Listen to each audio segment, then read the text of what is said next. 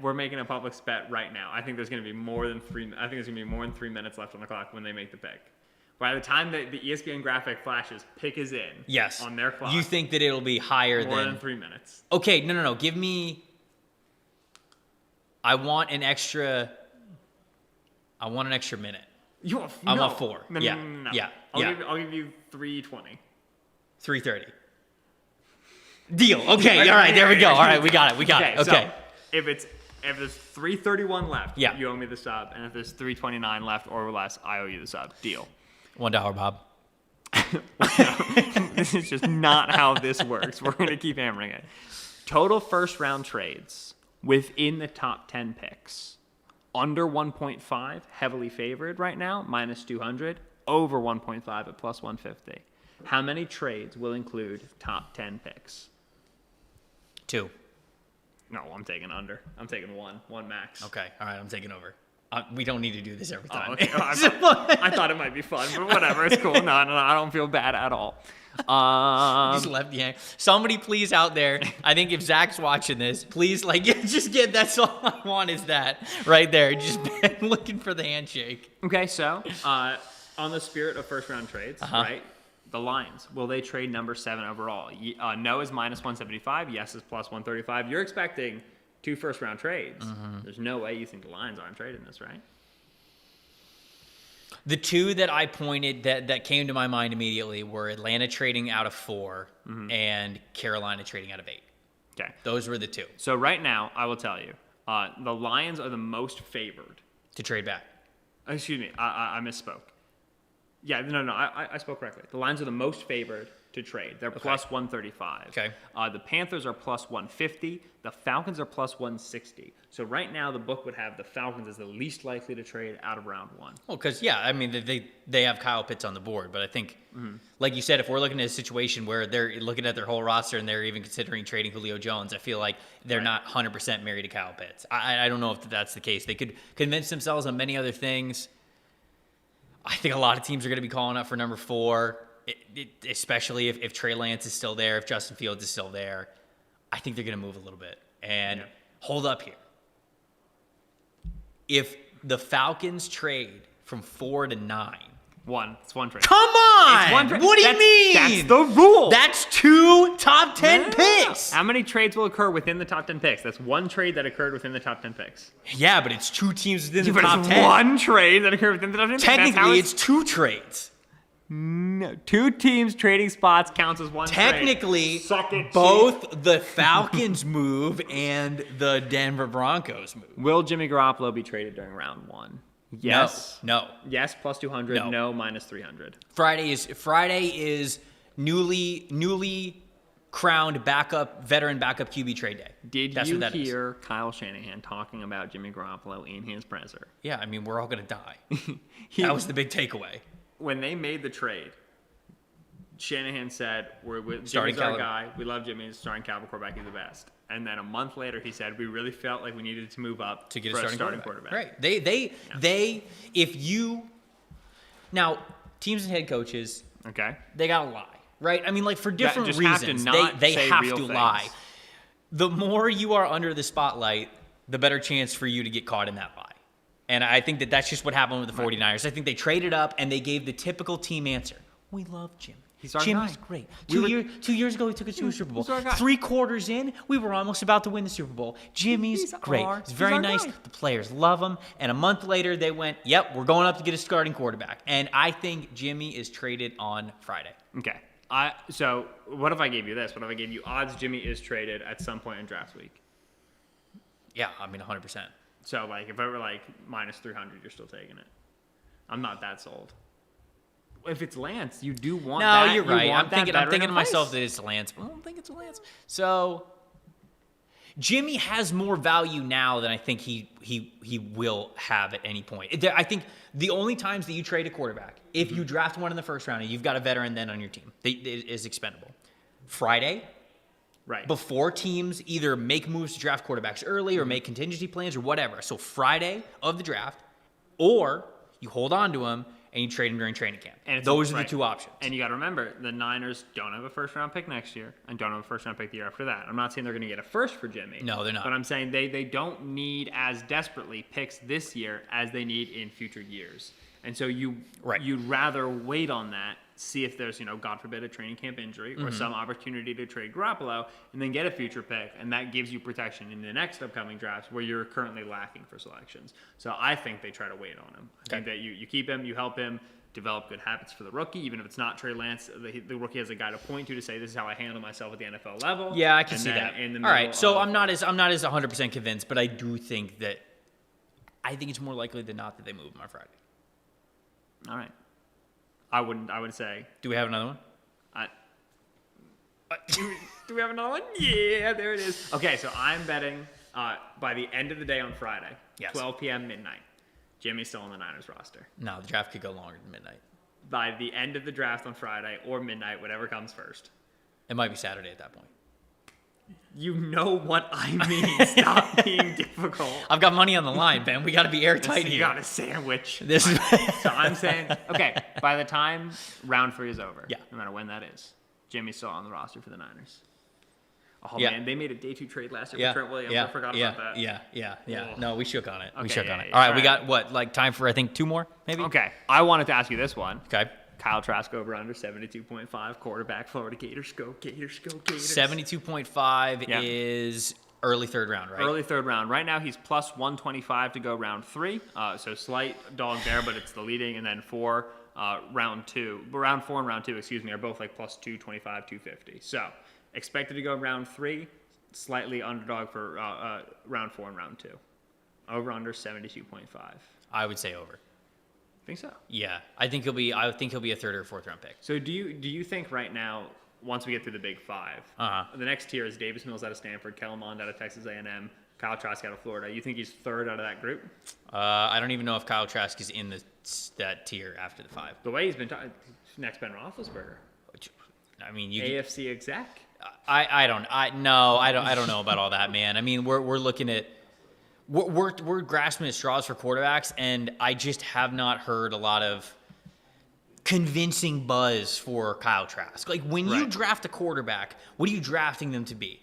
Because if you want them to be a potential starter franchise quarterback for you, I just don't know if, like, Kyle Trask is that kind of alpha personality that it feels like NFL teams are going to gravitate towards. Because, we talk about drafting guys for ceiling, and when... even looking at the 49ers now, Jimmy Garoppolo, he's a fine quarterback. He's good. But it's the same situation that you see with Carolina when they wanted to move on from Teddy Bridgewater. It's not that these guys are necessarily bad. It's not like they're just terrible and you can't play them. It's that you can see the ceiling.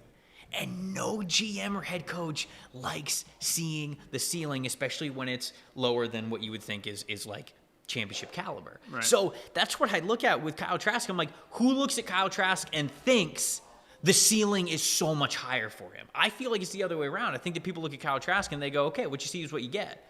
How early are you drafting? What you see is what you get. I don't think a lot of coaches and GMs are having a lot of conviction to go draft that guy in the top 100. That's why I think that it's going to be after 72.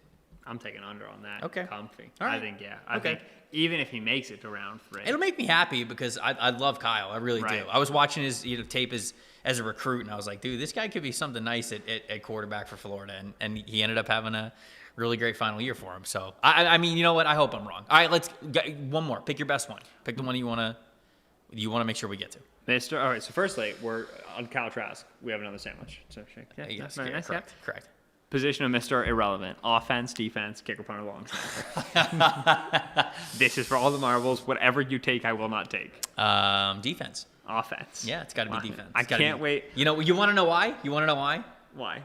Linebacker. Defense wins championships. Linebacker, corner, safety. Okay. That's what it's all about. Those are defensive positions. Special teams players. Right, because wide receivers and tight ends have never played on special teams before. They do.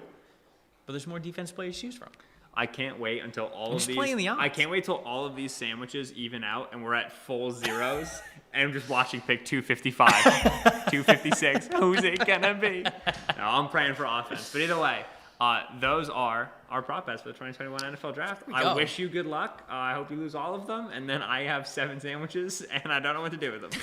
I will like you will if you overwhelmingly win. We just have to get a full spread of just different sandwiches. 20-year-old public sub-employees. These 2 guys walking in on a mission. Absolutely no. One of us is happy. One of us is pissed. He's like, all right, what sandwiches would you like? And you're like, sandwiches is actually a good question. We would like 7. Why? It's Saturday evening. Just go make your own food at home. You can't eat all of these. You're small. We're gonna make his day. Well, there's the prop bet episode. Hopefully that was entertaining. Hopefully that was insightful. You guys can win some money at our expertise. And of course, if it didn't go right, it's never our fault, and you can't prove anything. So if you have any other prop bets for the NFL Draft that you would love to have Ben and I answer, tweet at us at Tampa Bay Trey, at Benjamin Solak. You can also hit me up on Instagram at Tampa Bay Trey as well. Jamie's doing a dance behind us, and Jamie's also kind of betting guy. So if you want to ask Jamie prop bet questions, I guess you can as well on Twitter. But yeah, I know that a lot of people were reaching out about that, and we didn't get to as many as probably we wanted to. So if there's a specific player that you really want to know, or an over-under or something like that, just hit us up. We'll be able to answer it for you. Thanks for tuning in to Locked On NFL Draft. We're going to have a lot more live show programming here on the Draft Network's Draft Week coverage on Brinks.tv at Brinks HQ. We got more for you coming up next.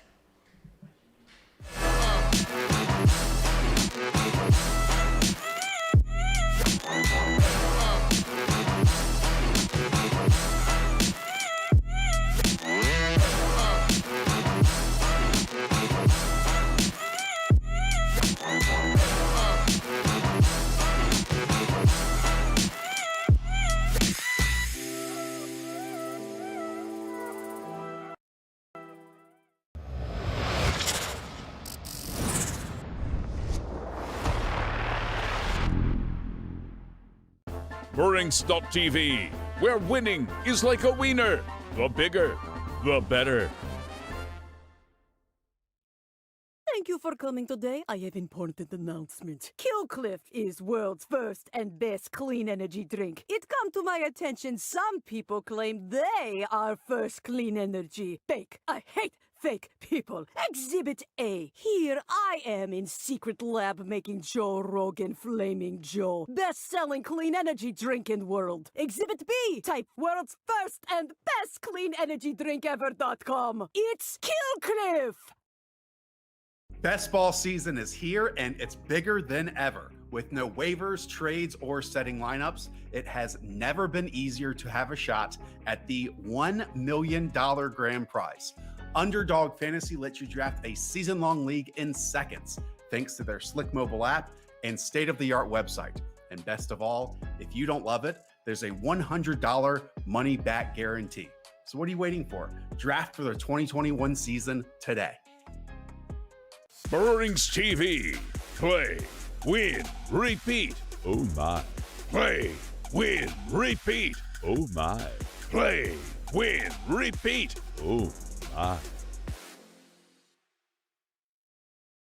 Thank you for coming today. I have important announcement. Killcliff is world's first and best clean energy drink. It come to my attention some people claim they are first clean energy. Fake. I hate fake people. Exhibit A. Here I am in secret lab making Joe Rogan Flaming Joe. Best-selling clean energy drink in world. Exhibit B. Type world's first and best clean energy drink ever.com. It's Killcliff. Brinks TV, the intergalactic home of winning. All right, here is indisputable proof that Killcliff is the world's first and best clean energy drink. Now, in your interweb thingies, just type world's first cleanenergydrink.com or world's best cleanenergydrink.com. or world's first and best clean energy drink ever.com. It all leads to killcliff.com right there on the interwebs. Boom! Mic drop. Yeah. It's the Killcliff $1 Million Mega Stimmy Sweepstakes on Brinks.tv. First, register on Brinks.tv and automatically get your first entry. Next, get bonus entries when you buy Kill Cliff at retail. Confirm your entry by uploading your receipt at killcliff.com. Then, repeat. The more you buy, the more chances to win. To find the retailer that sells Kill Cliff nearest you, check out the store locator at killcliff.com.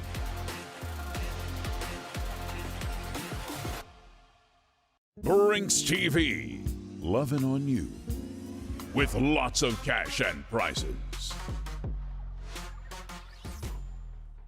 As a reward for making Kill Cliff the undisputed clean energy drink of America and beyond, we've packed in more B vitamins, electrolytes, and killer taste than ever. And as a bonus, we've made the ultimate loyalty program. It's not a cult, it's not a club, it's the Kill Cliff Cult Club. Tap into special offers like flash sales and exclusive merch, deep discounts, and eternal awesomeness. Go to killcliff.com to get your discounts on.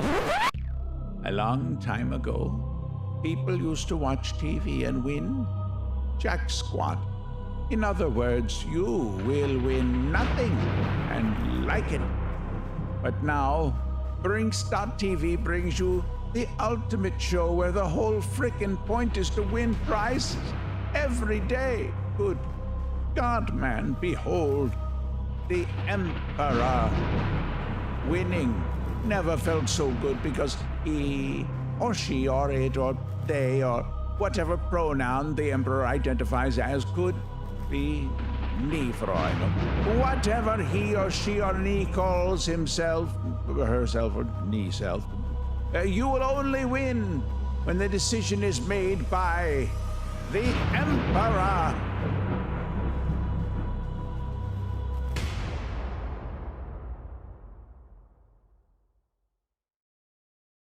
Trevor Lawrence, Zach Wilson, Justin Fields, Trey Lance, Kwity Paye, Jamar Chase, J.C. Horn. This is a prime draft. You can't fall into the trap of recognizing the two letters in front of his name. You're not afraid of some of that press coverage. You know, you're not afraid of getting in guys' face, playing man, putting your back to the ball. Would that not be amazing, though? Is the defense for real? There's a lot of question marks here. In the game of the draft, yeah, you want to get the most value out of guys, but it's also about going up to get your guy. I'm here for it, but it's not going to happen. Look, this is an all-in move. Go do it. Where do we want to go from here, gentlemen?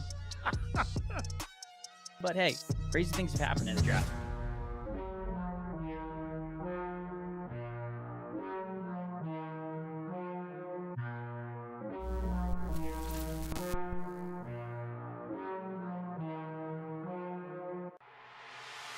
Freeze sleeve. Freeze it. Sleeve it.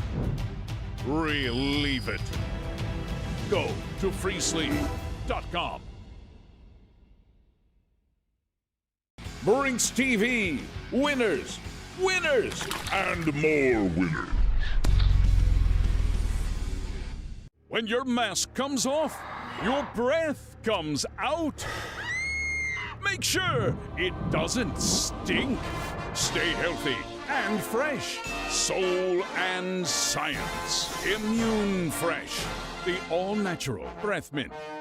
Vitamin D3, vitamin C, zinc, Wellmune. Save yourself, save us all from your breath. Go to immunefresh.com.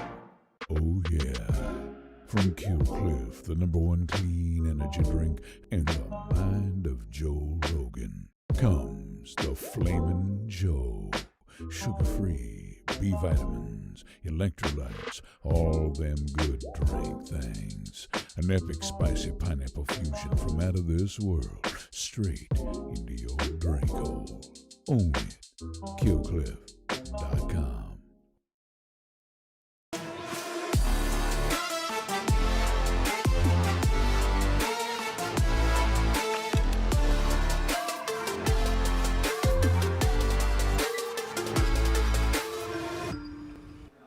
Welcome in to the TDN Fantasy Podcast. Chris Schubert, Jamie Eisner back once again.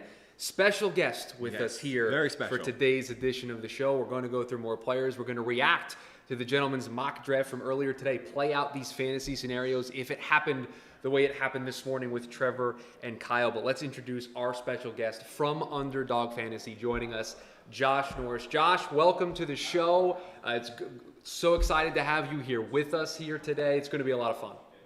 It is. I can't wait to rag on Trevor specifically for his mock draft. So the faster we get into this, the better, because I just know I'm going to crush him here. We're all about that. Absolutely. But first thing you got to do, though, is tell our folks and our viewers right now a little bit more about Underdog Fantasy and what they can expect when they go on. Absolutely. Underdog is amazing. I know everyone out there plays fantasy football. Underdog specializes in something called best ball, which takes the best part of fantasy football, which is just drafting. Hey, imagine that for this week. So there's no waivers, there's no lineup setting, there's no trades, there's nothing. So it's whoever drafts the best lineup will win your best ball league. We have awesome rookie and sophomore tournaments right now. And if you're just into, watching games and picking over-unders, try out Pick'em and Rivals over there right now. And I guarantee you'll love the Sleek app. And it's an awesome desktop experience as well. So that's Underdog Fantasy. Jamie, let's start with that mock draft. I have the screenshot here in front of me that you sent me from earlier today. And do we want to do this pick by pick, guys? Does that seem to make the most sense to you? Just go one by one and kind of react to these? Because that's how we're going to have to work it on draft night, right? Yeah. Have to make these reactions. In fairness, we are going to have to make these reactions in real time. So, it doesn't take us very early to start here. Pick number 4, Kyle Pitts to the Atlanta Falcons. Josh, I'll start with you. This fit in your mind for Atlanta? Makes a ton of sense. Arthur Smith last year with the Tennessee Titans. No team ran more 12 personnel. No team ran more multiple tight end sets than the Tennessee Titans last year. And Kyle Pitts is just a difference maker. Adding him with Calvin Ridley, adding him with Julio Jones. My only hesitation is that we've seen the Titans do that with the likes of Anthony Ferkser. And obviously Jonnu Smith wasn't, the number 4 overall selection. And while it can take tight ends a little bit to develop, I think we can all agree that Kyle Pitts is just a different type of player, a different type of prospect immediately. And I can't wait to see what Arthur Smith, who's been highly efficient with his offense, despite there being, more carries than passes, it feels like every single week when you watch them, having Julio Jones, hopefully, Calvin Ridley, and Kyle Pitts, along with Mike Davis and Matt Ryan in that offense, should be really explosive and a lot of fun. Love that you used the word efficient there, because that's the best way to describe it. I mean, there's been a ton of fantasy production out of that Tennessee offense pretty much since Ryan Tannehill took over Week 7 a couple seasons ago. We got to see guys like Corey Davis really come on. A.J. Brown's obviously a stud, but we have seen some really strong fantasy performances. And now that he's in Atlanta, I'm really interested in this right now. I want to see. We're going to have to swap this out, this little gator for the Atlanta Falcons logo, but I would be really excited. I think in redraft formats, I could be talking Pitts as high as tight end 5. I really think you can have that sort of an impact right away.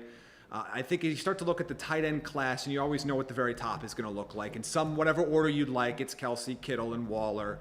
I still think, as of today, I'd probably still have Mark Andrews there as my 4. But then from that point on, I think just because of the upside, you can make the argument that Kyle Pitts should be that next tight end off the board. They're going to throw it a lot in Atlanta. They're going to have to throw it a lot in Atlanta because of what they got going on the other side of the ball. I think Kyle Pitts can make an instant fantasy impact at a position that is not as deep as it needs to be. Yeah, he's going as the tight end 6 right now on Underdog, 75 overall. After a lot of the names that you mentioned, obviously, in Kelsey, Kittle, Darren Waller, Mark Andrews, T.J. Hawkinson. And then there's a pretty big gap to Dallas Goedert, to Noah Fant, to Logan Thomas. I totally understand. Jamie, I don't know how many drafts I'm going to exit right now with Kyle Pitts because of that draft capital, because, I'm either in very early with Travis Kelce or George Kittle, or I'll try to wait and maybe get Robert Tonyan, so on and so forth as we move along. But the upside is just tremendous. My only hesitation, and I'm not saying, coaches can't change their ways, but we see so often coaches keeping the same types of offenses, the same, structures of a team, because that's what got them hired in the first place, right? They all have this one style in their back pocket. The Titans were 30th in pass attempts last season. That's going to have to change. That's going to have to change with all of these pass-catching weapons. And even if it does change, how many can go around to all these players? But tight ends always goes back to red zone targets, red zone touchdowns. And we know that's not Julio's strength, so maybe it can be a Kyle Pitts strength there for the Atlanta Falcons. Yeah, now there's all the smoke that maybe Julio Jones doesn't start the season on the Falcons roster. Maybe doesn't get through a full season. He had some hamstring issues last year. It's interesting. I'm with you. I don't think I'm going to have many shares of him because the overdraft potential, considering what the real-life draft hype around Kyle Pitts is going to be, especially if he goes 4th overall, might be way too rich for my blood. But I would not be shocked if he's a top 5 tight end at the end of the year. You got more cards over there? Are you prepared for the rest of the show? Can I have the Kyle Pitts one? Because I don't. Okay. We're done talking about Kyle Pitts. He's going to go back over going back there? Yeah. Okay. We're going to move on to the next player here that is discussed. It's the next pick. We don't have to go that far. Jamar Chase goes 5th to the Cincinnati Bengals, and Jamie is prepared. So, Jamie, since you have the card, I'll start with you. We talked a little bit about this yesterday, what we think some potential fits in Cincinnati makes a lot of sense. You put Jamar Chase with Joe Burrow. He's immediately going to be the wide receiver 1 there. You got to feel really good about this. You do, and I don't think you have to worry about any chemistry concerns with a new quarterback there. It looks like the Bengals are going to acquiesce to their franchise quarterback they drafted number 1 overall last year and take Jamar Chase over an offensive tackle option.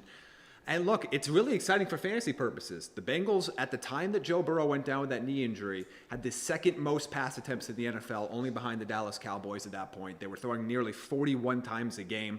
I don't think that's going to happen over the course of 17 games, but there are going to be a lot of targets to go around. Jamar Chase can be their premier wide receiver 1. I like Tyler Boyd. I like T. Higgins, but I like them more as secondary options behind a guy like Chase, who I think in redraft PPR is probably a wide receiver 3 just coming into your fantasy drafts at this point if he ends up in Cincinnati. Yeah, an underdog right now. He's going as a 64th overall player. That's just after the likes of Brandon Ayuk, just after the likes of Chase Claypool, Cooper Kupp, who obviously has Matthew Stafford, Deontay Johnson. Again, that's pretty rich, ahead of Cortland Sutton, who was going to have a monster 2020 season before he got injured. And Tyler Boyd is just 4 picks after Jamar Chase right now, which is really interesting to watch. Obviously, underdog is half-point PPR. We know that Tyler Boyd's still going to command that slot, but you mentioned it. The trio that they have, along with Joe Mixon in the backfield, it's extremely exciting. But Jamie, I still can't tell you who Zach Taylor is. Like, I don't know what he is as an NFL head coach right now. I mean, as someone who just has 6 wins on his entire record. But what I can tell you is that even with and without Joe Burrow, mainly because of how bad that defense was and how that offensive line is still going through a lot of changes, they throw the football a lot. I mean, they were 6th in neutral pass rate last season, and they played in a lot of tight games. So it's not like that is skewed one way or the other. So they're going to throw the football a lot. It wouldn't be shocking at all for all 3 of those pass catchers to be, wide receiver 4s and above. But I do think that there is an argument for even T. Higgins and especially Tyler Boyd to finish the year with more points than Jamar Chase. I wouldn't be shocked. I mean, Tyler Boyd feels like the perennial underrated player in fantasy, where just kind of, because he's not flashy, he's not a big name, that he always goes underdrafted. But I like that you mentioned the close games, because we had a gimmick on the TDN Fantasy podcast at the beginning of the season of like hashtag backdoor Burrow, because they were coming back in a lot of games, and kind of like Kyler Murray the year prior, where if they were within 10, 14 points in the game, they were going to push you. They were going to make you finish those football games, and then the train fell off the tracks after the Burrow injury. But I think there's room for plenty of fantasy production. But where you have him in underdog ADP, where you're saying he's going right now, those are guys that are putting up better numbers. I know Justin Jefferson had a great season, and I know now the immediate knee-jerk reaction is, oh great, every great rookie receiver is now going to come in and have that monster impact. I think Chase can have a really good season, but to pay even low-end wide receiver 2 price, I just don't know. You're sapping all of the potential upside. Look, I mentioned Jamar Chase is going 64 overall on underdog. Robbie Anderson is going 73rd overall. I think at those 2 ADPs, I'd much rather have Robbie Anderson, who at worst is a locked-in second pass-catching option at wide receiver. Let's put it that way. In comparison to where Jamar Chase might be. But this is a team in the Cincinnati Bengals who still have a lot of offensive line issues. I still firmly believe, with the guys that made the mock this morning, that it's going to be Jamar Chase in this situation. The one area that I mentioned they still threw a lot last year that they were awful at, and I don't know if this is a Joe Burrow thing or just what the offense was last year, they were awful at throwing the football down the field. They were still 19th in average depth of target among the league, but finished 31st in basically efficiency in that area. So Jamar Chase, you think reuniting with Joe Burrow is absolutely going to help out with that. And he most likely will be that vertical option along with the intermediate areas for sure. All right, Jimmy, you know the rules. You talk about a player, you have the Panini card. It's got to go to the side here. So Kyle Pitts and Jamar Chase are going to be hanging out behind me here. You mentioned wide receivers and talking about rookie wide receivers, like everyone anticipating, hey, who's the next Justin Jefferson? Well, we got another wide receiver to talk about.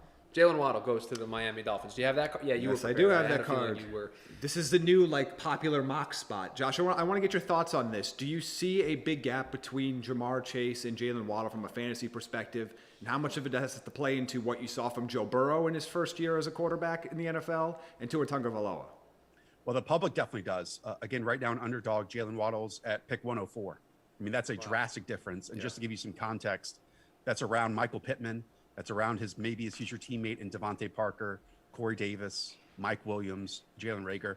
I'll absolutely take a shot on that because Jaylen Waddle is explosive. He is dynamite.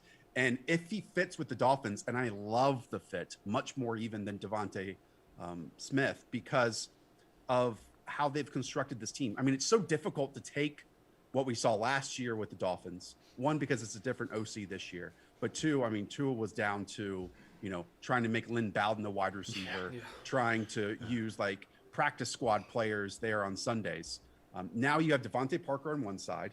Then you have Will Fuller on the other side. Then you have Jaylen Waddle in the middle, along with Mike Gesicki, who operated as the slot wide receiver last year. And maybe even you had a running back in this draft after missing out on J.K. Dobbins last year. So the vision of what this team does and what it could do to me is outstanding. And Jaylen Waddle occupying the middle of the field and terrifying defenses on the inside makes so much sense. Well, Jimmy, I was just going to say that we've had a conversation about the progression of Tua and what you can expect from him from a fantasy perspective next season, what he looks like as a quarterback. Well, as he goes, I think the rest of these receivers are going to go. That's going to change how we feel about Parker. In this case, Waddle, who gets there, Will Fuller. Yep. That's the pivot point, right? If he is able to progress where we think he can progress, I think the sky's the limit for all the guys that we just mentioned. No, I agree. And we started to see a little bit later in the season a lot more fantasy production from the pass catchers around Tua. And I think, it's reasonable to expect some sort of progression. I don't know how much. I don't know how much further it's going to be than he was, but it's reasonable to expect we're going to get some. I agree with Josh here. I think Waddle is a perfect fit in this offense. He's what they lack in that receiving core right now. Explosive, doesn't even need a ton of touches to have a major fantasy impact for you. Last I checked, I believe from that ADP you said, Josh, I think he's the number 3 rookie wide receiver off the board. Yes. And I guess so that's interesting to me. I know Devonta Smith had an awesome season. I know he got the Heisman. I know he's the big name. Yeah, I know he won a nice little trophy. I get it. But I think Jaylen Waddle is a really, really, really exciting player. And oh, by the way, he might have won the Heisman if he didn't get hurt. This is on brand, right? Jaylen Waddle, TD and wide receiver 1. Yes, he is. I know that is. We have to keep the brand, though. Yes. Overall, by the way, the scouting department has him as the wide receiver 1 spot above Chase. Listen, what Waddle does so well is he can take those 1 to 5 yard targets and just be an absolute nightmare in yards after catch opportunities. I mean, the way he just moves his body aesthetically is so different than basically anyone else in this class. Yeah. But at the same time, so a corner or safety or even a linebacker has to play those shorter receptions, and then immediately he can also turn into a vertical route and just burn you over your face and just make these long receptions. Now, hopefully Tua can get it there, and hopefully I'm on the right show that we all love Will Fuller just as a player and his projection. Stay healthy, the fit on those vertical and downfield options is going to be fascinating, but I think the public is already projecting a massive jump for Tua. I mean, right now he's going at 146 overall. That's ahead of Baker Mayfield. That's ahead of Ryan Fitzpatrick, who a lot of us are excited about. That's ahead of Zach Wilson and Ben Roethlisberger. So while I liked parts of what Tua showed last year, especially in the second half of games, which is really fascinating if you want to dive into like the micro aspects of it, the public is already expecting him and is probably a lot of favorites right now to be your quarterback 3 in best ball formats this summer on Underdog. You know the rules. But one last thing I want to mention, really wide catch radius for a player his size. Yes. Like for a guy that's under 6 foot, dude can catch it out of his frame. I think he's going to be a star. Well, we got another wide receiver to talk about because I believe, and I'm pulling up the mock here, the Arizona Cardinals took a wide receiver, which it just feels like angers you. I'm stuck in this conversation forever. Every show we do this, Chris, you get very, very mad. They have so many other needs. There's so many other things that they have to do. But they are the low-key desperate team. Everyone talks about pace in Chicago, and I'm going to continue to echo this. I think Steve Keim has got a lot of pressure on him. No, his job's on the line. Yeah, and between him and Kingsbury, and even Kyler Murray who had a great fantasy season, but was a little bit more chaotic as a real-life football player. This is a big season, and the J.J. Watt signing, even though and the A.J. Green, I don't know how much he has left, but the big name values of those signings are going to put a lot of pressure on him. I'm going to steal it from you. This will be my turn to do this. Devonta Smith, who we're talking about next, going to Arizona. Josh, how do you like this fit? Is this next to DeAndre Hopkins in this Cliff Kingsbury offense? Do you like this? Yeah, it's fascinating how certain decision makers act when their back is against the wall. And I guess Steve Keim's is to trade or hire, sign every single 30-plus-year-old out there on the market. What is fascinating to me, just viewing all these mock drafts of insiders, is Peter Schrager, who connected to Cliff, connected to agent Eric Burkhart, who is also Kyler Murray's agent, projected 2 trade-ups in back-to-back mock drafts. One was for Kyle Pitts early on in the process from the Arizona Cardinals. The next was a trade-up for Jaylen Waddle. So if we can read into that at all, I mean, a projection up from what pick is this, 15 or 16? 16. To get up that early, that screams that there might be something there they want to get one of these playmaking wide receivers. Now, I'm not sure if anymore if they have to trade up to get Devonta Smith based on where he might be going in the teens. And it's just reviewing what Cliff did last year and just like putting DeAndre Hopkins, who dealt with some injuries, and so did Kyler, on the outside and just like leaving him as a stationary player. Like that was such misuse, and maybe I don't even know what their view of AJ Green is this year, or Christian Kirk, but adding Devonta Smith to that and giving more options for Kyler, we see it across the league. Maximize your young quarterbacks, your rookie quarterback contract, and adding a player like Devonta Smith would make so much sense here. I'll say this, Jamie. I've been critical of this idea of getting a wide receiver. Of the wide receivers that we've talked about connected to the Cardinals, this one I think I would be the most okay with because they could stay at 16 and make this happen.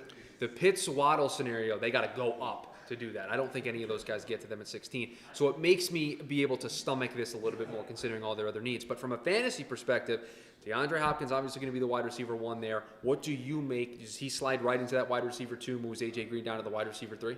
Yeah, look, I don't know how much AJ Green has left in the tank. I think at this point, you're looking at a team that ran 4 wide a ton. And I believe the most in the NFL, they ran 4 wide. Josh putting up a 0. Josh is like, no, it will be nothing from AJ Green. Yeah. I mean, he was the least efficient wide receiver in the league last year. It was only getting older. It was not good. By the way, if you want to just like feel sad for a second, go to his like football reference page and look at his targets and his catches just like next to each other. It's not pretty.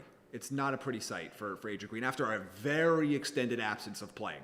Like, it was a long time between games, and it was not great when he came back last year.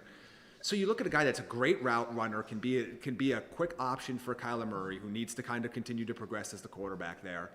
I like this a lot from a fantasy perspective. They're going to have to throw it plenty. They don't have a set backfield. With all due respect to James Conner and Chase Edmonds, those guys are okay, but you don't have guys that you're going to run the ball 25, 26, 27 times per game. And they still have a lot of concerns in the secondary. They may not be able to run that much in the second half of games anyway. Might be coming from behind a little bit and have to throw the ball. So, I mean, to me, he steps in immediately as the number 2, would be a great player to have there. I don't think they have to move for him now. I think that him coming in at 166, there's going to be some teams that just don't have a first-round grade on him in general. Just they don't want to be the one that says, this player breaks the precedent. And there are a lot of GMs that manage that way. Cardinals 4th in total plays last season, 6th in run plays last year, and 15th in pass plays. I mean, their pace, they're the fastest team in the NFL. We're mentioning wide receiver here. We're mentioning playmaker just in general. Maybe they just want to add more juice to the offense.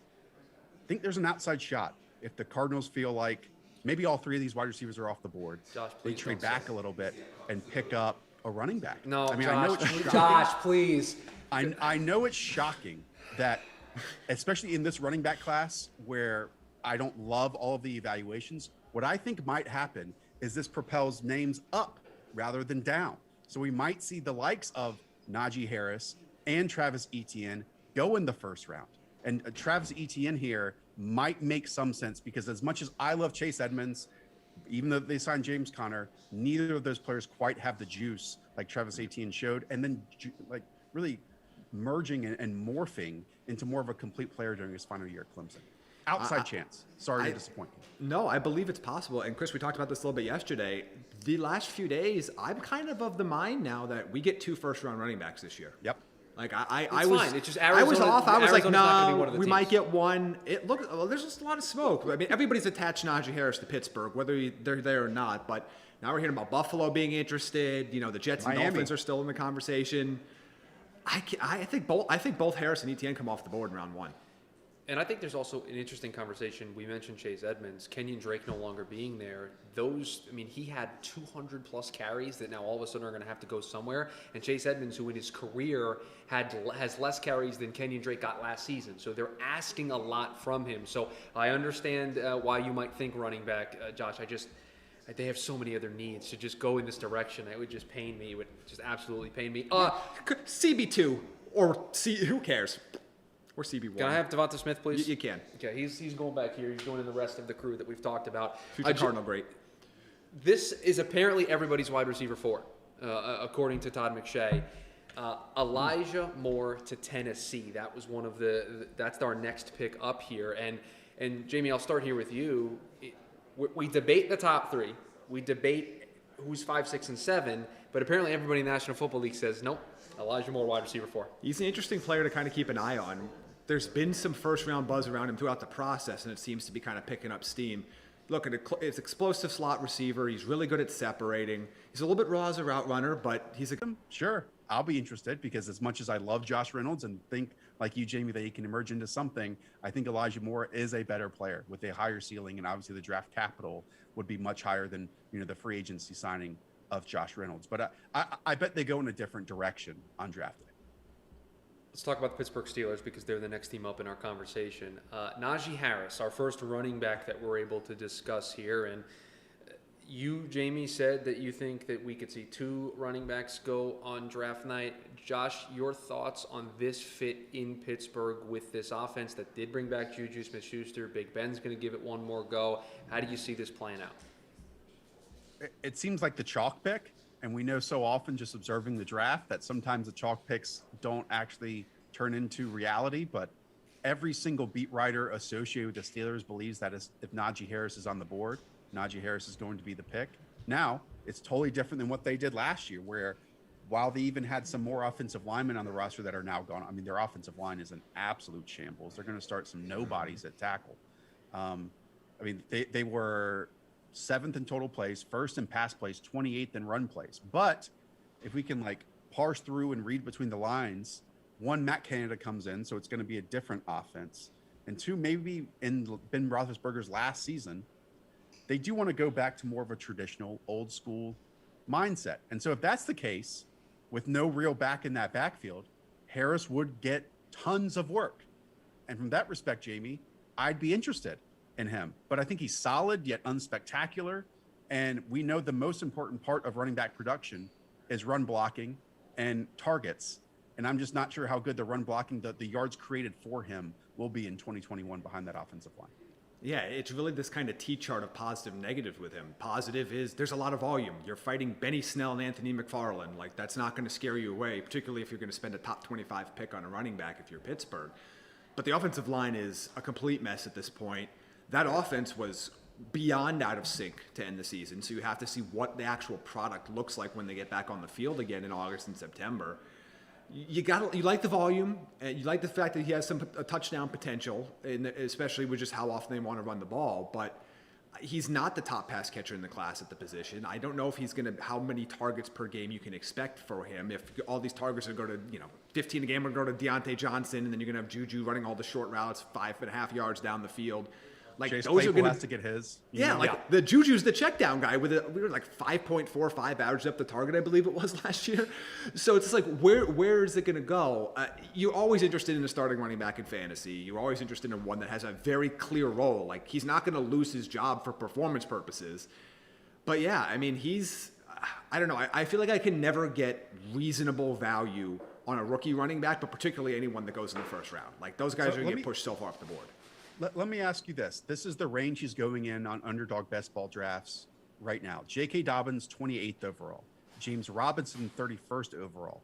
Najee Harris, 33rd overall. Then you have Chris Carson, Travis Etienne, Josh Jacobs, David Montgomery.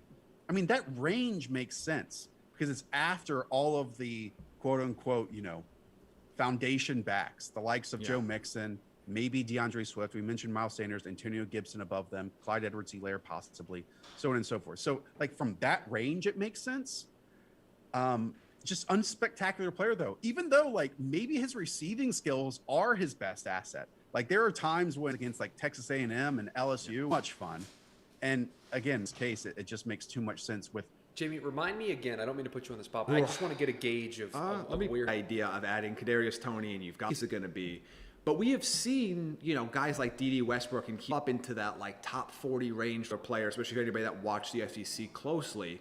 He's not somebody that I'm going to target, in the top 35 or 36. He's probably more, again, in that somewhere where I have Elijah Moore. But I do think there's enough passing volume in the Jacksonville offense that they're going to have probably 3 pass catchers on a weekly basis that are going to be very fantasy relevant. Now, you might have to play a little bit of a game to figure out which 3, which week. I think that's the problem. But especially start to get into bye weeks, I think you can have a lot of times you're going to go, that Jaguar on my bench is worth a wide receiver 3 or a second flex spot. Yeah, on underdog best ball drafts right now, he's going after Josh Reynolds. He's going after Emmanuel Sanders. He's going after John Brown, who's on the Raiders right now, Russell Gage, MVS, Paris Campbell. So it seems like the NFL really likes Kadarius Toney. It's tough for me to get there. He's electric. I mean, his highlights are so much fun, but he basically didn't play wide receiver at Florida. I mean, he was so good on these manufactured touches and making people miss in the open field. And I've just been bitten on types like that. Maybe he can improve. Like, it's one of those things that we don't know he can't do it. We just haven't seen him be given those opportunities. But his average depth of target at Florida last year was 7.7 yards. That's 320th across college football. It's just something where they already have someone maybe in this mold that was at least used like this. And I know it's a totally different regime, but Laviska Shenault was used in that same fashion last year. Mm-hmm. Almost, connected to the line of scrimmage in terms of where his targets were going to be. And so where they are going to have needs, especially on the defensive side of the ball, I'm not sure if you want to, at this point, challenge someone like Laviska Shenault when you already have outside receivers like DJ Chark, like Marvin Jones, to then say, okay, yeah, we want to have this competition for our third wide receiver, our third pass catcher. That's probably not the direction I would go in, but it would be electric to pair him with Trevor Lawrence and those other wide receivers that I mentioned. It'd just be so much fun to watch that in 2021. Jamie, anything before I claim? I like it more for Lawrence than I do for Toney. Like, I think it's more just the more weapons you can put around him, the better. He joins us back here in the growing panel of players that we have behind us. One more, and then we have some other players that we're going to discuss, continuing our conversation from yesterday. Baltimore, now having 2 picks in the first round, certainly feels more likely that they could snag a wide receiver. In this mock that the guys did this morning, it's Rashad Bateman. And Josh, I'll start here with you. How do you think this fit works with what Baltimore wants to do offensively, how Lamar Jackson throws the football? How do you see this playing out? I absolutely love it. And you just look at what Baltimore tried to do this offseason. I mean, they chased Juju Smith-Schuster. They chased T.Y. Hilton. They settled on Sammy Watkins. How long is that going to last? It's a team where everything is over the middle of the field. I mean, Lamar Jackson, I don't know if it's, and I love Lamar, I don't know if it's just part of his game or a Greg Roman offense, but they're just not completing passes or picking up yards outside the numbers. Rashad Bateman is someone that I truly think you can throw away his 2020 season. I mean, he got COVID. He lost about 20 pounds. He was being used more often in the slot. His 2019, when he's about 15 pounds heavier, looks awesome. And it's inside breaking routes. It's outside breaking routes. It's stuff in the short to intermediate to downfield portions of the game. And while I do like Marquise Brown for being a certain type of wide receiver, and I think Mark Andrews can have a really nice bounce back this year, for Rashad Bateman, this might be my ideal fit for him. Maybe not for production purposes, but for like real football purposes and winning football games. This is a tremendous fit. Couldn't agree more. This is a strong route runner who wins in the middle of the field, wins in those middle intermediate areas, and that's where Baltimore throws the ball. Like, that's where it is. And I would be interested to see where his fantasy production ends up being, and I'm really curious to see where his ADP ends up being, or any receiver. I think that's a little bit of an overreaction. Who has Lamar Jackson had that opportunity to throw to? What is their true skill set? And truly, like, look internally and tell yourself, what is Hollywood Brown as a player? What is Miles Boykin as a player? You know, so like, what are these options for him so far? So I would be really intrigued by this from a real life football standpoint. From fantasy, it's just the receiver position is so deep. I would be a little bit more wait and see. Like, that's one of those ones where I'm not going to overdraft him. I'm going to wait and see. If it starts to look like he's getting a ton of targets, has a very specific role in the offense, Lamar Jackson has some chemistry, that's kind of when I would go out and grab him. I don't think he's somebody that I'm going to put like a star next to in fantasy drafts. So if I'm reading that correctly, Jamie, it's more so that this would make you want to invest in Lamar more than rather go and get Rashad Bateman as an individual. And Lamar on underdog drafts right now is going as the quarterback 5. He's sandwiched right there between Kyler Murray, Dak Prescott, and then Justin Herbert and Russell Wilson. It makes sense. I mean, about the 61st, 62nd overall player. But we are just, a year away from Lamar Jackson winning you your fantasy championships if you draft him in your roster. Now, that was when he was, a 12th round pick and not the 5th overall quarterback. So that's a major difference. But we have seen him do it, and I think he can do it again, especially if they add a player like Rashad Bateman. And he finished strong for fantasy purposes. Like, he had a really strong finish there. I mean, to me, I think after Patrick Mahomes off the board, Josh Allen's off the board, I think from that point on, Lamar Jackson has to be in the equation for you just from a quarterback ranking standpoint. I'm not a draft QB high unless you're in a super flex league, but some people like that strategy. But yeah, to me, he starts to be in play at QB3. And so those are all the players from today's mock. But we're going to do this again tomorrow because it'll be a different mock to start tomorrow. So we will have this conversation again.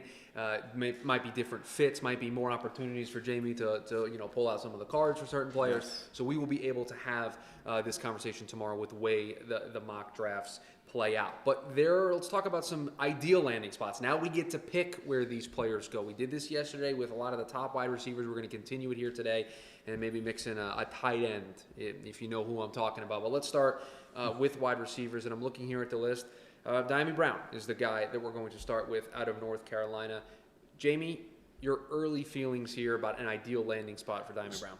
So trying to keep it ideal but realistic, a couple of teams really stand out to me. I think the Chargers would be. Williams to me is, I like what he can. I like his skill set, but he's a 5 target a game guy.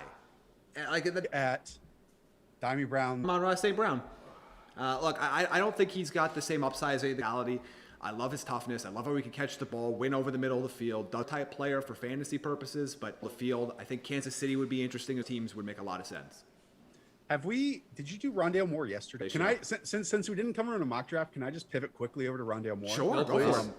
Because I would love to package these two into the New York Jets, because Corey Davis, in terms of their fit with Zach Wilson, with contested catches, right? Because at BYU, but they don't have anyone who dominates in yards after catch. But that's a staple of Kyle Shanahan and maybe even Mike LaFleur. Rondale Moore would be electric in that role. And even if you trade up from like 34 to get to 31 just to secure him in that area, I mean, Rondale Moore is thick Tavon to me with 2 C's. Someone who can just be so good with the ball in his hands in that short to intermediate game and near the line of scrimmage on those manufactured touches. And if you can't get him, maybe Amon-Ra St. Brown in like the 3rd or 4th round as a Sterling Shepard-like player works too.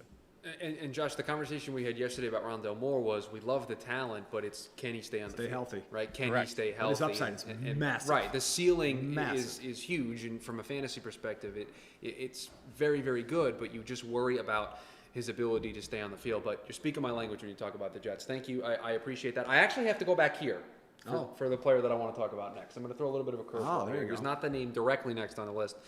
Let's talk about Kyle Pitts because we did not talk about him yesterday. And I mean, do we just start with Atlanta at 4? Because it's my problem. Well, there's only 3 spots he's going, right? I think we can reasonably say it's the Falcons, the Bengals, or the Dolphins, right? I would be there's a 1% chance he doesn't go to one of those 3 teams. Could somebody try to trade up to 4 to get him? I think that would be a mistake. I think the Dolphins could. Okay, that's a little bit fair. That's a little bit different. Yeah, that's fair because it's 2 spots. But I'm talking about like Dallas trading up or somebody from 16. Yeah, or Arizona. Arizona doesn't have enough capital. Yeah. Like how many years of the future are you going to mortgage for Kyle Pitts? No, I get it. That's Steve Keim is not going to make those picks in 2 years. I understand, but boy, but I think it's one of those 3 teams. I think he could have success with all of them. We talked about how much we like the Atlanta fit and what he could be in that offense. I think if he's in Cincinnati, he could have success there. I mean, it was very brief, but C.J. Uzomah was putting up decent numbers for a couple of weeks there with Joe Burrow to start the season last year. So if he goes in the top 5 and there's no trade backs there or trade ups for him, I think he's going to still have that top 5 fantasy season as a rookie. I think he's the number 1 player in the Dolphins board. Now, then, the question is, well, why did they trade back from number 3 and then back up to 12? But it's because they moved back to 6 because they wanted one of those 3, playmakers probably, and they knew that they could get one of them if 3 quarterbacks go in the top, then at that number 6 overall selection. But there's been some rumblings that, Tori McElhaney, who I believe is the athletic writer for the Falcons, only basically Justin Fields or a trade out when talking. That quintessential guy that you pick up at the end of your bench or as a bye week. Can he be that player? Not Chris. I'm a millennial. I don't actually know how to speak enough. Josh, any thoughts? Yeah, look. Whenever I don't have throwing the Kansas City Chiefs as a name, Schuster in free agency as a slot player, 36 slot snaps last year compared to just 109 wide snaps in 2020. So, look, you have Travis Kelce, who's just dominant over the middle of the field. You have Tyreek Hill. I still and obviously they moved that pick number 31. Maybe they do want to add one more playmaker because, you bring back Demarcus Robinson. Mecole Hardman hasn't done that much. And maybe you want a steady presence. Amari Rodgers probably the number 1 trait he has is steady. And so it would make sense there. But again, it's a cop-out because all of these players would be fantastic on the Chiefs. Jamie, I see you have 2 more cards over here, and I see the person on top of the card. Go ahead. We talked about Terrace Marshall. I know, but already. this is your chance to glow. I want to ask just quickly about some of your impressions because you're going to be asked about... No, see, Josh is giving... No, do it. Josh is giving you the round of applause. Oh, he is? Yes. Are you team Terrace Marshall? I'm in love with Terrace Marshall. You're my favorite. You know what? Go ahead. What I say in the show, I think because of potential team fit and where he could go, I would put a 10 to 15% chance that this is your redraft wide receiver rookie 1. That's how confident I am. That's strong. Josh, I know Josh said he was in love. He wasn't that in love. I'm bold, but if he's in Green Bay, if he's in Kansas City, it takes a perfect landing spot. But I love him all. I love his size. I think he's got all the tools to be incredibly successful. Big fan of Terrace Marshall. Yeah, I view Terrace Marshall as a top 5 wide receiver in this class. I mean, how he's going to be 21 just as the season begins. How he basically played that Justin Jefferson role in 2020. Before that, he was absolutely productive even on the outside. People view him as a 1-year wonder. He wasn't. No. I mean, he put up, I think, nearly 10 touchdowns, if not over that, in 2019. The only issue is I think he's going to be on the board much longer than his talent indicates. But what if he lands on a team that's just better and, has a role for him immediately? I'm with you. Terrace Marshall is someone, while he's not as aesthetically pleasing because he doesn't do the head bobs or, the weaves or really sell his routes. He's just so physically dominant at a size that is uncommon in this class in particular, and did it from the outside and the inside. So I would love it. I'm in on that one. And if he didn't have, the medical recheck on the leg that apparently he injured in high school a couple times, I would have loved to see him at Baltimore because that fit makes a lot of sense too. Couldn't agree more. Big fan. Josh, I want to ask you this before we end up signing off. We're always going to hear about sleepers and some names that go down the board. A couple other names that were inside the TDN top 13 of wide receivers from our scouting department.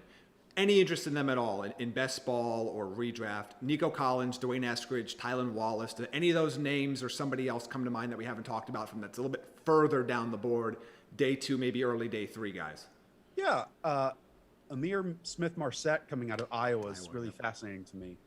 He's super light, and that shows up when you watch his game, but he's super fluid. I mean, his releases are fantastic. I have no clue where he's going to go. I mean, I always, when that thought pops in my mind, like a 4th round pick, but he was one of the few players I thought, despite his size, that you could line him up as an outside receiver and just allow him to play like iso ball against the corner, and he'd create separation for you. He also has a long history of returns and in the return game. And so that we have seen predict in the right spot, maybe a jump ball situation, I could see him having production his rookie year too. Well, we are going to do this again tomorrow, but we are going to focus on the running back group that we haven't gotten to yet this week, and we are going to have another mock draft. So there's another mock draft coming tomorrow morning, and we are going to react to that because the fits might be different, the team player matchups might differ from what we saw today, so we'll react to those as well. Josh, thanks for being a part of this. Jamie, as always. So we will do this again tomorrow. A lot of fantasy-related content coming your way the rest of the week. But stay right here. The Draft Network's Draft Week coverage continues right here on Brinks.tv. This is where it starts, where your story begins. This is the trail you blaze yourself. And step by step, you get stronger, faster, better. This is where it starts. How will you finish? Angles, we're with you every step of the way. Thanks for coming, everyone. Laser Kitty and I, and the whole Killcliff team, that's a temporary name, are understandably upset that someone is claiming that Killcliff is not the world's first and best clean energy drink. Totally preposterous. Laser Kitty, the floor is yours. Let 'em have it. That was beautiful. Thank you, Laser Kitty. For the first and best clean energy drink, go to killcliff.com. Best ball season is here, and it's bigger than ever. With no waivers, trades, or setting lineups, it has never been easier to have a shot at the $1 million grand prize.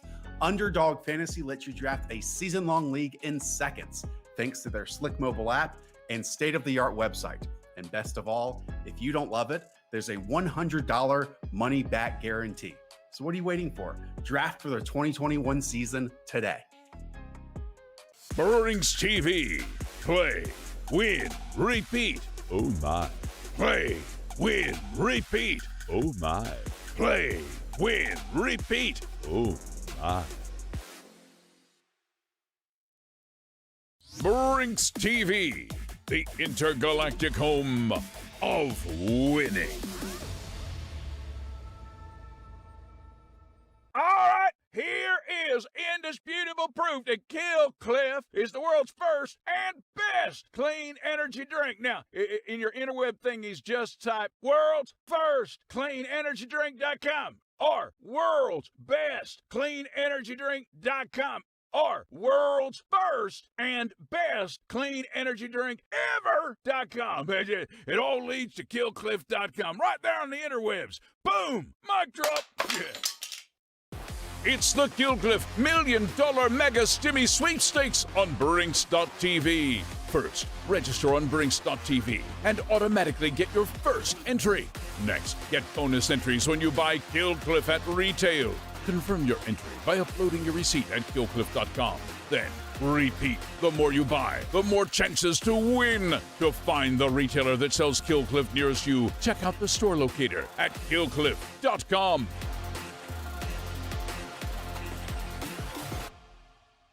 Brinks TV. Loving on you. With lots of cash and prizes. As a reward for making Killcliff the undisputed clean energy drink of America and beyond, we've packed in more B vitamins, electrolytes, and killer.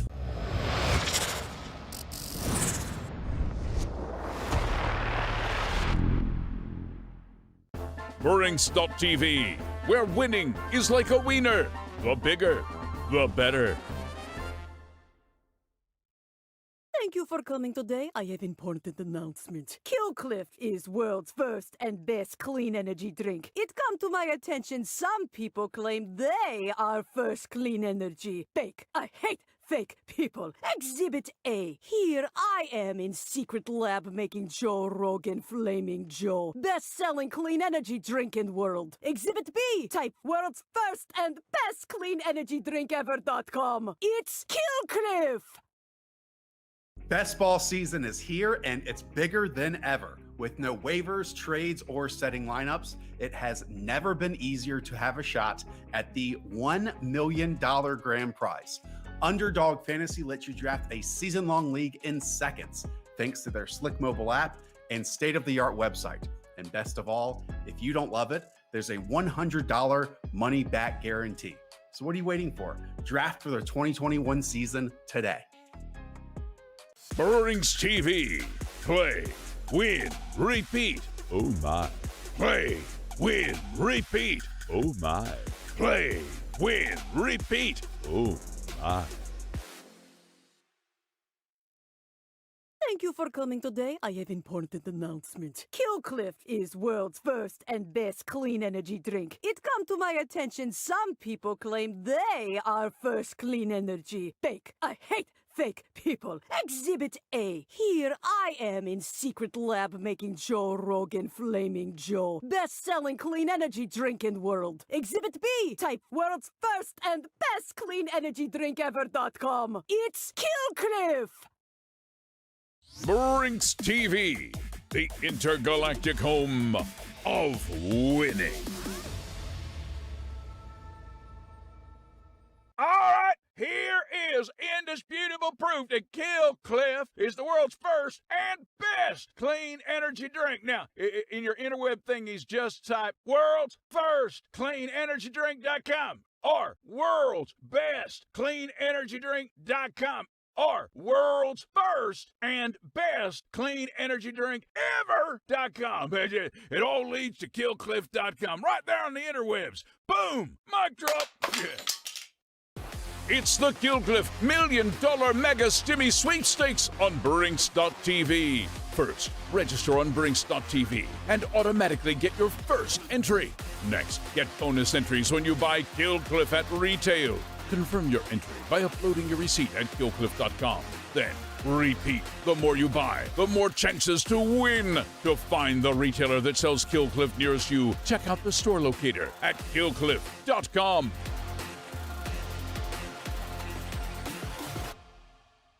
Brinks TV. Loving on you. With lots of cash and prizes. As a reward for making Killcliff the undisputed clean energy drink of America and beyond, we've packed in more B vitamins, electrolytes, and killer taste than ever. And as a bonus, we've made the ultimate loyalty program. It's not a cult, it's not a club, it's the Killcliff Cult Club. Tap into special offers like flash sales and exclusive merch, deep discounts, and eternal awesomeness. Go to killcliff.com to get your discounts on. A long time ago, people used to watch TV and win. Jack squat. In other words, you will win nothing and like it. But now, Brinks.tv brings you the ultimate show where the whole frickin' point is to win prizes every day. Good God, man, behold, the Emperor. Winning never felt so good because he or she or it or they or whatever pronoun the Emperor identifies as could be me, Freund. Whatever he or she or me calls himself, herself or me-self, you will only win when the decision is made by the Emperor.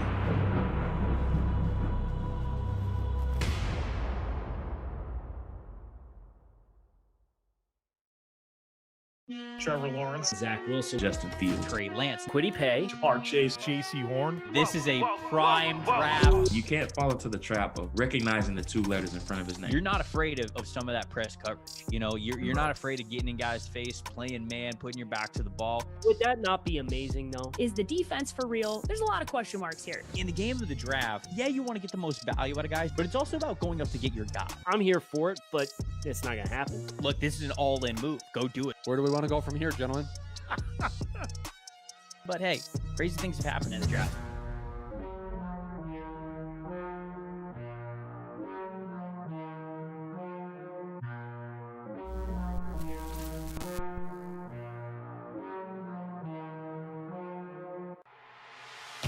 Freeze sleeve. Freeze it.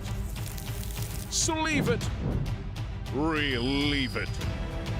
Go to freesleeve.com. Brinks TV. Winners winners, and more winners. When your mask comes off, your breath comes out. Make sure it doesn't stink. Stay healthy and fresh. Soul and science. Immune Fresh. The all-natural breath mint. Vitamin D3, vitamin C, zinc, Wellmune. Save yourself, save us all from your breath. Go to immunefresh.com. Oh yeah. From Kill Cliff, the #1 clean energy drink in the mind of Joe Rogan, comes the Flamin' Joe.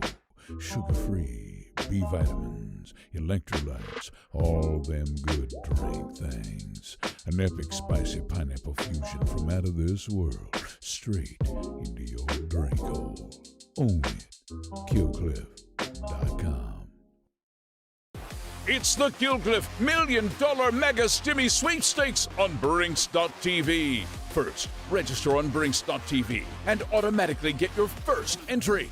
Next, get bonus entries when you buy Killcliff at retail.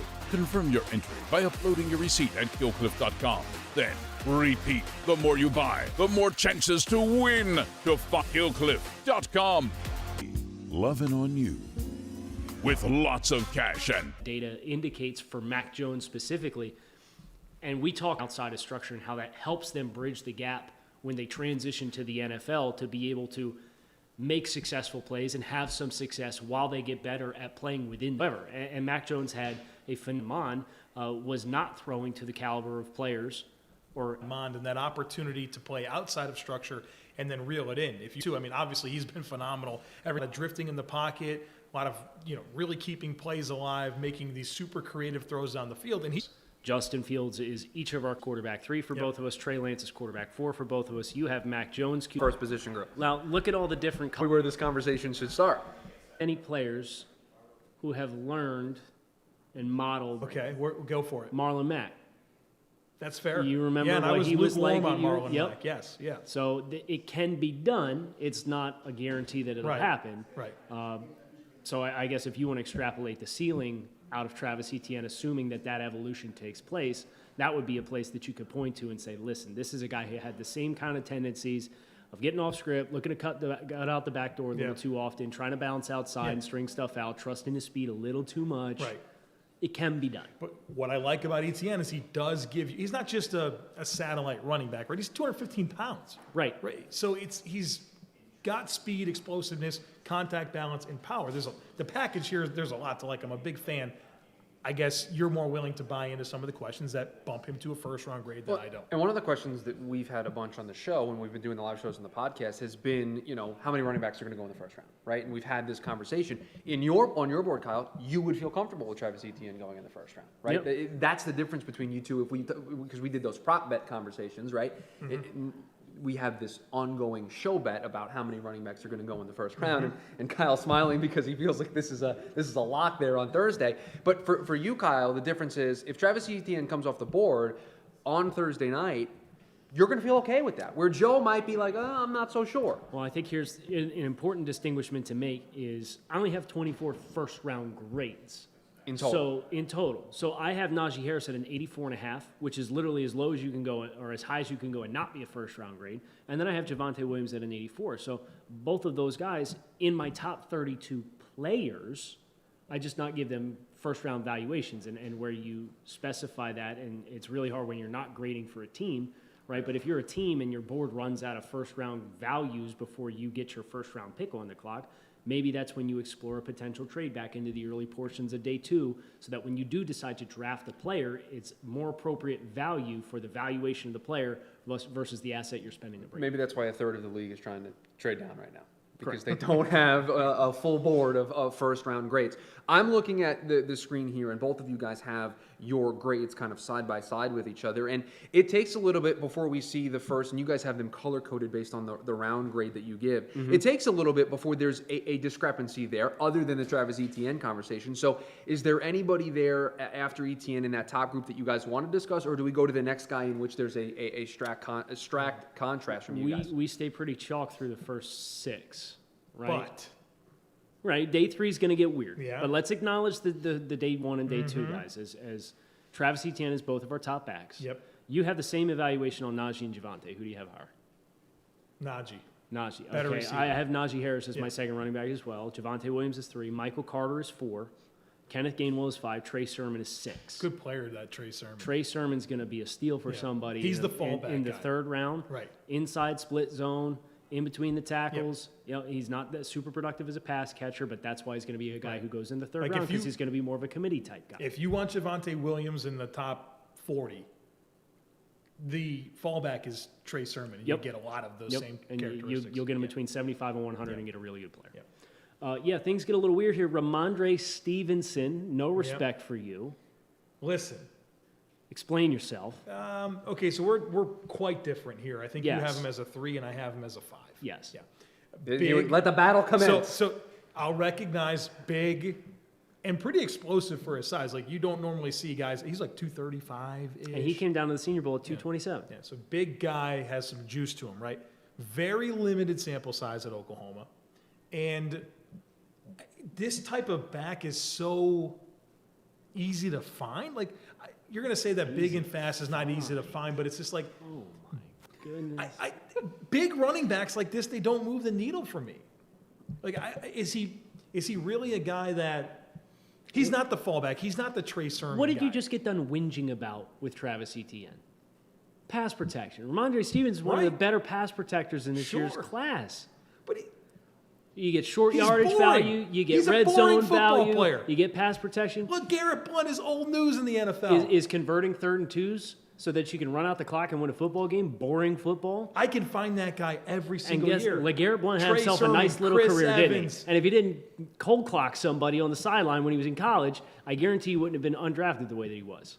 I just feel like this is a very specific type player. If you're Tennessee, if you're Atlanta, if you're Miami, maybe to an extent, those types of teams, that's where this is appealing.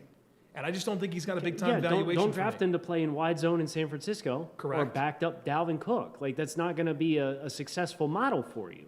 But once you get into the late day 2 and early day 3, these are guys who I think can be scheme-specific type starters. Yeah.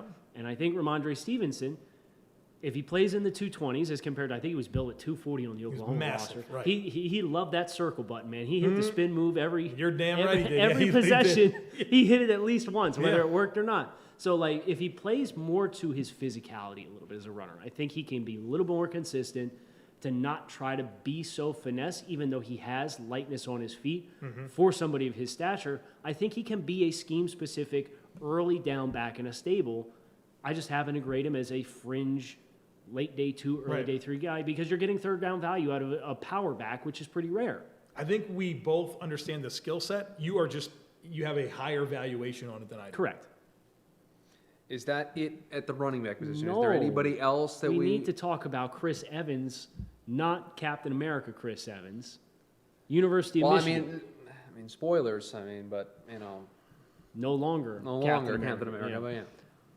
But you've got a 71.5. You have a 74. I have a 74. Yep. If I was going to take any day 3 back and roll the dice, it's Chris Evans. His athletic profile is phenomenal. He's got low tread on the tires. He was academically ineligible in 2019, and I think he had 25 touches in 2020. So you haven't seen him in a couple of years. Right.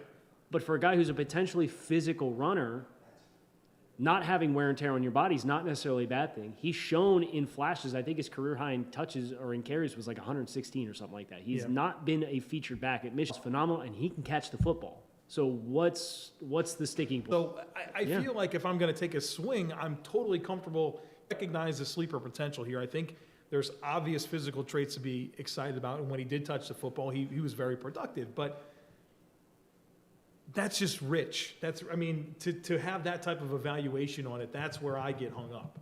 So 5th round, 6th round, maybe the 5th round, more 6th round for me. I just think it's too rich. And then we do need to talk about Khalil Herbert. Yeah, so what don't you like tell me why I'm wrong. Oh boy. So for context, yes, you have You have Khalil Herbert graded higher than I have Chris Evans graded. Right, would make sense because he's more productive, and we've seen him more productive. Chris Evans hasn't played. Of course, he's going to be more productive than a guy who was. Well, that's kind of the issue. He hasn't played. He was academically ineligible. Busy saving the world. Yeah, how many times he saved New York? Plenty. From an alien army. Imagine thinking I've seen this movie. That's right. A pop culture reference. I jumped. Should have known better. Khalil Herbert. Okay. Very elusive to me. Very good in terms of decision making and contact balance. So when you have vision and contact balance, that sets your floor as a running back. Those are my two most important traits. And I think he is definitely above average in both of those categories. I wish he was a little bit more explosive for the style of back that he is. He's not even as explosive as what he tested at.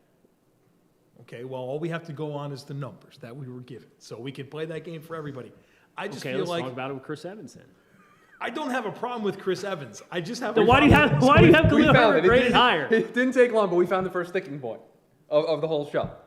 You guys are just gonna argue this into oblivion. This is great. Chris Evans is 5'11", 216. Khalil Herbert checked in at 5'8" and 210 pounds, and Chris Evans tested better at everything. He just didn't play because he was academically ineligible in 2019. Right, and Khalil Herbert did and was extremely productive at Virginia Tech. They played wide zone and he ran through gaping wide open holes, and I saw him get caught from behind like 8 out of 9 times he got in the open field. He has the second highest yards per carry in this class against 8-man boxes, second only to Trey Sermon.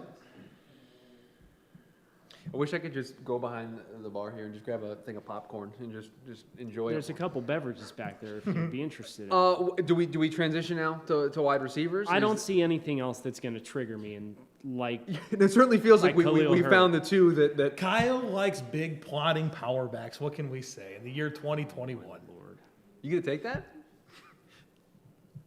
I guess so. This is what I will say about Kyle. Biting my tongue. Kyle's running back takes are outstanding. He has more hits on running backs than anybody I know. And whenever we disagree on running backs, I'd be lying if I said I didn't get a little nervous. So it concerns you a little bit the way. Of course. Okay. Of course it does. Yeah. Look at the hits from Kyle. It's fair. Fair. You would know. Yes. Okay. Wide receiver page, a little bit lengthier, more guys to go through. And I'm scrolling, you're scrolling through and I'm looking at some of the ones that I think are the biggest. This is the one right here. These two. This one's pretty interesting up here as well. And maybe we start the conversation here with that guy, Mr. Rashad Bateman. Rashad Bateman. We've done this. You gave him an 82.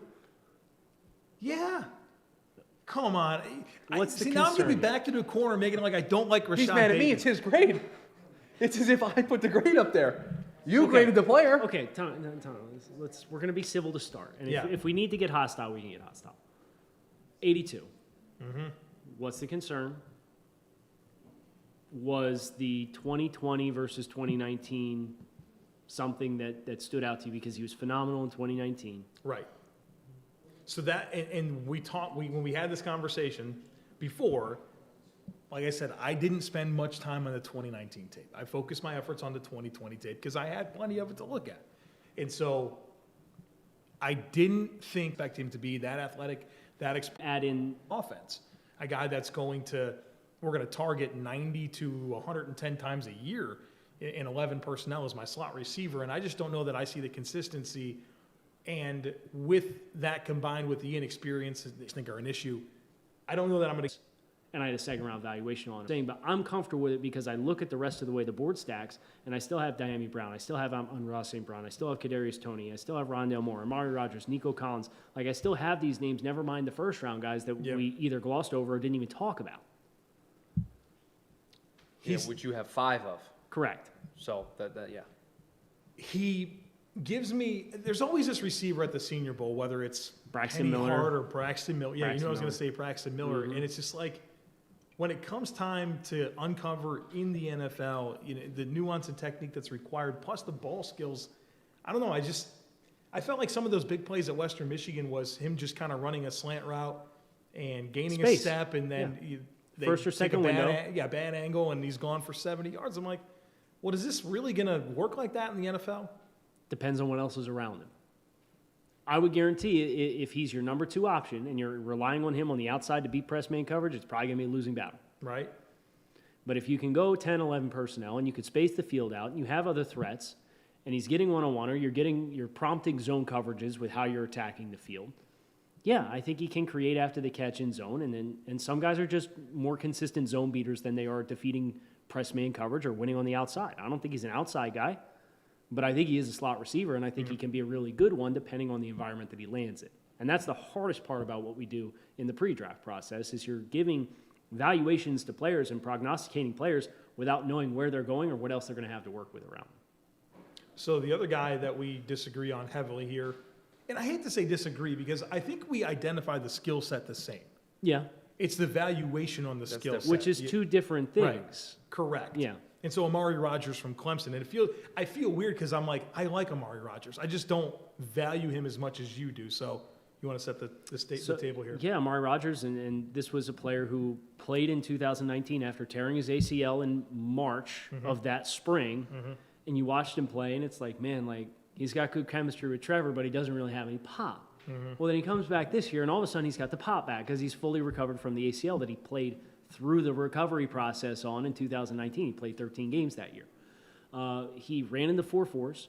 He's 5'10", 5'9.5", 210 pounds, built like a running back. And if I want one of those slot receivers who's going to win over the middle or is going to win in the shallow areas with that bubble when they run RPO and get him the ball out quick in 2-on-2, 2-over-2 scenarios on the boundary, I want a guy who has some density to them so that they can take hits and create missed tackles in more ways than one. And when I watch Amari Rodgers and I look at his build, he's going to be a bear for nickel corners to tackle because traditionally, unless you're getting a safety roll down in there, a lot of those nickel corners are smaller guys because they're not big or long and strong enough to play on the outside. So you take some of these smaller nickel corners and you ask them to shadow him and step up and tackle him after he's caught the football in the quick game, I don't think they're going to be able to do it. Right. And now that we know that we've seen he's got his explosiveness back, I'm ready to buy in on Amari Rodgers as another one of these guys that if you miss on Kadarius Toney and you miss on Rondale Moore, I'm perfectly fine taking Amari Rodgers later in the late second round and feeling like I got away with a comparable player. Yeah, and I have him low third round. So like everything you said I agree with. I just do feel like he benefited from being such a volume target for Clemson, and he made a lot of plays. And I mean, a lot of what they did, like there in some ways you can say that the offense kind of ran through Amari Rodgers with how important he was. Him and Travis Etienne. Yeah, those shallow routes and stuff. Yeah, it kind of maybe goes back to what we talked about with Trevor Lawrence in the opening. But because I think those dynamics helped him, and because I think that he is things have to be right around him to kind of be that true volume receiver. Not that he'll ever be that in the NFL, but a guy that you really prioritize touches for. I just put the low third round evaluation on where I think you're more apt to believe in him as a player that I think he can be a playmaker. Right. Yeah. Yeah. And I think it's more relying on other factors, and I think that's where the differentiation comes from. So are we cool to move on to another position? Because this next one I'm interested in because I talk draft with you guys more than anybody else, and this is a position that I don't think is going to have a lot of discrepancy. I haven't seen your players side by side with one another, and yeah, I'm looking at it. There isn't a whole lot of discrepancy. Okay, so the tight ends, top 10, grade, top 10 valuation. Yep. Pat Freiermuth, Penn State, tight end, Boston College, 5. This is the same scenario for you because you have two grades similarly on Jordan and Tremble. So Tremble and Jordan finished with the same evaluation grade for me, and it was really just a matter of who can you do more with. Tremble, no question. Right. He's raw. He's a little inexperienced, and he's a little unproductive in the passing game. I think he's got the athletic profile to really blossom as a route runner. But you watch him kick guys' butts up front as a run blocker. You watch him whether he's 1-by-1 off the offensive tackle and he's inserting across the set, or he's fold blocking inside, rolling up on linebackers and spilling into their lap, or a lot of the times they kind of ran that split action and leaked him out in the flat, and that's how he got some of his targets in the passing game. But he had a couple opportunities to try and get down the field. And when he did, linebackers couldn't run it. Whereas Brevin Jordan, a little bit more undersized, more of a true H, the Janu Smith, Gerald Everett type of player that I just don't think you're ever going to see him with his hand in the dirt. And I don't think he's as dynamic as maybe we thought he was to play as an F or a big slide at tight end who's playing out in the slot. You know who was like that in college, what you described? Travis Kelce and George Kittle. That's what those guys did. High effort, crazy intense blockers, leak them out, were super competitive after the catch, had some juice about them. Now they're the best tight ends in the game. I'm not saying... I was just going to say, you know what you're doing. You know what you're setting yourself up for. But there is a part of me, that says, man. He did set himself up. This isn't the first time. We've done a podcast where you said the same exact thing. And I'm going to back Joe here. Is I see the same potential. Not that it's a lock, not that it's a guarantee, not that it's going to happen, but his athletic profile is that of the kind of tight end that profiles as a guy who gets into the league and all of a sudden is a better player. He was caught behind Cole Kmet, who was a second-round pick, and they had Michael Mayer, who's a five-star freshman tight end who's already got the Baby Gronk nickname, who played in front of him at Notre Dame this past year. George Kittle was a 5. Travis Kelce was a 3. If the NFL thought that these guys were going to be the best tight ends of our time, they would have been high first-round picks. So. Fair.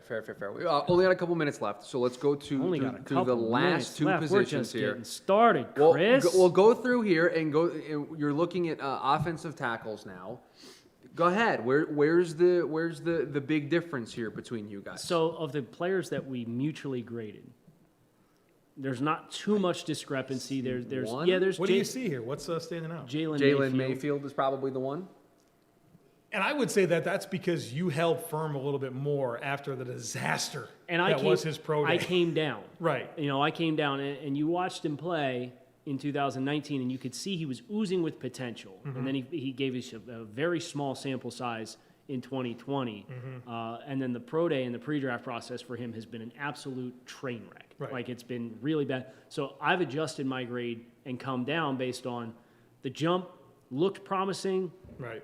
But it wasn't big enough to sell you. And then it's not the fact that he tested poorly, right? Because I think you watch him on tape, you see he has some athletic potential to work with. It's why did you test so poorly across the entire board when you had all this time to prepare? And it asks questions about what was your process like? How seriously did you take the process? I don't know what that's like, but I know amongst this offensive line class with all these other offensive linemen who are going to be available, and I have Sewell, Jenkins, Slater, Darisaw, and I do have Liam Eichenberg graded in front of him as well. And then I have Sam Cosmi and Dylan Raduns breathing right up his neck, who are a half a point behind him. There's just a lot here. And some people think he's going to kick inside to guard, too. Might need to. I think the challenge is if you had, obviously I think we can all agree that the limited games he played in 2020, he was really good. Mm-hmm. Like, great tape in my mind. But it was a small sample size and then bad testing. If it was that same caliber of tape, but good testing, you're like, oh, yeah. Right. It's there. It can help sell you on it. But now you start to doubt the sample size. And he's a young player, too. Yes. So, the fact that he does not have the body of work relative to some of these multi-year starters is concerning. And let's talk about Rashawn Slater and Penei Sewell, because we're talking about small sample sizes. Those two guys, Slater's more experienced than Penei Sewell, but they both did well for their pre-draft processes, and it kind of reaffirmed what you thought you saw on tape with both of those guys. So we both have Penei Sewell as OT1. Mm-hmm. We both have top 10 valuations on him as a player. We both also have 3 first-round valuations, not in the same order, but Tevin Jenkins, Rashawn Slater, Christian Darisaw. And then you start getting into the round 2 and round 3 guys where it gets a little bit more messy. I was just looking to see what Joe's final grade was on Tevin Jenkins, because I don't think there's ever been a pre-show podcast discussion that has been more frequent than Joe and I talking about Tevin Jenkins. So I just wanted to see where. Oh, and I'm late getting into the Zoom. Yeah. That's when we talk about the Mets and Tevin Jenkins. Yeah, that's exactly what happens. Anybody here, or do we want to go to the last group? Let's just go to the interior offensive line, unless Joe has anything that he wants to gripe. No, if you had a moment, and I'm not super low on Spencer Brown, the offensive tackle from Northern Iowa, but we are 3.5 points different. Mm-hmm. Sell me on him a little bit as that third-round developmental starter type guy. Yeah, because I thought he was really inconsistent, like lanky frame, wide base. He was, but what did you think about Brian O'Neill when he came out of Pittsburgh? Oh, I didn't like Brian O'Neill. Yeah, and I hated Brian O'Neill coming out of Pittsburgh as a prospect, not as a person. Let's be completely clear here. So we're learning, right? Yes. And I felt like I did that with Sam Cosmi this year. Yeah, and Spencer Brown has everything you can't coach in an offensive tackle prospect. He has length, he has size, he has athleticism, he carries his weight extremely well. He's one of those tackles that's built like a tight end. He's just like a juiced up, massive one. Right? So those kinds of guys you have seen, especially coming out of Northern Iowa, he's untapped potential. He's oozing with untapped potential. And you saw some of the pass sets that he took at the Senior Bowl, and they were pretty sloppy. And then some of the other pass sets that he took when he kept that half-man relationship and took that proper angle to widen that angle to prevent guys from coming back and bending the inside shoulder and dipping around him on the outside. But he kept that relationship appropriate, so he didn't produce that swinging gait dynamic where he's stepping out to meet guys and then they're cutting back across his face. There's something here to work with. Yeah. And if you have all of those uncoachables, and I guarantee you all the offensive line coaches in the NFL would tell you this too, you can work on the things that he's not good at, but you can't teach him the things that he has that others don't. Yeah. I'm not super low on him, but it was notable that how much higher you had. I think he's a good developmental type player. Let's do this group real quick here. Interior offensive line. Is there one player in particular that you guys want to battle out before we close up this offensive conversation? And again, the defense is coming tomorrow, but is there one player in particular? So we've had the Kendrick Green conversation, right? So like, go listen to every episode of Draft Dudes to find that. This is what I'll ask you. And I want to go right to the top. I want to go right to the top with Elijah Vera Tucker. And I'm not trying to back you into a corner and talk down on Vera Tucker. But that's exactly what he's going to do. But dude, I love this tape. I always square versatility, like good in space. Like I thought he was technically refined, and I was expecting I wouldn't say like just a technician, but I got some power out of him. So. Why don't we have a first-round grade on AVT? Maybe I just watched the wrong game first and watched that Oregon game with Kayvon Thibodeau, who ran the loops around him. And I know he wasn't fully healthy in that game, right? But that was the first taste that I had of Elijah Vera Tucker. Yeah. And then I started digging in, and then I went back and watched some of the 2019 stuff when he was playing inside at guard next to Austin Jackson. I'm like, I really like his tape inside at guard more so than what he put on tape in 2020. Now, the fact that he played comparably well in 2020 at offensive tackle versus what he did in 2019 at offensive guard bodes extremely well for every team across the NFL having some form of a landing spot potentially for Elijah Vera Tucker. Like that, you feel really good about that. Yeah. But as far as just valuing him, I think that first impression that I had probably stuck with me all throughout his evaluation, and it had me questioning, can he play outside? And I evaluated him as an interior offensive lineman. Thought the 2019 Notre Dame game was his best tape at offensive guard. I like what he can do, but I think he's just a little bit in between because he's fluid and he's mobile and he's powerful, but I think 308 was what he came in at his pro day at. So I'd love to see a player like that playing with those dynamics at 320 instead of 308. Sounds like you think he's more scheme specific. A little bit. Yeah. A little bit. And I think it's also interesting to note here, that's the only first round grade you have at this position. So other than this, you guys are very similar in the way that you view the top of this group. Yeah, we have Aaron Banks and Ben Cleveland swapped at like the bottom portions of our top 10 respective interior offensive linemen. I would also note I have Alex Leatherwood, and I also have Jackson Carman considered as interior offensive linemen in this year's class. Some people think those guys will play offensive, or have them as interior offensive linemen. Some people think they'll play offensive tackle. Gentlemen, it wasn't a lot of battling. It wasn't a heated discussion. What are you talking about? I'm about to battle you right now. All right, so before that happens, we're going to get out of here. Battle of the Boards, offense edition in the books. Tomorrow, the defense. We will see what these guys have on their boards, and they will battle it out here. But more Draft Network Draft Week coverage coming up here next on Brinks.tv. Best ball season is here, and it's bigger than ever. With no waivers, trades, or setting lineups, it has never been easier to have a shot at the $1 million grand prize. Underdog Fantasy lets you draft a season-long league in seconds, thanks to their slick mobile app and state-of-the-art website. And best of all, if you don't love it, there's a $100 money-back guarantee. So what are you waiting for? Draft for the 2021 season today. Brinks TV. Play, win, repeat. Oh my. Play, win, repeat. Oh my. Play, win, repeat. Oh my. Brinks TV, the intergalactic home of winning. All right, here is indisputable proof that Kill Cliff is the world's first and best clean energy drink. Now, in your interweb thingies, just type world's first cleanenergydrink.com. or world's best clean energy drink.com. Or world's first and best clean energy drink ever.com. It all leads to killcliff.com right there on the interwebs. Boom! Mic drop. Yeah. It's the Killcliff $1 Million Mega Stimmy Sweepstakes on Brinks.tv. First, register on Brinks.tv and automatically get your first entry. Next, get bonus entries when you buy Killcliff at retail. Confirm your entry by uploading your receipt at killcliff.com. Then, repeat. The more you buy, the more chances to win. To find the retailer that sells Killcliff nearest you, check out the store locator at killcliff.com.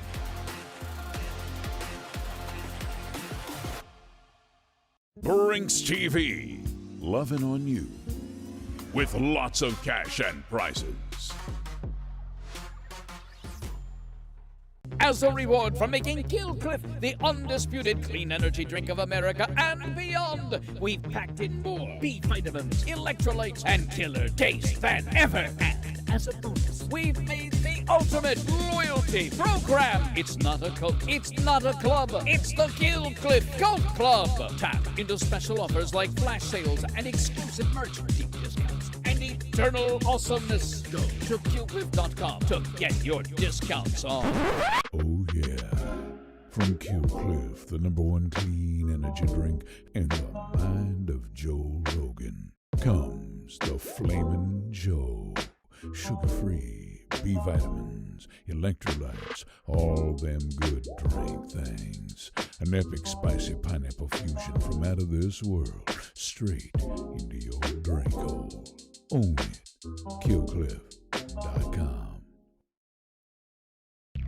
A long time ago, people used to watch TV and win. Jack squat. In other words, you will win nothing and like it. But now, Brinks.tv brings you the ultimate show where the whole frickin' point is to win prizes every day. Good God, man, behold, the Emperor. Winning never felt so good because he or she or it or they or whatever pronoun the Emperor identifies as could be me, Freund. Whatever he or she or me calls himself, herself or knee self, you will only win when the decision is made by the Emperor.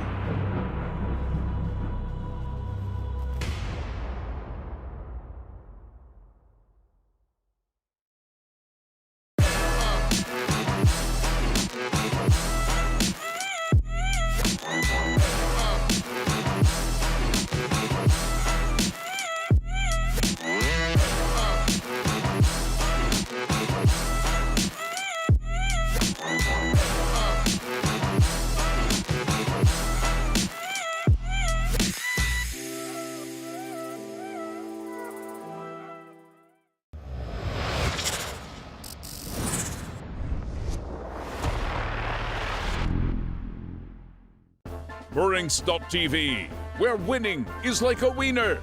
The bigger, the better.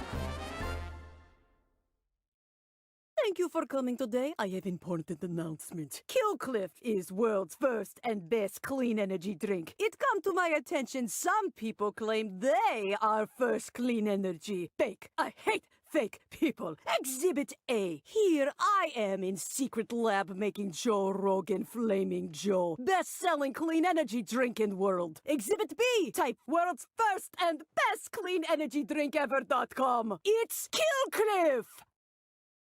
Best ball season is here, and it's bigger than ever. With no waivers, trades, or setting lineups, it has never been easier to have a shot at the $1 million grand prize. Underdog Fantasy lets you draft a season-long league in seconds, thanks to their slick mobile app and state-of-the-art website. And best of all, if you don't love it, there's a $100 money-back guarantee. So what are you waiting for? Draft for the 2021 season today. Brinks TV. Play, win, repeat. Oh my. Play, win, repeat. Oh my. Play, win, repeat. Oh my. Thank you for coming today. I have important announcement. Kill Cliff is world's first and best clean energy drink. It come to my attention some people claim they are first clean energy. Fake. I hate fake people. Exhibit A. Here I am in secret lab making Joe Rogan Flaming Joe. Best-selling clean energy drink in world. Exhibit B. Type world's first and best clean energy drink ever.com. It's Kill Cliff. Brinks TV, the intergalactic home of winning. All right, here is indisputable proof that Kill Cliff is the world's first and best clean energy drink. Now, in your interweb thingies, just type world's first cleanenergydrink.com or world's best cleanenergydrink.com. or world's first and best clean energy drink ever.com. It all leads to killcliff.com right there on the interwebs. Boom! Mic drop. Yeah. It's the Killcliff $1 Million Mega Stimmy Sweepstakes on Brinks.tv. First, register on Brinks.tv and automatically get your first entry. Next, get bonus entries when you buy Killcliff at retail. Confirm your entry by uploading your receipt at killcliff.com. Then, repeat. The more you buy, the more chances to win. To find the retailer that sells Killcliff nearest you, check out the store locator at killcliff.com.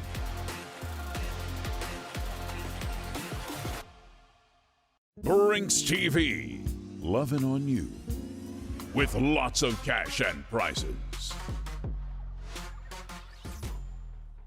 As a reward for making Kill Cliff the undisputed clean energy drink of America and beyond, we've packed in more B vitamins, electrolytes, and killer taste than ever. And as a bonus, we've made the ultimate loyalty program. It's not a cult, it's not a club, it's the Kill Cliff Cult Club. Tap into special offers like flash sales and exclusive merch, deep discounts, and eternal awesomeness. Go to killcliff.com to get your discounts on. A long time ago, people used to watch TV and win. Jack squat. In other words, you will win nothing and like it. But now, Brinks.tv brings you the ultimate show where the whole frickin' point is to win prizes every day. Good God, man, behold, the Emperor winning. Never felt so good because he or she or it or they or whatever pronoun the Emperor identifies as could be me, Freund. Whatever he or she or me calls himself, herself or knee self, you will only win when the decision is made by the Emperor.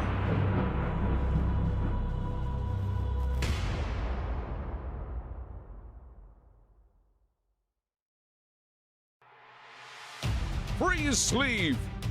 Freeze it. Sleeve it. Relieve it. Go to freesleeve.com. Best ball season is here, and it's bigger than ever. With no waivers, trades, or setting lineups, it has never been easier to have a shot at the $1 million grand prize. Underdog Fantasy lets you draft a season-long league in seconds, thanks to their slick mobile app and state-of-the-art website. And best of all, if you don't love it, there's a $100 money-back guarantee. So what are you waiting for? Draft for the 2021 season today. Brinks TV. Play, win, repeat. Oh my. Play, win, repeat. Oh my. Play, win, repeat. Oh my. Brinks TV, the intergalactic home of winning. All right, here is indisputable proof that Kill Cliff is the world's first and best clean energy drink. Now, in your interweb thingies, just type world's first cleanenergydrink.com or world's best cleanenergydrink.com or world's first and best clean energy drink ever.com. It all leads to killcliff.com, right there on the interwebs. Boom! Mic drop. Yeah. It's the Killcliff $1 Million Mega Stimmy Sweepstakes on Brinks.tv. First, register on Brinks.tv and automatically get your first entry. Next, get bonus entries when you buy Killcliff at retail. Confirm your entry by uploading your receipt at killcliff.com. Then, repeat. The more you buy, the more chances to win. To find the retailer that sells Killcliff nearest you, check out the store locator at killcliff.com.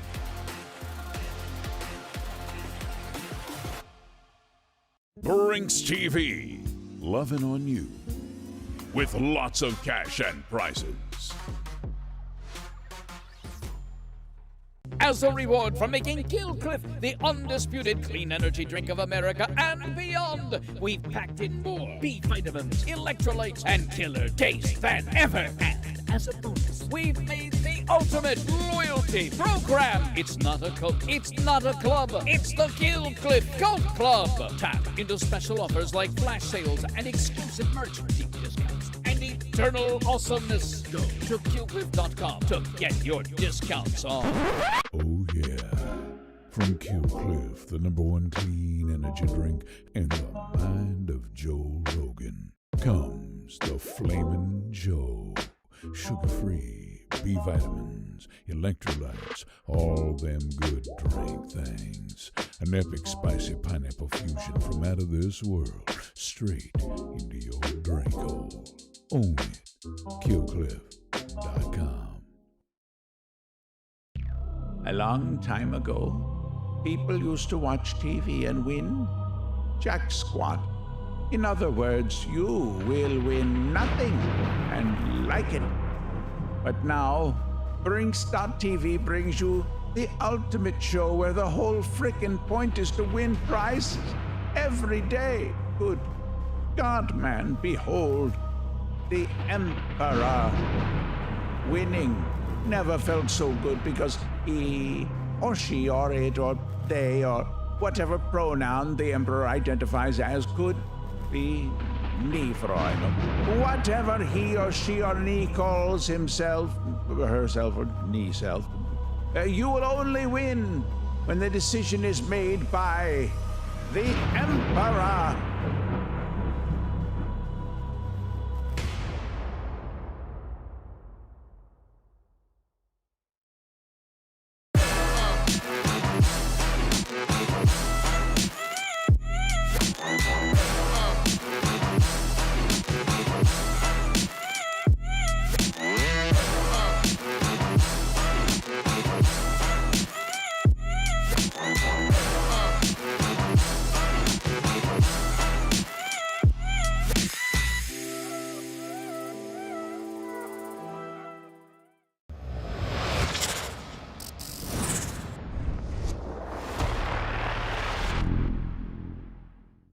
Brinks.tv, where winning is like a wiener.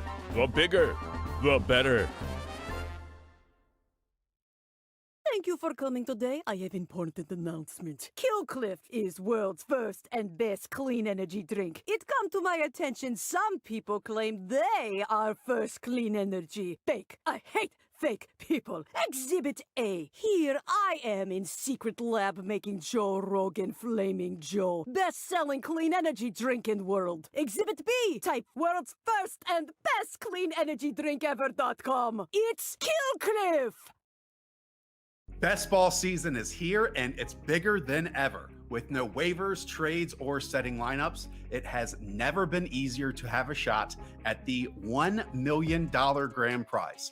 Underdog Fantasy lets you draft a season-long league in seconds, thanks to their slick mobile app and state-of-the-art website.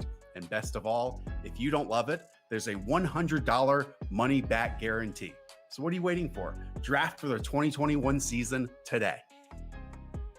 Brinks TV. Play, win, repeat. Oh my. Play, win, repeat. Oh my. Play, win, repeat.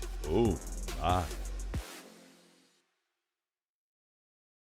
Thank you for coming today. I have important announcement. Kill Cliff is world's first and best clean energy drink. It come to my attention some people claim they are first clean energy. Fake. I hate fake people. Exhibit A. Here I am in secret lab making Joe Rogan Flaming Joe. Best-selling clean energy drink in world. Exhibit B. Type world's first and best clean energy drink ever.com. It's Kill Cliff.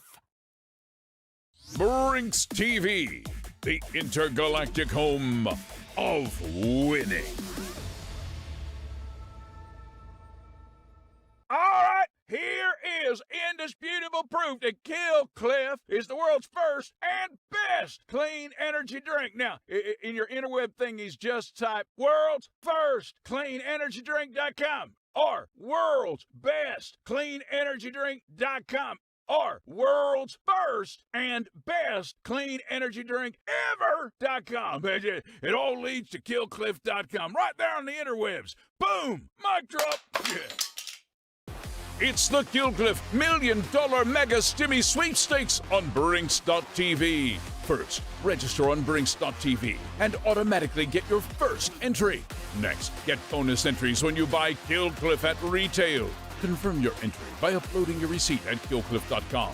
Then, repeat. The more you buy, the more chances to win. To find the retailer that sells Killcliff nearest you, check out the store locator at killcliff.com.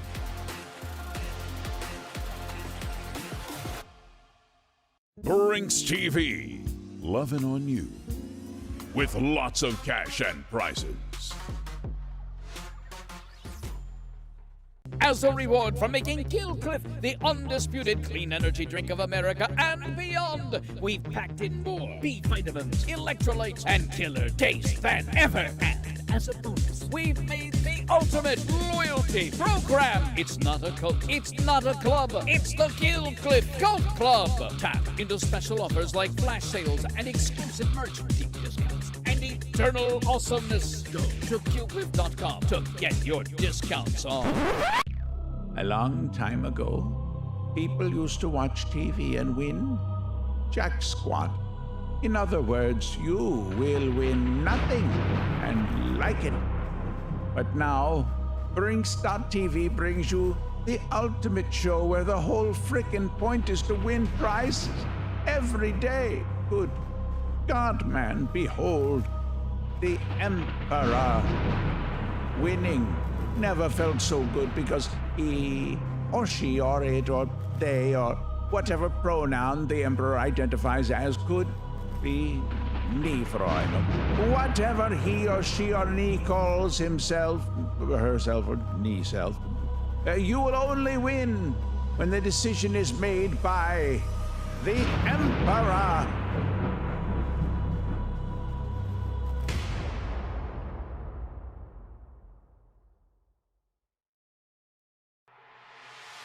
Freeze sleeve. Freeze it. Sleeve it. Relieve it. Go to freesleeve.com. Brinks TV. Winners. Winners. Own it. Killcliff.com.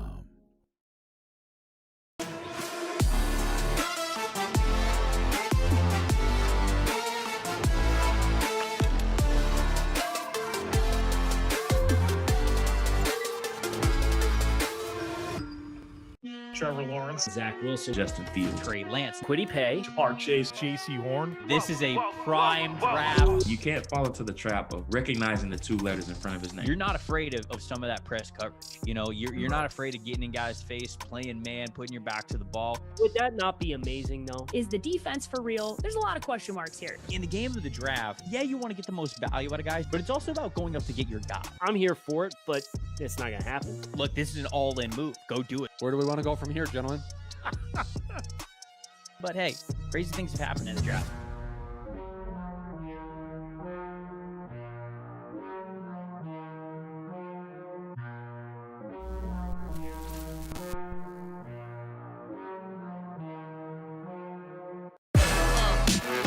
The bigger, the better.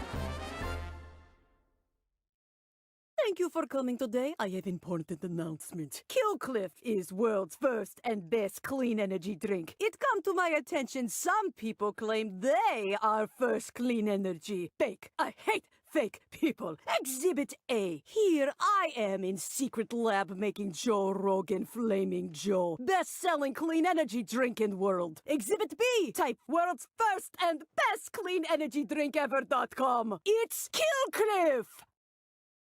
Best ball season is here, and it's bigger than ever. With no waivers, trades, or setting lineups, it has never been easier to have a shot at the $1 million grand prize. Underdog Fantasy lets you draft a season-long league in seconds, thanks to their slick mobile app and state-of-the-art website.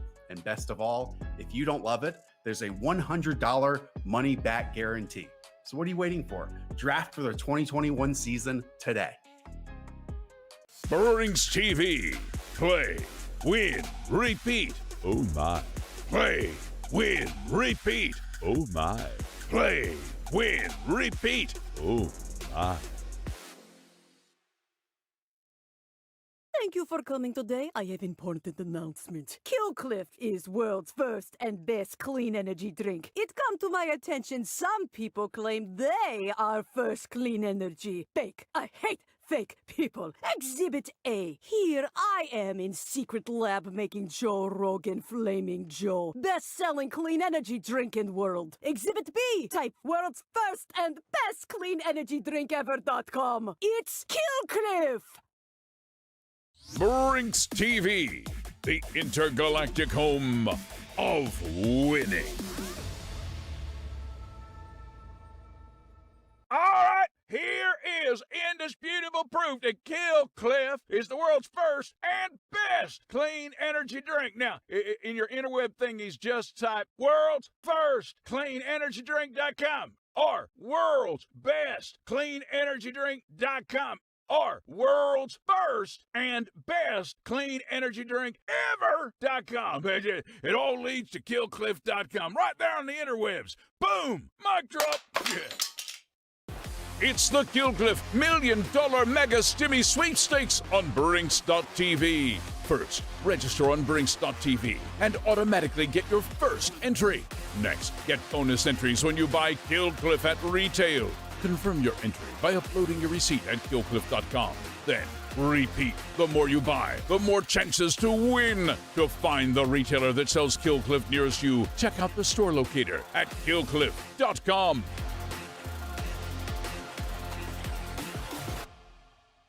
Brinks TV, loving on you with lots of cash and prizes.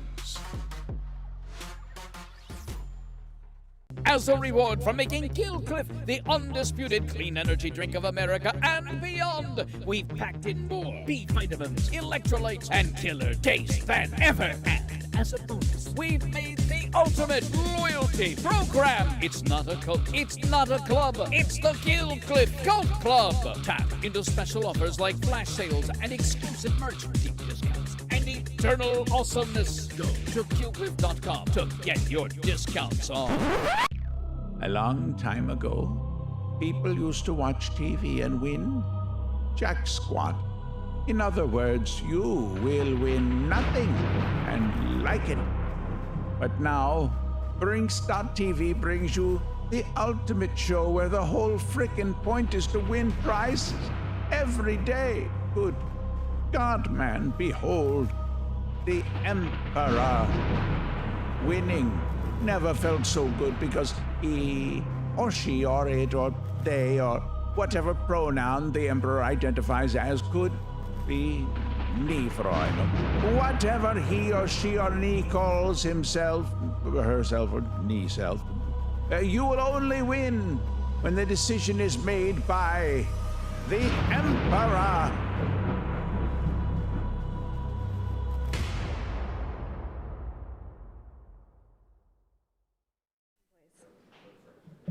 Jamie, is this for 8? It would have to be for 8. Imagine having your final mock draft already. Oh, hey, we're live. Hey, y'all.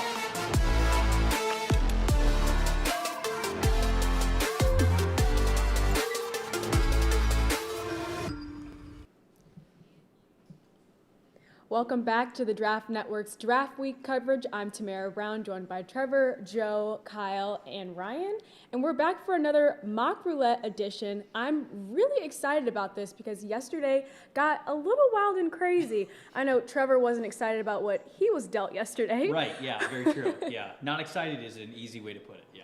But, you get to pick first today, and I'm really excited to see what you get. I picked first last night, and I got the short end of the stick because I feel like I had the worst deal. Brentley got picking Big Ten players. All right, fine. There's a lot of Big Ten players to pick. Ben got wide receivers. Any wide receivers? That's a good question. I guess I know edge rushers more than I feel like I know, like, day 3 Pac-12 players that I'm trying to get in the top 32. So, yeah, I guess I'm more happy selecting edge rushers, so yes. I'm glad. I'm glad to hear that. Do you want me to go first? Do I have to pick? Okay. Yeah. You're on the clock. Jaylen Phillips. I guess this is the one that makes the most sense. And former Pac-12 player, so that's funny how that works out. Yeah, I'm going to have Jaylen Phillips going to the Jacksonville Jaguars. This is the player who I feel like has the best edge tape. I know there's the concussion history, some other injuries, him going from UCLA to Miami. There's question marks there. But Jaylen Phillips, I think, is the best edge rush player in this class when you look at everything that he can do on tape. So it makes sense for him to be my first edge rusher off the board. Number 1 overall. I didn't think that was happening, though. That one sounded like it was an easier first pick for you than yesterday, for sure. Yeah, the more streamlined. At least I have confidence in the guy that I was drafting, so yes. All right, Joe, we're going to move on to you. Are you ready for this? I'm ready, but I got to be honest, I'm very nervous. I loosely understand the entire concept here, and so screw him over, Jamie. We'll see what happens. Go. These are the craziest mock draft rules that you will ever. I can tell already. And the fate of this is in Jamie's hands. Jamie, my deadlines. I hit every one of them. Every writing assignment he's ever had. He's done right, the day before. Never been late. Very predictive mock yet, though. I was told I had until tomorrow at midnight on that. Oh, no. By the way, crazy drafts now. Davis Mills goes 1 last night, and then Jaylen Phillips, number 2. But let's get. I'm sorry, Jags fans. It's out of my hands. They really thought they had their savior finally. But let's get back to the wheel in 3, 2, 1, spin it. Good luck, buddy. Thank you. What is it? This is so good! This is so good! Outside of the TDN consensus top 100, which you can see keep scrolling. Joe's going to dig a little bit deeper into your big board. All right, well, get ready. So we need a quarterback. Yep. Oh boy. All right. Who Jets? Ooh. There Please he is. have Davis Mills. Have Davis Mills. Mills. Went number 1 last night, goes number 2 tonight. He's at 108 on the TDN consensus rankings, the TDN 100. So he's the top available quarterback outside the top. We just traded away Sam Darnold. We got James Morgan. Turn in the card. Davis Mills, a New York Jet at number 2 overall. He can come in. He could be our Jimmy Garoppolo. We want to recreate that 49ers style of offense. Yeah, get into it. In the New York Jets, and so we've got our guy. We got our trigger man for this offense. Trevor. Recreating a guy that a team is trading multiple first-round picks to get rid of. Love it. Kyle, this is on Kyle, I think. But Davis Mills goes 1 last night. Goes 2 tonight. Davis Mills has had a Joe Burrow rise. This is very true. That's 24 hours. That's a good way to Interesting put it. 24 hours. All right, there we go. Kyle, are you ready for this? No, I'm not, but I have a feeling you're going to make me do it either way. So. Oh yeah, of course. Fingers crossed. Maybe 3rd time's the charm. This will be the best one yet. It can't be any. No, I'm not going to say that. I think I'm you not going just to say jinxed that. it. I think you just I'm jinxed just it. going to say, why don't we see what the wheel has to say? Yes. Kyle's been feeling very fortunate today. The Dolphins got rid of Eric Flowers. Now let's see what happens with the wheel.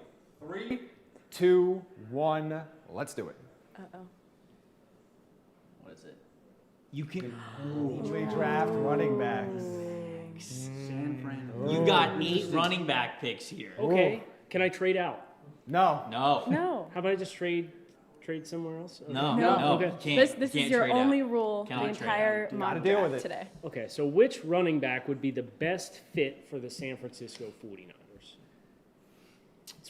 It's probably Travis Etienne. I was going to say that, Yep. but I'm also a big ACC guy. Yeah, I know you were well versed in those ACC Yes. players. Soft spot in your heart. You got to see them push around Notre Dame a little bit. No offense. I know you got We're not soft gonna spot talk about there. that. Okay.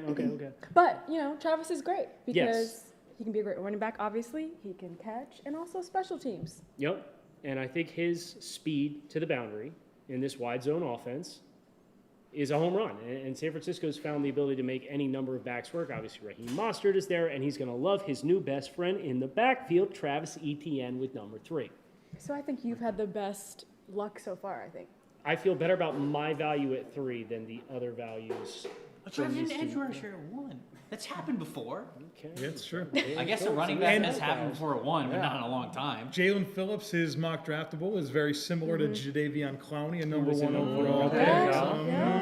Wow. I think he had more sacks his final year in college than Clowney did as well. Wow, you're selling me on it. I'm going to change my actual predicted mock. Jalen Phillips is number 1 overall. There you go. Ryan. Yes. It all comes down to this. Yes. Let's get to a Falcons. Interesting spot on the board at 4. Mm-hmm. Kyle Pitts is still there. Maybe I get something where it's maybe an all-SEC. Maybe it's just tight ends. Let's get to it. Jamie, spin that thing. I love how hopeful he is with this. He is, yeah. He's hopeful. He's very, very positive. The more people say, the worse it gets. So he's like, nope. That was very positive. Jamie? Let's see what it is. 3, 2, 1, go. Final one. You must draft a player within. Oh, gosh. I will take Mississippi, Mr. 6 Pitts Mississippi. from What? Florida. You passed on Trevor Lawrence? The pick's been made. The pick has been made. Kyle Pitts will go before Trevor Lawrence. Draft world, I am so set on Trevor Lawrence. Oh my gosh. There's completely forgot. No. You cannot forget this. I mean, he's been the number 1 pick for how long? Too long.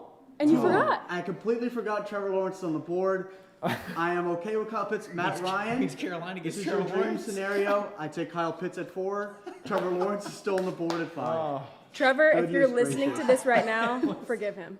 Forgive him. That was perfect. That was what this exercise is all about. Exactly right. Getting something you think is easy, making a pick with full confidence, realizing immediately that was the wrong Exactly right. Yep. Exactly. This whole process. Trevor, Yes. it's back to your move. Okay. Who is your next edge? Cincinnati Bengals just lost Carl Lawson.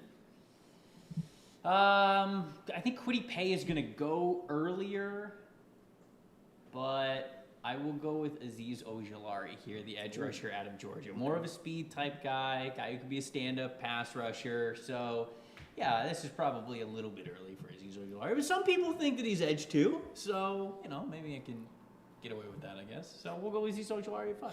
I will say this has been a lot easier for you tonight than yesterday. It's a lot less stressful. Like I said, I at least know the edge names decently well. I know what they can do well. I'm not, picking Pac-12 players that I haven't thought of in a long time, which is what was the case last night. Well, I'm really happy you're having a better night. Thank you so much, Tamara. Oh, I really appreciate that. That means a lot during these trying times. And it's not you that just gave up Trevor Lawrence. Yeah. Yeah. I could never. Imagine. Terrible. I would never do such What a start, mock draft roulette. No one's going to let you live that down. Joe? Listen, it just hit me. For all of the picks I'm going to make, there are going to be players outside the 100. Right? That's the exact that rule, stays the whole time. Yes, sir. I'm sorry to the Miami Dolphins fans. Sinking realization. Wow. Okay, so what are you thinking about here? Tua needs some help on offense. He does, yeah. And this is a player that I think they can wind up getting in the second round. Okay. So the pick's going to be Quinn Miners, the interior offensive lineman from Wisconsin Whitewater. They coached him at the Senior Bowl, right, Kyle? That's correct. And he fits their massive prototype that they like in offensive lineman. Matt Skura is the center there, certainly a guy that they can bring in somebody to compete with this year and maybe be the long-term answer at center. So Quinn Miners. I feel like you should clarify here. When people use the MDN, Quinn Miners gets drafted in the second round. Yeah. But our evaluation as a group of Quinn Miners versus the predictive board's ranking of Quinn Miners is what is going to allow Joe to make this pick, because he's right there in that 115 range on our TDN rankings. But on the predictive board, he's easily gone in the second round in most mocks. So a nice little loophole for Joe to try and find some value here at 6. Doing the best I can for the Dolphins at 6 by only being able to pick players outside the top 100. I think they'd be happy to hear that. That's making a bad situation. Right. I always want. Good job, I always want what's best for the Miami Dolphins. No, you don't. You're a Bills fan. Let's say, since when? Uh-oh. Since right now. Did you want that in week 17? Listen. Tamara, he pleads the fifth. He pleads the fifth. Kyle? Kyle. Yes. It's now your turn. Detroit Who's Lions. the next running back?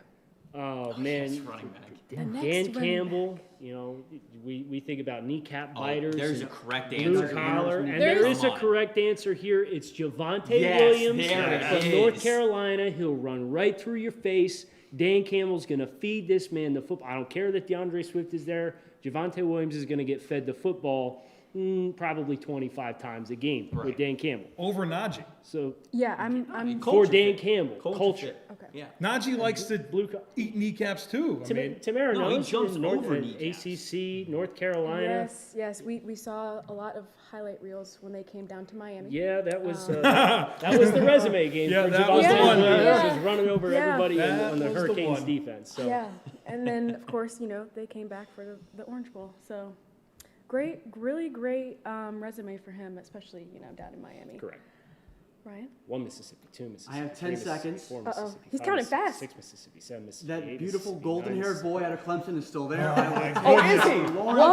Oh, is he there? Our Ryan? Charlotte? He is there. Thank you. I need Right. that reminder. I will take Trevor Lawrence. I get the Panthers just traded for Sam Darnold. I get Teddy Bridgewater still there. Trevor Lawrence is the better prospect out of either of those two. I like the fit in Joe Brady's offense. I think he could thrive in Carolina. I'm really just here to make up for my first pick. Trevor Lawrence fits to the Panthers. I love it. Let's move on to Trevor. He likes the Trevor Lawrence fit in Joe Brady's offense. Yeah, no crap. Have you guys realized Ryan's the only one that's going to be able to make standard picks for the vast majority? This is how it was last night with Chris, because Chris you could do whatever you want. That was the rule. So his kind of similar to that, and Chris would just be like, I wonder who I'm going to pick for this one. He's just looking at all the good players that are on the board. Basically, Trevor should have gone last today instead of first again. Yeah, I mean, it was... Or you could have sabotaged and picked the worst edges first so you could get better values that are more reflective predictively. Okay, so maybe Packers fans would actually... No, let's not pretend like that wouldn't happen. All right, so... Trevor? Denver Broncos at 9. They have Bradley Chubb. They have Von Miller. I guess Von Miller's getting a little old, right? We can throw him. No problem. No problem. I gotta go Kwity Paye. Kwity Paye is just the best edge rusher that's still there. I feel like Kwity Paye kind of reminds me of Bradley Chubb. I mean, Bradley Chubb was a better prospect, but it's more of a heavier kind of edge rush player who can do a lot of damage with his hand in the dirt, hold up against the run, but also give you some power and some speed as well. That's the hope with Kwity Paye, is that you're probably getting a Bradley Chubb-like player. So 2 of them on the same team, maybe a little redundant, but yeah, we got to draft good football players here, given the stipulation that we have. So Kwity Paye, Denver Broncos. Like that. Joe, you're on the clock. Dallas Cowboys at number 10, and we've got to help this defense, right? That's the big problem for this team. Yes. Dak Prescott's back. They got all those good receivers, but goodness gracious, they are struggling on the defensive side of the football. There's a corner I like that's outside the top 100. We have him at 104. It's Ambry Thomas from Michigan, and I think he's an underrated player in this year's draft class.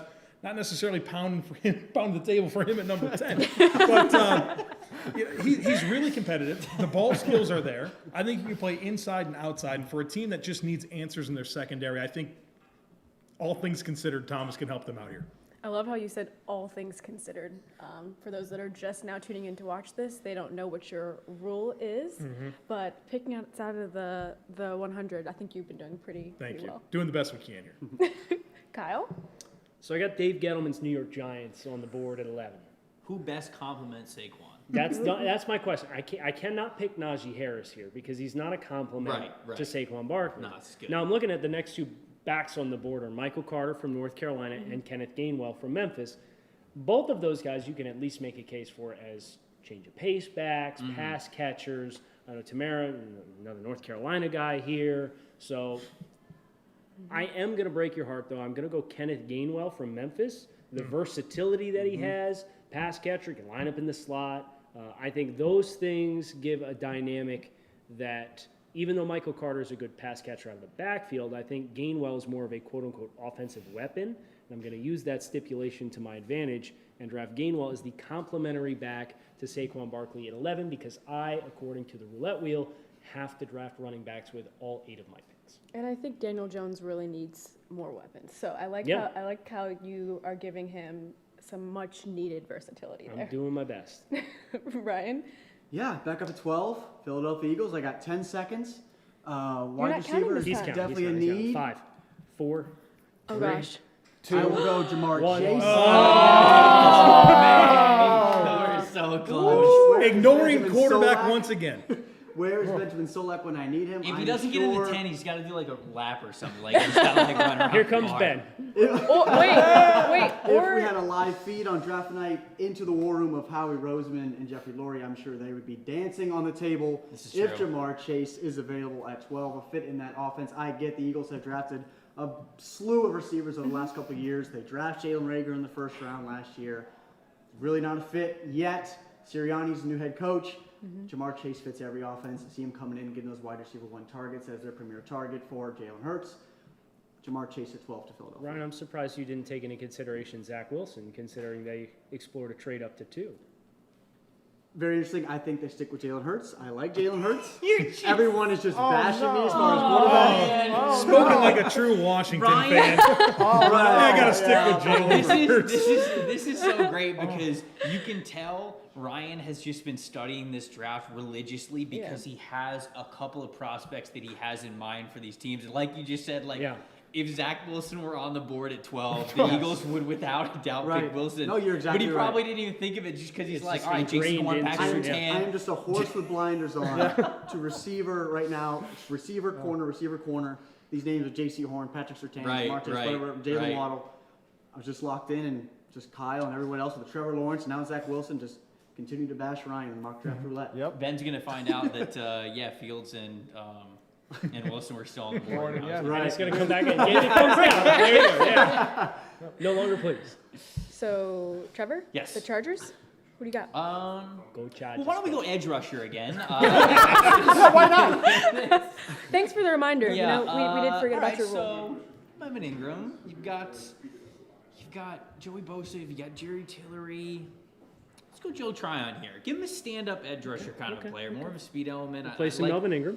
Melvin Ingram is obviously a heavier edge player, but I think that with them having Tillery and Joey Bosa, those are more hand-in-the-dirt kind of edge rusher or even like interior defensive line players that you can move in and out. And Joe Tryon is more of that stand-up, move left, move right kind of a pass rusher. So, yeah, we'll go Joe Tryon here at 13.